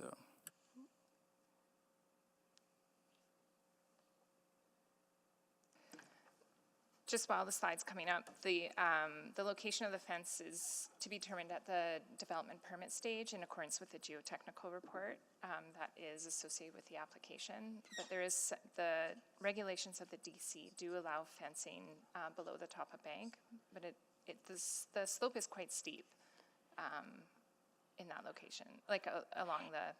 Yes, sorry. Yeah, no, I think, and so my assumption was, if this is the top of bank line, your fence is maybe a few centimeters into that or sort of along that line. I think what I'm hearing concern about, and I share that concern, is sort of fencing going, far below the top of bank, so down that elevation, sort of right along that, like just around the full property line on that eastern edge. Based on the regulations of the DC, yes, there's fencing allowed below top of bank. Councillor, I think what you're getting at, it would probably be determined at more a development permit, depending on the slope of the site. It is pretty hazardous again as you get towards the river. We'd look to make it safe, and how the site works itself out in terms of building layout and things like that. Fences are useful for the security of the site as well. People could come up from the river valley and they have some expensive assets to maintain. I will come back for another round. Thank you. Great. Thank you. Councillor Knack? Thanks, Councillor Salvador. So I just, sorry, and I want to come back to a question a bit earlier around. So today, zoned RR, I understand that. Can you tell me, based on the fact that there's some above top of bank, some below top of bank, so today, what could happen? Like what's allowed on the site is, so I take the point that I'm guessing you can't just go and do whatever you want below top of bank, even though the site is zoned RR. what about above top of bank? What's the current status of if somebody wanted to do something with this site under either a current zone or if they wanted to do future residential? Today, with the current rural residential zoning, residential developments in the form of single-family housing would be allowed in the rural residential zone. And sorry, I mean, less about the uses, more about what you could do with that site today. So if you want, so in a standard lot in random neighborhood X, you could go and clear cut it and, it's your property, you do what you want. Because some of this is above top of bank, some of this is below top of bank, and it straddles. But like, what is allowed? What does the landowner currently have the rights to do on this site? Because I guess part of what I'm hearing from the proposal about why you want to rezone this is you get more control than we currently have right now. So I want to get a sense of what is the control we have right now, and what are we gaining? Councillor, we have no control over the top, like below top of bank, and so the lands could be cleared of the trees, developed, like all the land, and then developed for rural residential. It is worth noting, though, that the slope is quite steep below top of bank. Correct, and nobody's suggesting they're going to go clear cut, but I guess I just want to say, like, what I just heard is they could actually, if they had wanted to, again, probably wouldn't make sense. I don't see why they do it. That site could be just removed clear of everything. Councillor, they could, but they'd also be subject to a geotechnical report at time of development permit. Correct. Which would and there's an important piece to that. Which would So clearly, it's not that, and so I'm not trying to make it suggest that it's like, okay, it's either one or the other. They're going to clear cut the lot or we're going to have controls. I don't think that's going to be a realistic scenario in anything here. I'm just, from what I've seen, this provides a lot more protection than we've had in the past. The question is it enough? I think is a fair one to raise. But your feeling, and based off your analysis, is that you've got a lot more than we once had. And then our debate is going to be whether we feel like there should be anything more beyond that. Is that relatively fair statement? Yes, that is correct, Councillor. Okay. And you had conversations about some of those other things as per Councillor Cartmel's questions. They've made the decision to submit the proposal exactly as is, but we can entertain and talk about those other pieces. Okay. I think for now I'm probably good. I think I'll leave it there. Thank you. Thank you, Councillor Knack. Looking at the time, we're coming up on our 3:30 break. So at this time, we'll pause for 15 minutes and we'll resume at 3:45. We're on recess.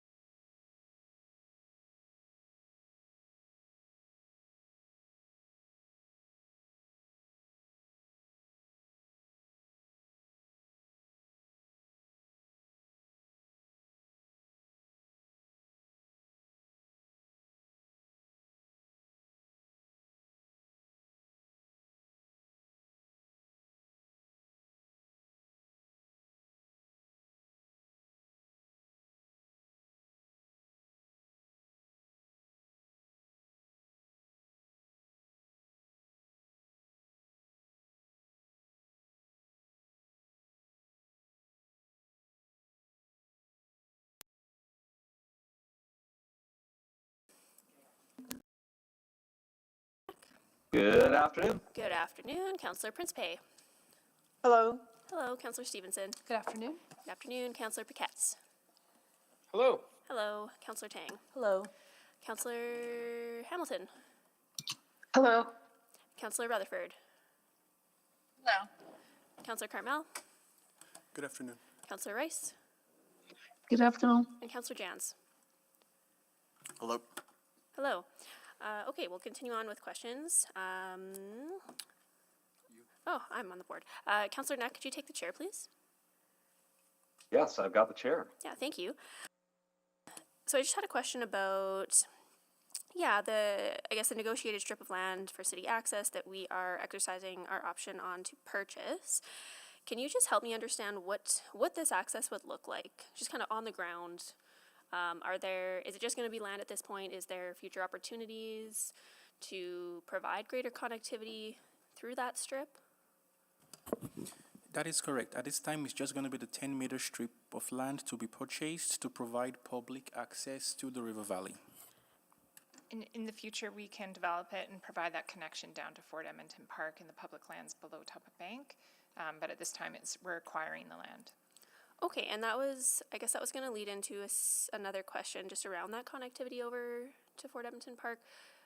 Can you help me understand how much of a stretch that would be in order to provide that connectivity?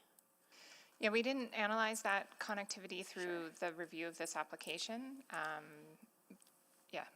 Okay. I think that would be a very interesting question to take a further look at. I did want to ask a slightly different one just around energy efficiency. So my understanding is that that's a building code conversation. Is that a fair understanding? Not necessarily relevant at the rezoning stage? That is correct, Councillor. Councillor, the only thing I'd add is that there's very little information at this stage on what that would be in any event. Right. Okay, that's helpful clarity. I'll actually leave it there for now, and I'll take the chair back. Councillor Knack. I'll return the chair. Thank you. Councillor Tang. Yeah, just a quick one on the walkway piece. If this was not approved, would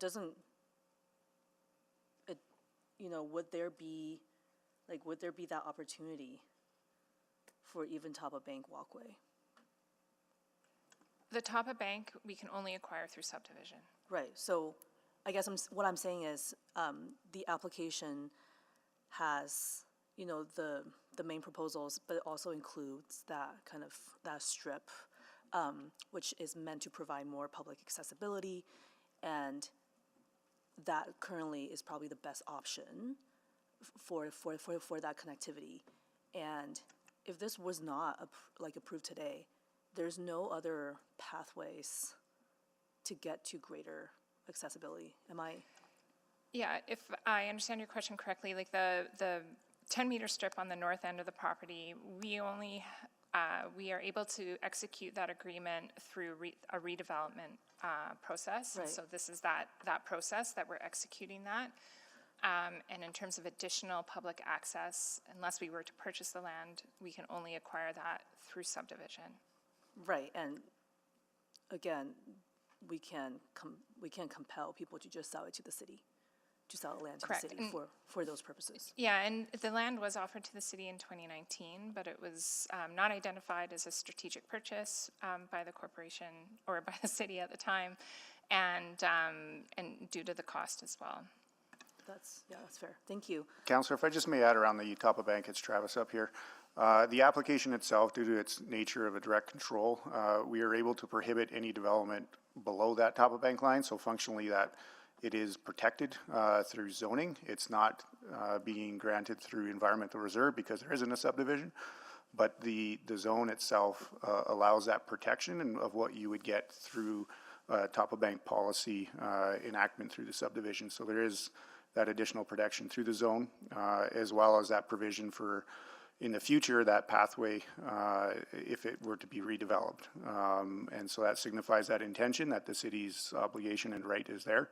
And as Shauna mentioned, as well as the 10-meter strip, which will provide that public access. So in totality, the application provides many of the benefits of the top-of-bank policy that you would receive through subdivision. Yeah, it's just that there was a number of comments about kind of what could happen, but it doesn't necessarily come about so easily either, and there's processes and steps that we need. I guess just want to touch on some of the things I think I heard from speakers previously around this restricted covenant. Is that related to what you just said, Travis? Yes, there's, sorry, there's go a ahead. restrictive covenant in the regulations. I can't remember if it's 9.2 or 9.3, but a restrictive covenant will be registered on title in accordance with the geotech that defines the top of bank, the development line, as well as the urban development line. And so that is on the whole property. And that will kind of And that provide will- further guidance. Yeah, further restrict development below top of bank. Just to clarify, restricted covenant isn't guidance, it is true restrictions. sorry, guidance, It's yes. pretty definitive, and the city's own geotechnical people review it and sign off on it before it is executed and registered. Okay, that's helpful, thank you. And then maybe. Can I speak to Apologies, information? Speaker Farrell. Actually, no. At this time, we're asking questions of administration. If you could refrain from using the raise hand function or speaking at this time, there will be an opportunity to come back for new information in a little bit. Thank you. Maybe Mr. Johnson, if I can just stick with you. I appreciate some of the clarity you had earlier about the duty to consult. I just have one final follow-up question just to close that loop. Does the city, do you believe, have that clear understanding of who it is that we're consulting? A corporation like Treaty 6 versus individual nations? Councillor, I think that's been a bit of the learning experience here with this file and here today. Without having received like correspondence or whatnot from the identified nations that are represented, it's hard to see what that duty to consult would have been. Whereas the Confederacy was, as I understand from what's been said, contact, yeah. 5 different times the Yeah. point of contact. Yeah. But that issue, if it is with the right holders, I'm going to have to say wasn't really there before you at this point, right? Okay, all right, thank you. Thank you. That's it for me. Thank you. Councillor Jans? Yeah, okay, so, and I think what I hear is we've established that there won't be development below the top of bank because that the applicant is staying on the table or up, correct? That is correct, Councillor. And there's this open question about walkway or access north-south, and what I hear is that doesn't exist now, and it may be a possibility in future, but the path through that is through subdivision, not through this application here now. Is that correct? Are you referring to the 10-meter strip that will be purchased? Yes. Councillor, maybe I can help clarify that the city has an option to purchase a 10-meter strip of land on the, I would say, what is that, northwest Yes. side of the site. That's being triggered by a development. The city will go in and purchase that. It'll just be unimproved land. We can then use that for a development for circulation as we wish. It would be owned by the city. Okay. The top of bank walk that's been discussed by many of the speakers is not a part of this application. There's not a subdivision, which even under our top of bank policy, it's a subdivision. You get environmental reserves, top of bank, open space, stuff like that. Right. Does that help? Yes. Okay. And if the Health and Wellness Center were not to proceed, or if it were to end or cease, there is a regulation in the DC 9.3 that speaks to acquiring the public easement top of bank walk. But through this DC itself, the walk is not being provided. And historically, when this property was created originally, before it was soaring, these weren't contemplations, these weren't regulations that they were complying to. That's correct. So I believe the policy was initially adopted in 1986 or 85 and then updated since then. But we haven't had the opportunity to acquire those lands through the existence of this policy. Okay, thank you. Thank you. Councillor Wright? Thank you. Okay, so you can't compel them because it's not going through subdivision. Was there any discussion? Did it come up as far as them providing that Yes, when the application was received, we discussed with the applicant the possibility of subdivision, but ultimately the applicant did not decide to proceed with subdivision, only the rezoning. Any rationale provided? You'd have to ask the applicant. Okay, I will do that. Okay, when the time comes for that. And then I'm just wondering that, okay, so, and what is it, the 10-meter strip? That we have the option on, that just leads down to the top of bank? And is that where it also drops off? That's what I'm hearing, that below top of bank is quite steep. Yeah, Councillor, I think some of the confusion there is it wouldn't lead anywhere right now, and we don't have any connections down there, so it gives us the option, should in the future we want to provide other connections towards the footbridge or put pathways down in the lower part of the valley, but then we now have a connection to do that. But it's no use putting a pathway to nowhere because it doesn't get us anywhere, so to speak. But is it feasible that there could be a pathway that could follow from that, or is Yes. it steep? It could be, yes. I mean, it may be difficult. It may not be that accessible. We'd have to go out and look at the topography. Okay. And then, and that the restricted covenant again is out of the question because we're not subdividing, right? Okay. No, Councillor, just to be clear, restricted covenant is available. It's going to be registered, but if it were to be sold, if the No, property. the restrictive covenant will prohibit development beyond that top of bank line. That will be registered on title with this direct control. Okay, thank you. That clarifies that for me. Thanks a lot. That's all I have. Would you like to move a second round, Councillor Ray? I would love to move a second round. Second. Please vote.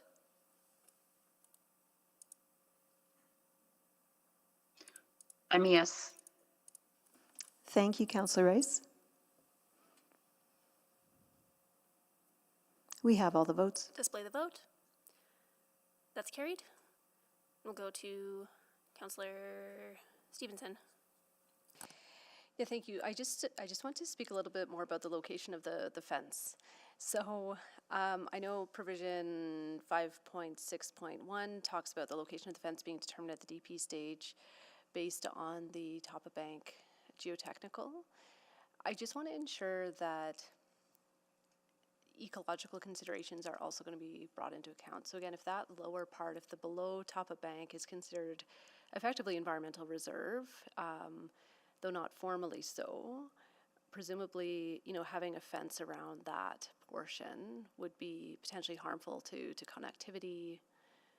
Yeah, how will that be considered at the DP stage? The way that the regulations are written, it's only references the geotechnical report. Questions about the specifics of the fencing probably are best to be answered to the applicant, but in terms of the regulations in the DC, they do allow fencing below top of bank, but only in accordance with the geotech. It doesn't reference wildlife connections or that. So the geotechnical study presumably would inform the location of the fence from a viability perspective. From like a slope stability. Yeah. But no other considerations. Councillor, keeping in mind, you also have regulations about retaining vegetation and mature trees, so there Exactly. would probably have to be some level of flexibility when that's looked at the development permit stage. Yeah, because I'm presuming that if you did want to run a fence line that whole length, you would have to remove some vegetation, and that would be prohibited by the other. Yeah, anything of real substance. Yeah. Keeping in mind, if I may, there's some real practicalities about a fence. It's probably about liability and access to the land. They own this, they would be liable for individuals who enter it. And so from a very practical perspective, fencing is somewhat sympathetic. Interesting. And the geotechnical report also considers trees as part of like the slope stability. Okay. So. Yeah, no, that's an interesting consideration. And again, the mechanism for us to, so if it became public land, I mean, I'll have a question for the applicant. Okay, thank you. Thank you. Councillor Cartmel? Yeah, maybe just asking the same things in a bit of a different way. So first of all, with that 10-meter wide strip from White Mud Road west, it terminates at land owned by the city of Edmonton. and we own land all the way to the bridge. That's correct. So it becomes a constructability question. We have all the land we need if this goes through. That's correct. And the current path from Fort Edmonton Park Bridge up into this community is on White Mud Road, which is a gravel road shared by cars, people, and bikes, ice, snow, mud, and water. Correct? Say yes. That's correct. Yeah. So I like this is actually the opportunity for any path connectivity up into the neighborhood. If this doesn't pass, unless some other new application comes forward, this is it. Yes, the option to purchase is triggered by the development process. At the southwest corner of the property, more or less at 53rd Avenue extended to the top of Bank, that top of Bank is a cliff, to be clear. It's not shallow. It's not just a little bit steeper. It drops, right? It's near vertical. Yes, that is correct, Councillor. Right, okay. This DC, Councillor Knack asked questions to this effect. This direct control would effectively protect most of the ecological, natural setting that is on this property versus the rural residential zoning on it right now. That's correct. The DC offers more protection. What would be more protective of the land below top of Bank? This direct control or whatever it would be otherwise? So the direct control is even more restrictive than the A zone. The A zone, so typically if we're going to subdivide the land, we would be asking that that land be zoned A, but in this regard, in this instance, the direct control is even more restrictive than the regulations that we would have had in the A zone. So this direct control actually does more to protect that land below the top of Bank than we would if we owned it. That is correct.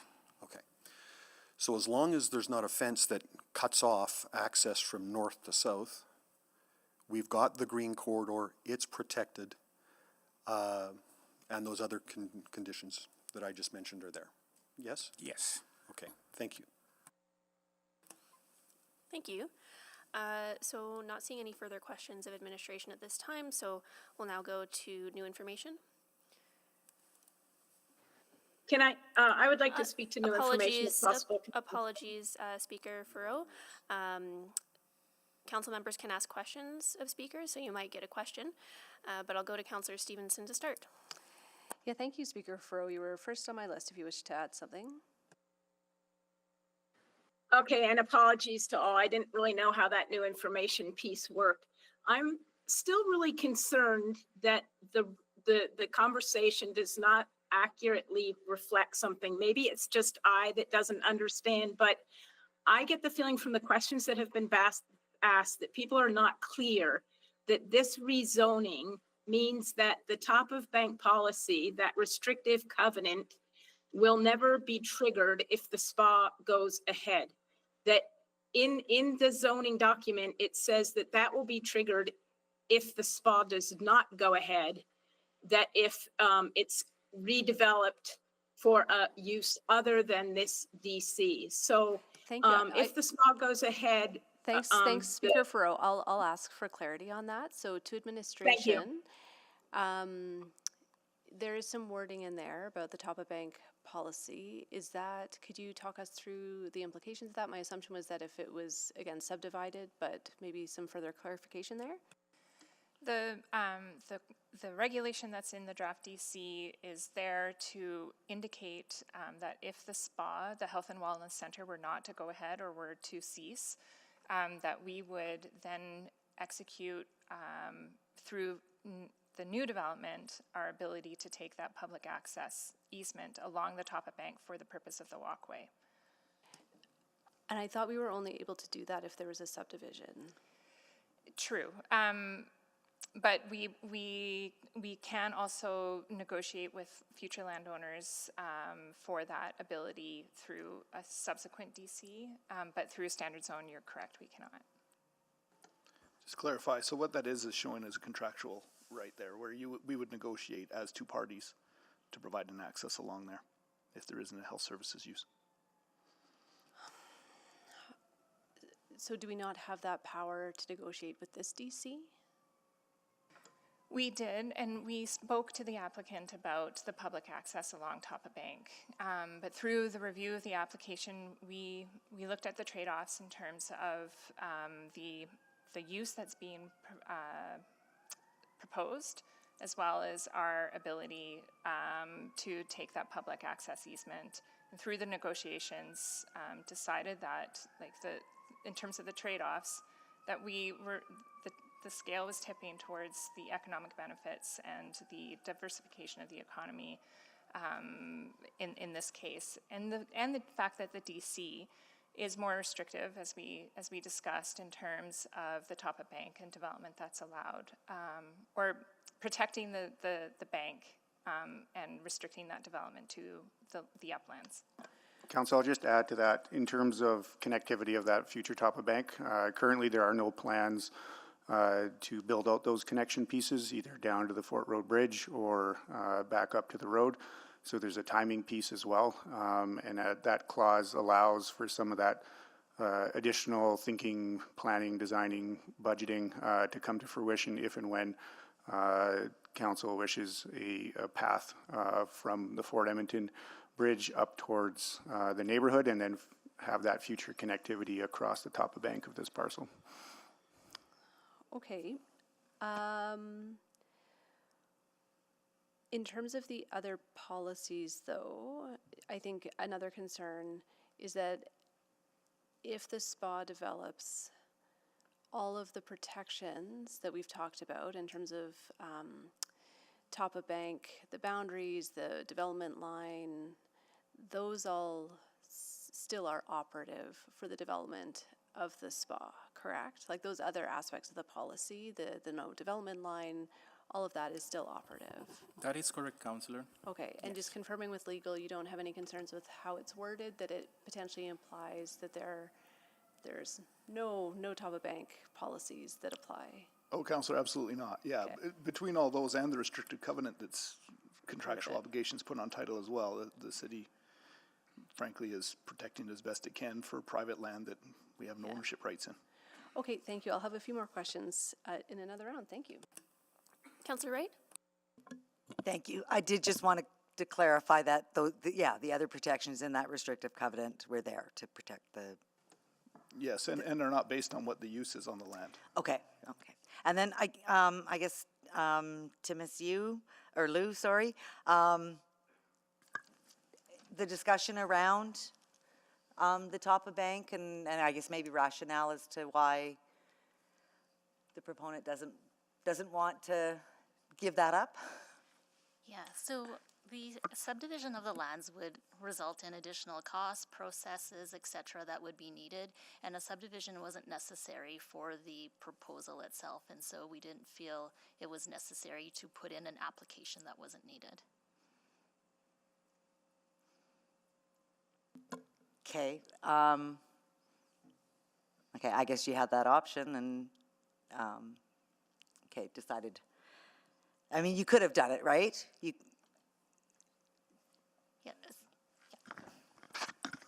We wouldn't have done it. The spa is silent. Nobody is allowed to speak. So if we have people walking up and down the trail while people are relaxing, it just doesn't fit.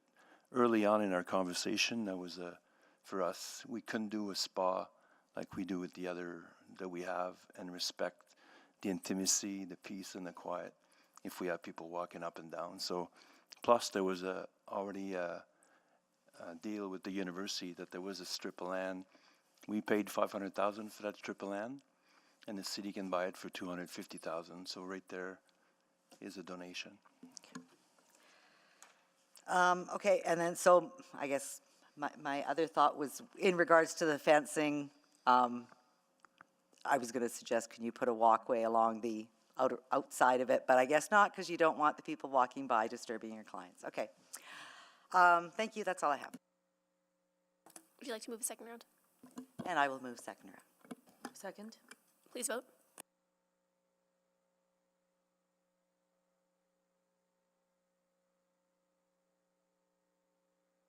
Councillor Rice is yes. Thank you, Councillor Rice. We have all the votes. Display the vote. That's carried. Councillor Stevenson? Yeah, thank you. So maybe just back to administration. So recognizing we could have negotiated the top of bank walkway without subdivision, we would have had to pay for that land. We could have required a public access easement across the land. But again, yeah. Yeah, okay. So then maybe just to the applicant, just wanted to ask a bit more about the intention around the fencing. Just wondering if the intent is to fence in the full property line or just across the top of bank. Thank you, Councillor Stevenson. There is, as mentioned before, a portion of the top of bank is a big cliff, and so that land is below the top of bank, and there may be fencing required for safety purposes, and even if owned by the city would probably put a fence in that location as well for safety. Sure, I guess I'm, so just so I'm understanding, so if we're looking at, this is page 5 of the report. If we look at, there's like the public land that's in green, and then there's the red property. There's the top of bank line in the white dashed. So just the red property line in that portion, is that the cliff that you are referring to? Like, is that red line roughly where the cliff is? I've just been having trouble. Yeah, on the southern portion it is, but then the slope is not as drastic as you get further north. Sure. Okay, that's very helpful. That I think provides some clarity for me there. Thank you.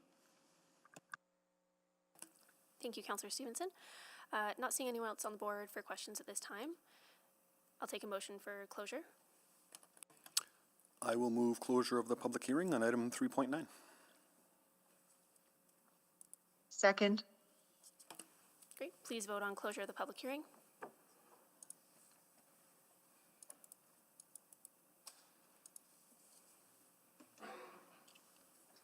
I'm yes. Thank you, Councillor Rice.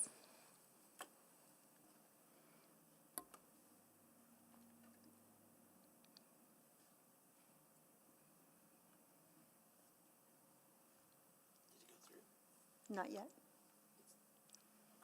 Yes. Are you a yes? Thank you, Councillor Jones. We have all the votes. Display the vote. That's carried. Councillor Salvador, I'll move first reading of item 3.9. Second. Okay. Great. We have first reading on the floor. Please feel free to sign up to speak. I see Councillor Jans, were you on the board to speak? I was voting. I don't know why I did that. Oh, okay. That was a malfunction. After you.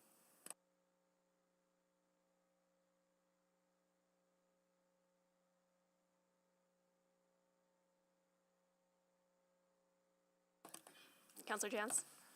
Sure. I appreciate the debate today, and I appreciate the hearing from the applicants. I think there's a few things that we all share. We all share a love of our river valley. We all share a love of our green spaces in Edmonton, and we all love being able to not just, we use the term live local in the context of building the 15-minute city, but also in terms of local tourism opportunities and local opportunities to bring people from across northern Alberta and across Canada and around the world to come and enjoy our city and our community.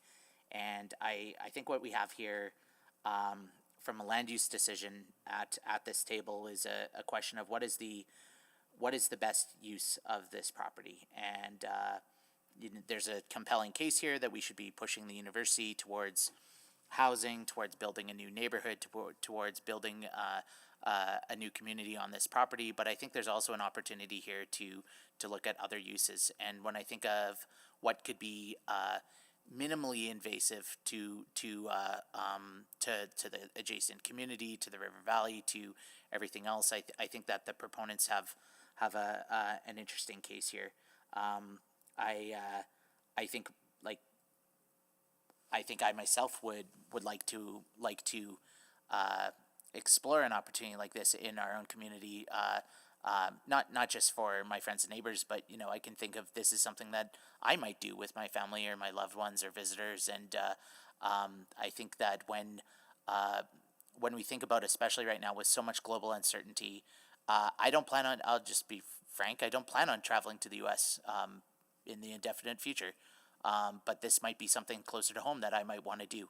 I think that, there's other steps that we can take here to mitigate some of the pieces that have been raised by the neighbors about mitigating traffic, about having shuttles, about having other opportunities here to make sure that we can minimize vehicle impact in the area, because let alone this facility, the schools in the area are an incredible driver of traffic and congestion, and that's a whole nother conversation that we need to talk about 53rd and Riverbend Road and the rest.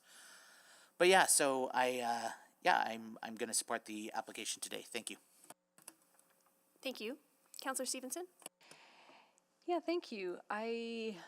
This afternoon has addressed a number of concerns for me and allayed a lot of the concerns that I think I heard from speakers as well.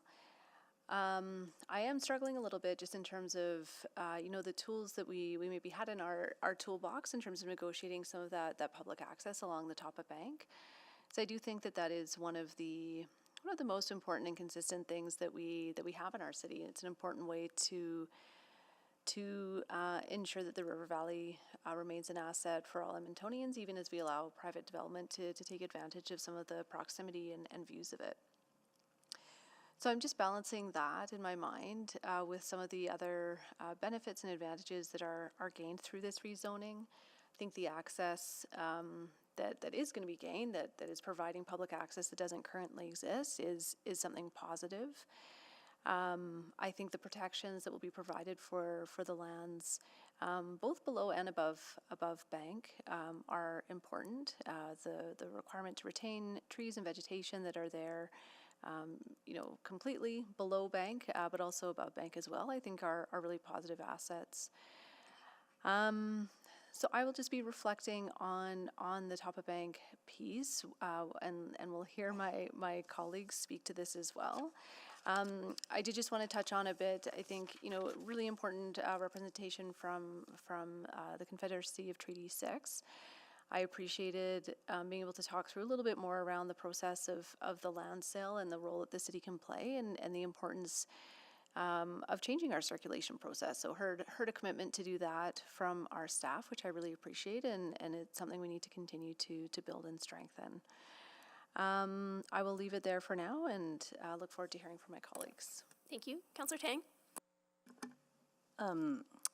I understand this land has quite a bit of history. It's not my ward and really follow it as much, but ever since I have heard about this proposal last year, I understand it garnered a lot of excitement, but also a lot of anxiety. I think some of the bigger concerns today, I guess, I think this point about did we leverage all the tools in the toolbox in a negotiation, I would say, have we looked at all the measures, not just for negotiation, but trying to kind of get to alternative outcomes? I feel like this administration has done that. It may not be the direct outcome that we always seek, but there has been alternative pathways, provisions that are in this rezoning proposal that will otherwise not be there, to create alternative access. I think that kind of addresses that consideration for me. I think the piece about the learning, the constant learning process, about this notion of duty to consult, and working with our partners. I've also heard that indication from administration acknowledgement that there is a gap, that we'll continue to work towards that. And I think finally the piece around, I've also heard from a lot of speakers earlier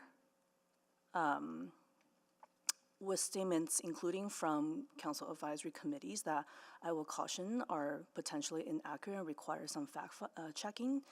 I found personally problematic. So, I appreciate that people have taken the care and thought to think about issues affecting not just one neighborhood, but has a potential for local economy, for local amenities that affects the whole city. But these are just some of the reflections I've had throughout this afternoon. I think my colleagues asked some excellent questions that, you know, get some clarity, because I will admit at the beginning, it was actually quite confusing hearing from the various speakers. So I appreciate the discussion this afternoon and the questions that were raised. I will be supporting this rezoning and encourage my colleagues to do so as well. Thank you. Councillor Cartmel to close. Great, thank you. So a little bit to add, actually. I'm really excited about this development, and I don't want to be, you know, too provocative or argumentative about it, but, you know, Brander Gardens is the one neighborhood, at least in the established parts of the ward I represent, that actually is hitting all of its residential goals. It's roughly, I have the sheet in front of me here somewhere, but it's somewhere in the order of 35% multi-unit residential. More than half the residential units in this neighborhood are rental properties. It's hitting our density and our accessibility goals more than any other neighborhood I represent, arguably, except for the neighborhoods that are south of the Henday. And I offer that because, as I understand it, the alternatives are this development or more housing. And, you know, I didn't want to get into a deep discussion about what that housing might look like or that kind of a thing, but the one neighborhood that doesn't need more housing in the established parts of Edmonton is Brander Gardens. It's got tons. It's got lots.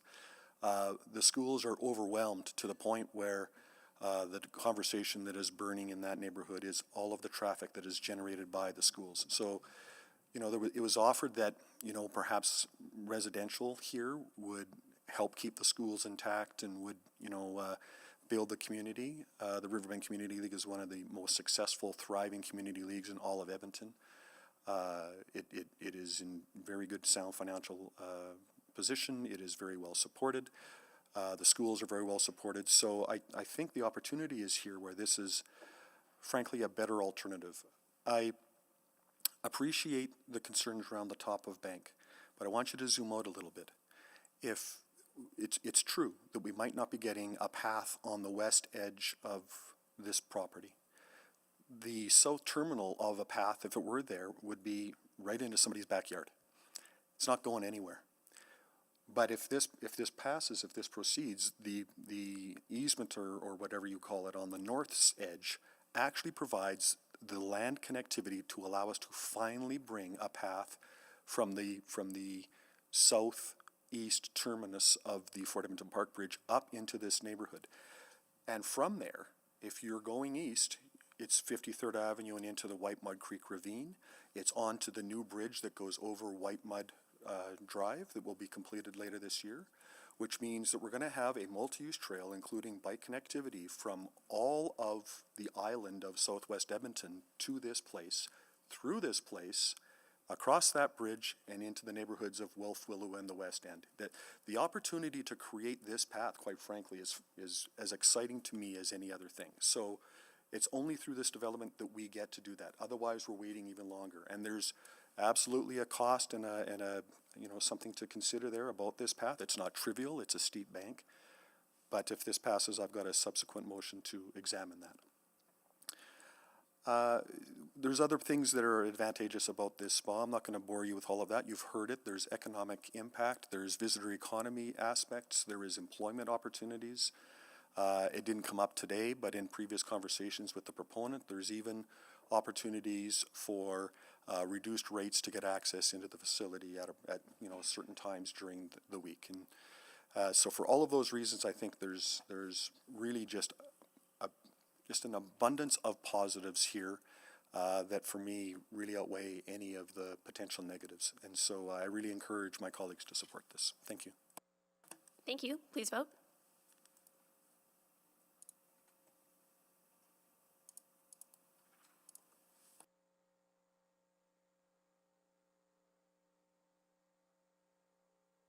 Clerk, I'm a yes. Thank you, Councillor Jans. We have all the votes. Display the vote. That's carried. Councillor Salvador, I'll move second reading of item 3.9. Second? Yes. Please vote.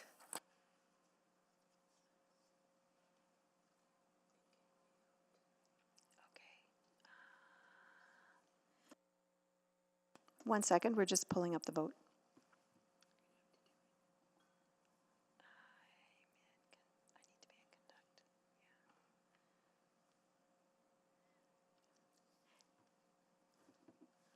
It's just working.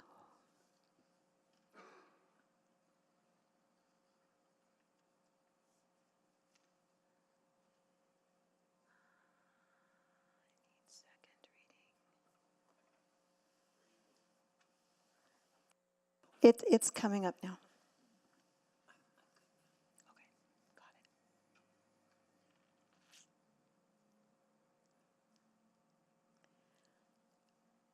Just waiting on 2 votes. Councillor Stevenson? Thank you. We have all the votes. Display the vote.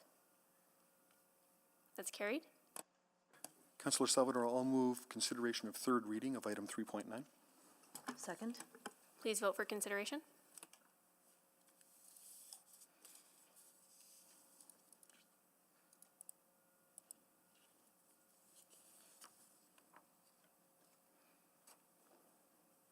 We have all the votes.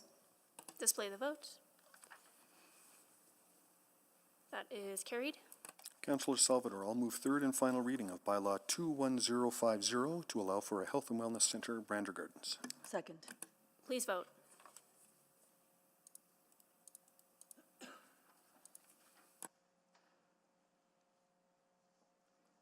We have all the votes. Display the vote. And that is carried. Councillor Salvador, I have a subsequent that I've shared in the chat. Great. Would you like to make that at this time, Councillor Cromdale? I will. It's simple. I will move that administration explore opportunities to create a multi-use trail from the south end of the Fort Edmonton Park footbridge to White Mud Road and report back to committee.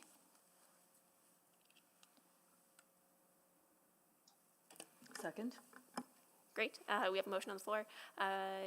Subsequent on the floor, rather. Councillor Cartmel, would you like to introduce? I think I have, for the most part. So I'll leave it there. Thank you. Great. Councillor Rutherford on the board for questions. Please go ahead. Yeah, again, just similar to lines of questioning that I've asked before, don't we have a multi-use trail plan for the River Valley? And like working with some of our, like the River Valley group, like am I imagining this? I feel like there was a conversation recently about extending the shared use path. Councillor, this is Travis here. There is a long-term proposal here to connect it, which is why we sought to exercise the option as well as previously purchase some of the lands down there. There isn't any near-term planning or design work or budgeting, and I'm assuming that's what the motion is getting at.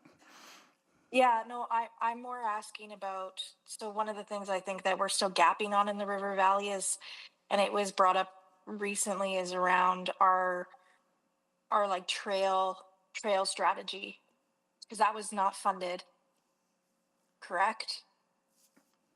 Correct.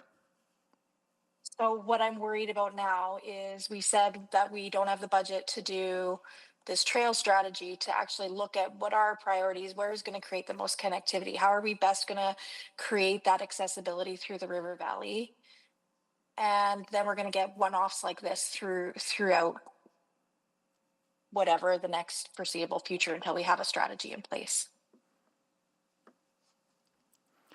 What we had offered there is, and not defending the motion, I'll let Councillor do that, is that with any work that we would bring back, we would bring the lens in terms of some of those priorities and where this would fit in. But how do you have the priorities if you don't have the strategy? So there's ongoing work in the River Valley that continues today regardless of the larger strategy in terms of where we look to invest some of that ongoing operating dollars, whether it's maintenance or new trail construction. Agreed, there isn't that strategy in place, so that larger discussion has fallen flat, but there's still continual work to go on. I'm sorry, this subsequent was just put in the chat imminently, so I feel like I don't have the research I usually would have in the background. What was and I'm asking this because I'm wondering if it should be a subsequent motion around funding this trail strategy, or like at least contemplation of it in there if we're going to have this conversation. But I can't remember what the cost was for this. The cost for what? Sorry, Councillor. Or in the budget adjustment, what the service package amount was for the trail strategy. I don't have that at the tips. Yeah, I don't have it either. Yeah, I don't.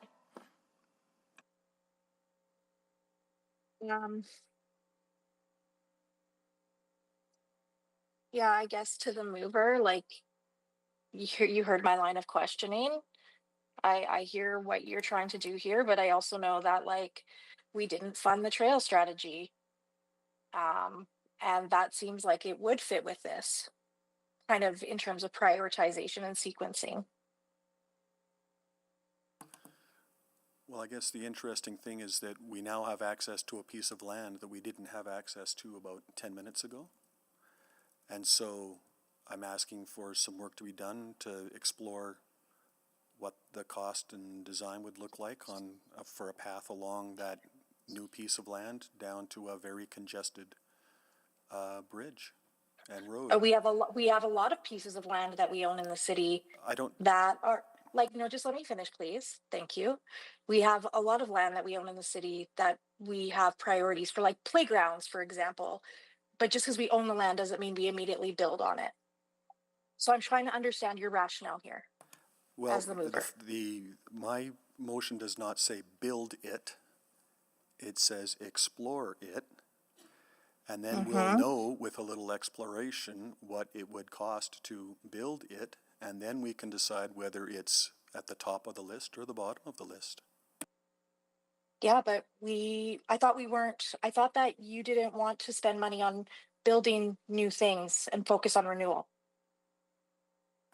The motion says explore, not build. Okay, but why are we going to ask admin to do that work if we don't have money to do it? More answers for you. Okay, thank you. Thank you. Councillor Paquette. Thank you, Madam Chair. Just to administration, so that unfunded service package was not voted on. So if it had, I think this motion would be out of order, but it wasn't voted on. It just wasn't even put on the floor for voting. Is that correct?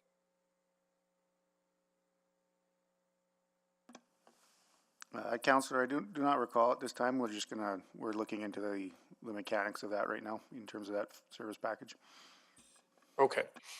And then I guess to the mover, the contemplation then would be that exploring these opportunities would naturally be paired with that overall strategy. So that might be that unfunded service package that wasn't brought to debate could then potentially be brought to debate with this as an added aspect to it. Is that sort of the thinking?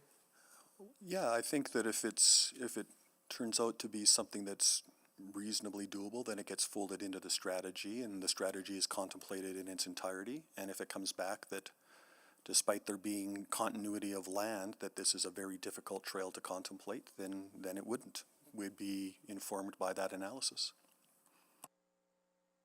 Yeah, okay. Yeah, I see that. And okay, so back to administration. This would then be in partnership with, I would assume, the RVA. Is that your reading as well? To answer the motion as presented on floor, we would do a high-level estimate of feasibility and cost, and then also an analysis of where it would fit on some high-level priorities in the River Valley. That priority list is quite long as it is today. So then we would look to council to sort of judge if that fits within where we think it would fit. Okay, and if it would fit with the RVA, which it seems like it would be a natural fit, then does that would, I would assume, potentially open doors for some provincial and federal funding to augment. So typically, as you've seen in the past. The ask is always an option, but typically the RVA looks for those larger connection pieces in and throughout the River Valley, and sometimes cross-jurisdictional into other municipalities as well. So this one being wholly within the city of Edmonton, it's probably not a good candidate for that. Okay. Yeah, even though it would be a connector piece. Correct. Okay. All right. Okay. Thank you. Thank you. Councillor Tang? I guess maybe just following up on some of those questions. I'm wondering what the sequence here is. Does it make sense to provide a resource to do the strategy that could encompass this work, or to do this work, then eventually find the resource to do the broader strategy, or simply to say, explore this work, and then to say, do we have the resource for it? The simplest would be the last one. It would be the quickest, the cleanest, and the least resource intensive. The other ones involve creating teams to bring forth the strategy and work on it. And then I guess I'm just wondering that if that is the case, that last option is more like, here's the question, and we went away and looked at where it is in the priority. This is the administration's recommendation about how to move forward on this. Like that would be the report that will come back? Yeah, it would be fairly high level. Fairly high level. And I guess to the mover, is that kind of where you're thinking then? Yes, yeah, absolutely. Really, most of the conversation here today has been about top of bank access and trail. And, without something that gets you to the bank, then, we have, this space between two fences, and that's about it. So. Okay. Yeah, I think high level, okay. And then and for administration, you have the resource to do the high level work. We would look to, absorb some of that. Okay. It's, like I said, it's a high level, so it would be some pretty rough estimates in terms of what that means of budget. And then, sorry, to the mover, this is to the Urban Planning Committee. Do you have a date? I don't. Whatever admin feels is reasonable. Okay, administration, I feel like we should probably nail something down. Yeah. At Q1 2026 as an offering. It sounds reasonable for now. And potentially it'll be the next council, but there's the fall SOBA opportunity to see if there is any opportunity for the trail strategy, which I've personally supported and would love to see happen. I guess maybe just to administration, like Q1 will also potentially allow that opportunity. If we're talking the larger trail strategy and the fall SOBA, the Q1 would come after that. But I would recommend that we just narrow that conversation to the motion at hand. And if we want to look at bringing forth the trail strategy in its entirety, then that's a different type of conversation. That could be maybe for a 4-year, which will come after Q1 2026. Anyways, okay, that actually helps me. Thank you. Yeah, so not seeing any further questions at this time. Anyone to speak to this item? Councillor Rutherford. Yeah, I first want to start with, I appreciate the mover bringing this forward. I understand in the context of some of the discussion that's happened today, the motivation as a ward councillor for wanting to move this. However, I am becoming acutely aware of asking administration to do more with less. And I heard the word that they're going to absorb it which means an already strained planning team is gonna, even if it's rough numbers, put it together and entertain this. And that work would probably be worth it if I ever had any intent of entertaining or the report back entertaining what was in it. But I don't, because this is, as was also mentioned in the answers to administration, we already have many demands for access in our river valley. We already have some level of prioritization.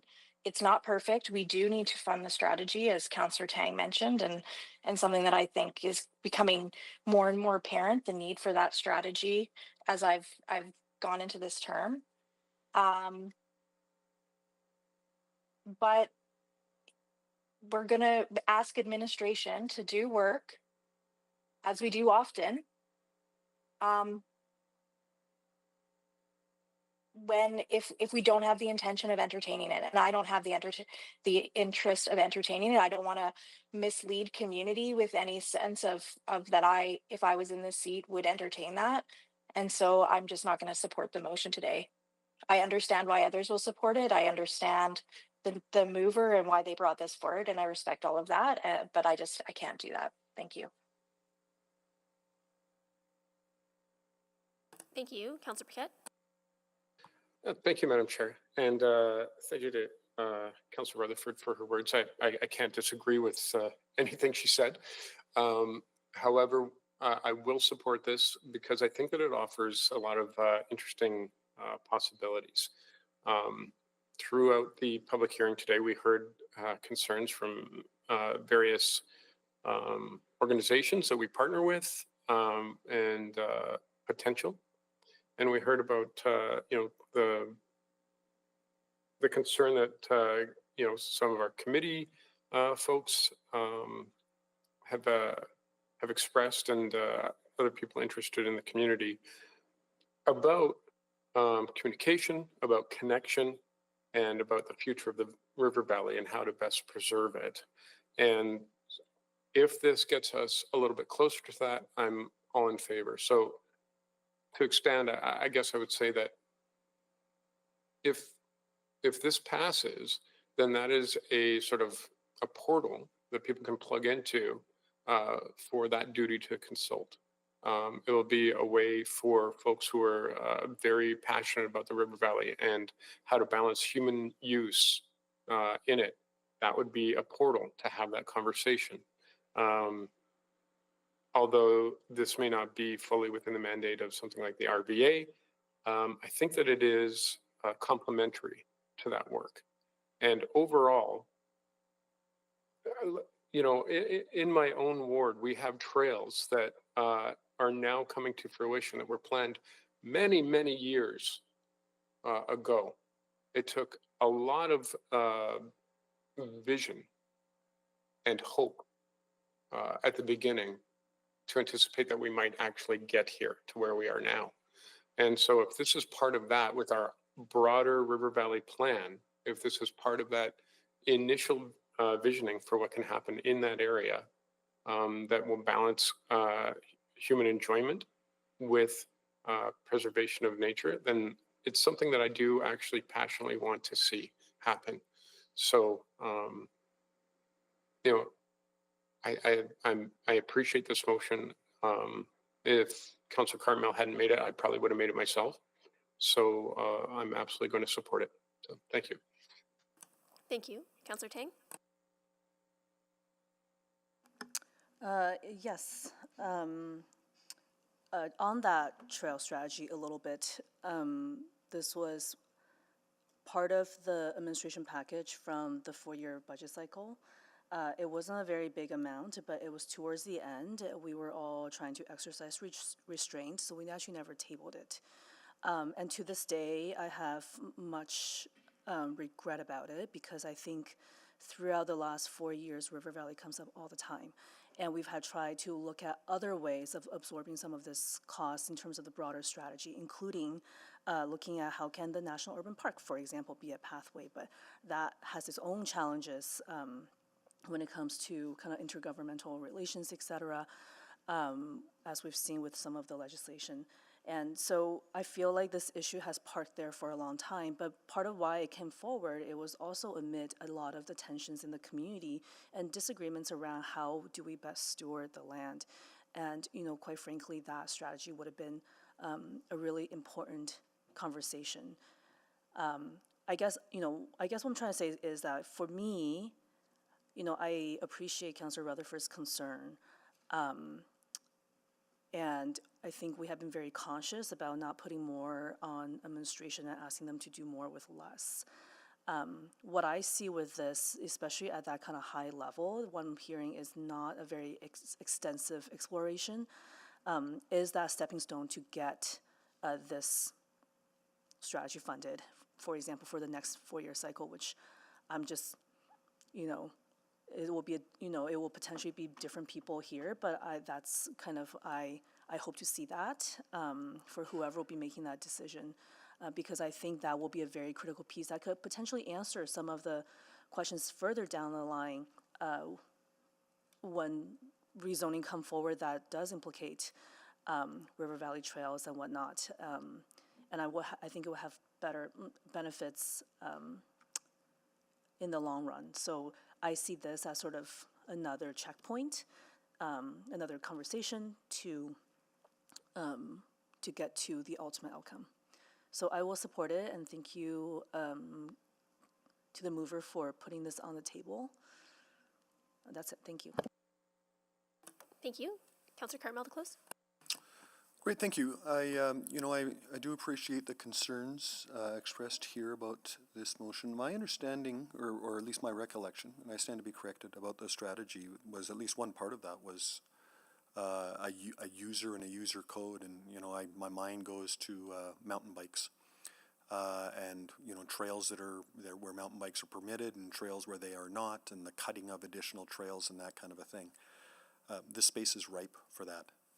It's a space where there's some accessibility on a mountain bike, but not a lot of foot traffic through that space. So, in some future iteration where there's a trail through here that might actually attract the use and keep it away from some of the other detrimental activities that some exercise in, and provide some eyes and ears on the space, I think that there's that potential outcome.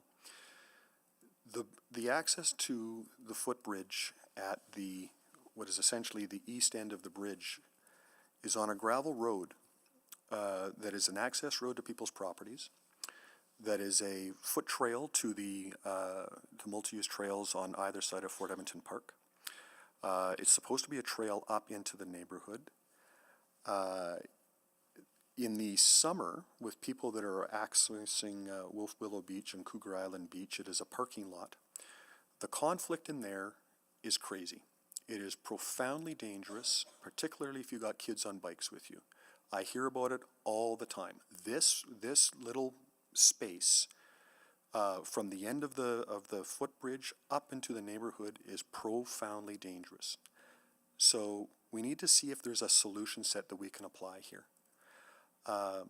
That's not to say that this one jumps the queue or becomes the most important or that kind of a thing, but it's important to know if there's an alternative access. And until today, there was no other place to go with a trail from that end of the bridge up into the community. So I think it's important to explore, not to build, not to preempt, not to any of those things, but to understand what we're up against. Quite frankly, it's an exercise of digging out our accessibility policies, digging out a topography map, and seeing if we can string a line from the end of the bridge up to the road that meets both sets of circumstances. This is not a difficult engineering exercise. We'll either know if it's viable or know if it's not within relatively short order. And if it's viable, at some date, some time well into the future, we can decide to spend the money to engineer the construction of a path. So I don't think that it's bad to take this link which has just been handed to us, and respecting the wishes of a number of people that have spoken today, actually explore whether we can meet some of their questions and meet some of their needs as well. So I encourage you to support this motion. Thank you. Thank you. Please vote.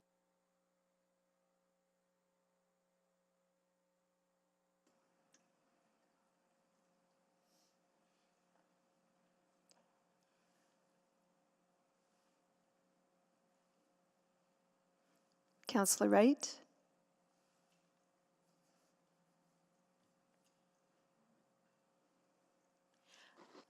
I'm sorry, I'm a yes. Thank you, Councillor Wright. We have all the votes. Display the vote.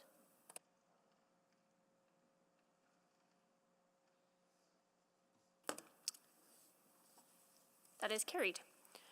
Okay, well, thank you so much, everyone. I think that wraps up our items for today. Any notices of motion and motions without customary notice? None that I'm aware of, which means we are adjourned. Thank you so much, everyone.